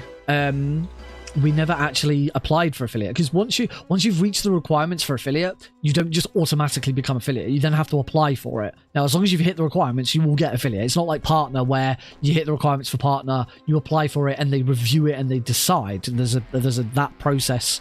You know, very rarely do people get partner the first time they apply. They look at the numbers, they you know, because if you just had one big massive spike and you've had 75 viewers consistently because of how long does it take to become, how long does it what take? That's a better question. But affiliate, you apply, it's for affiliate, once you've applied for affiliate, it happens pretty quickly. It's pretty quick for affiliate. I don't think it's automatic, but it is pretty quick. But yeah, we never for Pixel Perfect, even though we hit affiliate, we never applied for it because Jasper and Lighty were very, very strict that they wanted us to register as a charity. They wanted Pixel Perfect to be registered as a charity and as a business charity, so that all of the money that we took in could be done through the business and through the charity, rather than one of us individually doing it and handling it that way. The problem is they wanted to do it through the Netherlands, and it's bloody expensive. It's ridiculous. To get charity status in the Netherlands was ridiculous. You can do it in the UK for free. You don't know. I'm pretty sure there's no monetary. I'm sure you don't have to. Yeah, it's because of exactly what we wanted to do. I think it because the thing is we weren't just going to take charity money and give it to a charity. Like money that we received from like Twitch subscriptions and stuff like that would be kept by Pixel Perfect, and that would be used to, you know, improve infrastructure and buy stuff and things like that. So we were going to register as a charity, but it wasn't just it was like I don't think it was a profit. I can't remember exactly what it was, but basically we were going to be looking at all of us like chipping in 100 odd quid. Yeah, it's really, and I said to them after the part of the thing that caused the big fallout. I said, look, I know you two want to handle the charity side of it, and I know I'm already doing the load, but this just seems ridiculous. Let me do the charity stuff. Let me register us in the UK. It'll be cheaper. It'll be easier. And obviously, it never happened because we then fell out and didn't pursue it. I haven't decided what I want to do about Albion Speedrun Collective yet for that. Again, that kind of stuff isn't going to be a concern until we get past the first event. You know, if it might be that eventually we have to become some sort of business, or we become some sort of charity. You know, you can register as a charity and make money as long as that money is only going back into the charity. As long as, you know, it's not, you know, we're not just pocketing the money out for, you know, we're not paying ourselves. to do it, because then you have to apply to be a for-profit charity, and that's not what we intend to be. You know, eventually I'd like to be in a position where we could subsidize people. Certainly I'd love to be in a position where I could set the equipment that I'm buying now. I've already spent at least 60 quid on equipment.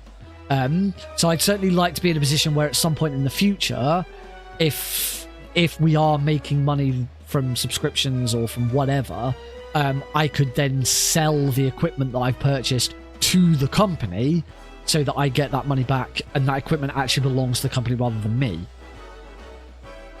Potentially, I don't know exactly how it all works because this is all brand new to me. I do have some advantages and some help. My whole family grew up. My dad much later on. We're all very heavily involved with scouting. So I was a young leader. I was a scout leader. I was a beaver leader. My mum was an Arcala for about 20 years. My brother was a scout leader, and my dad was not only a group scout leader, but was also district commissioner for a couple of years in Sheffield. So they know all about the finances and stuff of that kind of charity, and it's not that dissimilar. So, you know, I can definitely get help from them there. But obviously, we've got to get through the first event. At the moment, Heidi and myself are the only two people on the team that are sort of considered elevated above anyone else. I certainly wouldn't want us to go into some sort of, like, actually creating a business or something like that without some other names on as trustees or as exec or whatever. Absolutely don't want this to be my speedrun marathon, my speedrun event, my speedrun business or whatever, because it's not. It's a community thing. I want to be the head of it. I'm the founder, and I want to be the chair or whatever we end up calling the exec. But I don't want it just be me and Heidi. I want other people to be on the board or exec or committee, whatever it ends up being. I don't know. All of that but this is all this is way off in the future that we don't need to worry about now. Right now, I call myself I give myself the big boss role on my server. I've gone for the very humble admin on. I certainly hope it'll work out. I have a lot of experience with organising stuff and communications. Obviously, my actual job is in communication, and a little bit of event management and stuff as well. So yeah, I have a lot of experience, and this is kind of what I do for work a little bit anyway. But there's, I'm not normally the one like in charge. I'd love a good management role. Oh, that came up at yesterday's meeting about, well, not specifically me, but about like career progression in my job, and it's just like, yeah, nothing. I love helping people. I love helping people. I love it's the thing I always say in job interviews, and it goes the same way in speedrunning. I love enabling people. I get no greater satisfaction than watching someone or watching a group of people have a great time or do something amazing, and knowing that I've been a part of making that happen. It's why I love working for a Preventathon, because I've done all of this tech for them. I built the NodeCG package, I've done the restream and all of that, and then it all comes together and you watch it. And I was like, and I can watch it. People are having an amazing time. The donation numbers ticking up, and I can look at it and I can go, I made that. I'm pretty proud of that, and that's what I love. Do I enjoy giving it? I'll be perfectly honest. I enjoy receiving gifts more than giving them, but I do very much enjoy giving gifts. I enjoy giving gifts when it's something special and I've really put a lot of thought into and seeing what. But I love, the thing about gift giving and gift receiving isn't so much what the gift is or getting gifts and stuff like that. I like the surprise. It's one thing that Heidi's never had to have a problem with me. She's never had to worry about me like trying to find my Christmas or birthday presents, trying to work out what they are, because I hate knowing. I don't want to know what my Christmas present is. And it's something my family doesn't do. Something my family doesn't, as in my side of the family, doesn't do very well anymore. Like my mum and dad will send out a Christmas list of all the stuff they want. It's like I don't want that. I don't want to send out a Christmas list. I want to be surprised on the day. I want to come downstairs. I want to have a little bundle of presents. Half a dozen is pretty much all I get. All I get these days. And I want to be surprised about what I get, and I don't want that surprise spoiled. And that doesn't just go for gift giving and stuff like that. I have not watched the Avengers Doomsday trailer because not because I don't want to watch the trailer. I will watch the trailer. That's not me trying to avoid spoilers for the film or anything, but it leaked early. I believe it is now being shown to the public if you go and see Avatar Fire and Ash. But I don't want to watch it until Marvel officially release it on YouTube to the public, because I don't want a subpar experience. I don't want to watch a crappy mobile phone watching it. I want to see it properly for the first time, and I want to be surprised by what I see. It's very difficult to be surprised by what you see when so many YouTube channels that I follow are already doing deep dives into it, and they've got a certain character's face plastered all over their thumbnails. And it has now been officially confirmed. Is the other thing with it. There is one I won't spoil it, but there is one significant actor who until now has not been confirmed, that to be honest everybody knew was going to be in it. But it has now been officially confirmed, and the trailers have also confirmed it, that he is back. You could probably get, if you know anything about the Marvel films, you already know exactly what I'm talking about. But if you don't know what I'm talking about, I won't say any more so that it doesn't spoil it. I'll always watch teasers and trailers because I'm invested, and I like the hype around it, and I like to see little bits and sort of get I like the hype for it. So that doesn't bother me, but I want to watch a trailer when it's ready. I want to watch a trailer when Marvel have said we are ready for you to watch it. I try not to look at spoilers. I certainly hate spoilers. I've had a few things spoiled for me, which I didn't enjoy. Endgame. I actually saw a screenshot of Tony right at the end. Spoilers for Endgame if you've never seen Endgame, but like if you haven't seen Endgame by now, you're never going to. Right at the end, he's transferred the Infinity Stones to his gauntlet, well, to his armor, and he's holding his arm up. I saw that screenshot before I saw the movie. I heard that Blade was in Deadpool and Wolverine before I saw it.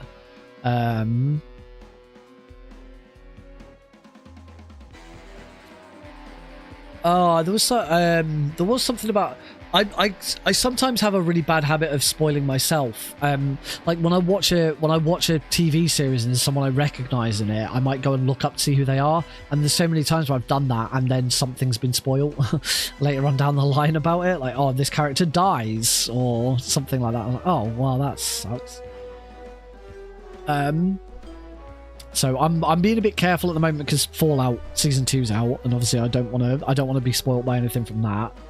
I'm watching Season 1 of Gen V at the moment, which I kind of already know what the outcome is because I've already seen Season 4 of The Boys, which comes afterwards. And you don't need to watch Gen V to be able to watch The Boys, but there is a plot. There is the sort of final bit of the plot line of Gen V Season 1 feeds directly into a plot point of The Boys Season 4. So I'm now watching Gen V Season 1 so that I can then watch Gen V Season 2, because that will then lead into The Boys Season 5, which is the final season of The Boys. I can't wait. I love The Boys. It's so good. Took Heidi a while to get into it, but she got into it as well. But I am watching Gen V without her because I got bored of waiting. I needed something to watch, and I can download Amazon Prime shows to my phone, so I can watch them on the train when I've got no signal. I am really looking forward to Christmas this year. Seeing Alex's first, it's Alex's third Christmas. It's but his first Christmas he was 2 months old, so has absolutely no recollection of it whatsoever and didn't do anything. He was held in people's arms all day. Last year he had a bit of an idea, but everything went over his head and he won't remember it. This year is the first year where he's really actually understanding, oh, this is Father Christmas and he brings presents and you have to be a good boy, all of that. So this year's kind of like sort of testing the water, and he'll really, I think next year will actually be like his first proper, because at the moment he understands what's going on but he's not really excited because he understands but he doesn't know what's going to happen yet. He's not properly experienced it. So this year he'll get to experience it for the first time. I think next year is where he'll be super excited going into it because he'll be like, I know what's going to happen, and he'll learn a bit more about everything and it'll be a lot more magical. We are still planning on taking him to see Father Christmas. We still haven't. We were going to take him last weekend, but Heidi was ill. We want to take him this weekend, but at the moment he's ill. So we just got to. I'm hoping we can still do it because we really want to do it. We really want to take, because he didn't go last year because again still wasn't quite at the age. I could just get a Santa costume and do it myself. I've dressed up as Santa before. I could do it again. So my dad genuinely does have a full Santa costume at home, but he lives in Sheffield, so it'd be difficult for me to get to him and back. So I'm really looking forward to it. I've already had my Christmas present from Heidi, so there's no surprise there. That was going to the Metal Gear Solid concert at the Royal Albert Hall. Although she's got me something else which she said is for me and Alex. I was forbidden from listening to any Amazon Echo notifications, and there was a parcel that came and she said, do not touch that. I was like, okay. So she's still got me something, which I told her she shouldn't because she spent so much bloody money on those Metal Gear Solid concert tickets. But she says it's for me and Alex, so it's more of a family present, so that's fine. Her presents are in the straw. She should be asleep, so she shouldn't know. I won't say what, just on the off chance that she isn't asleep or she's listening or whatever. I won't say what it is. just in case she might hear it. If I get an opportunity where I know she's not in or she's not watching, then I might tell you, or I'll just show you afterwards. I can tell for Alex, we've got him lots of little bits. We've got him some books. We've got him just. We're gonna get him some clothes because he needs some more clothes. But his main present from us this year is a Leapfrog laptop, which also like the screen spins round so it can be a tablet as well. So it'll have little games and buttons. It's not a proper laptop. It's a kiddie laptop. But whenever he's in here, he likes sitting on my knee and he likes pressing all the buttons on my keyboard. My F1 key is a Poro. Let me try and get rid of some light. There we go. That's my F1 key. I got some when I won the computer I'm on from Xbox. They actually not from Xbox, but it was associated with Xbox. I got a bunch of keycaps. There's like one for there's one for Starfield, just like my chair's Starfield, the computer's Starfield. There's League of Legends one. There was a Minecraft one. There was what was that vampire game? What was that vampire game that everyone was hyping up and it was shit? Was it Redfall? There's a Redfall one that no one gives a shit about. But the Poro's the only one I really cared about, so it's the only one I've used. Every time Alex sits on my knee and plays on my keyboard, he pulls the Poro off and like waves it around and throws it about. So yeah, I think he's really going to like having something that he can tap away at and push all the keys and stuff. It's going to be so good.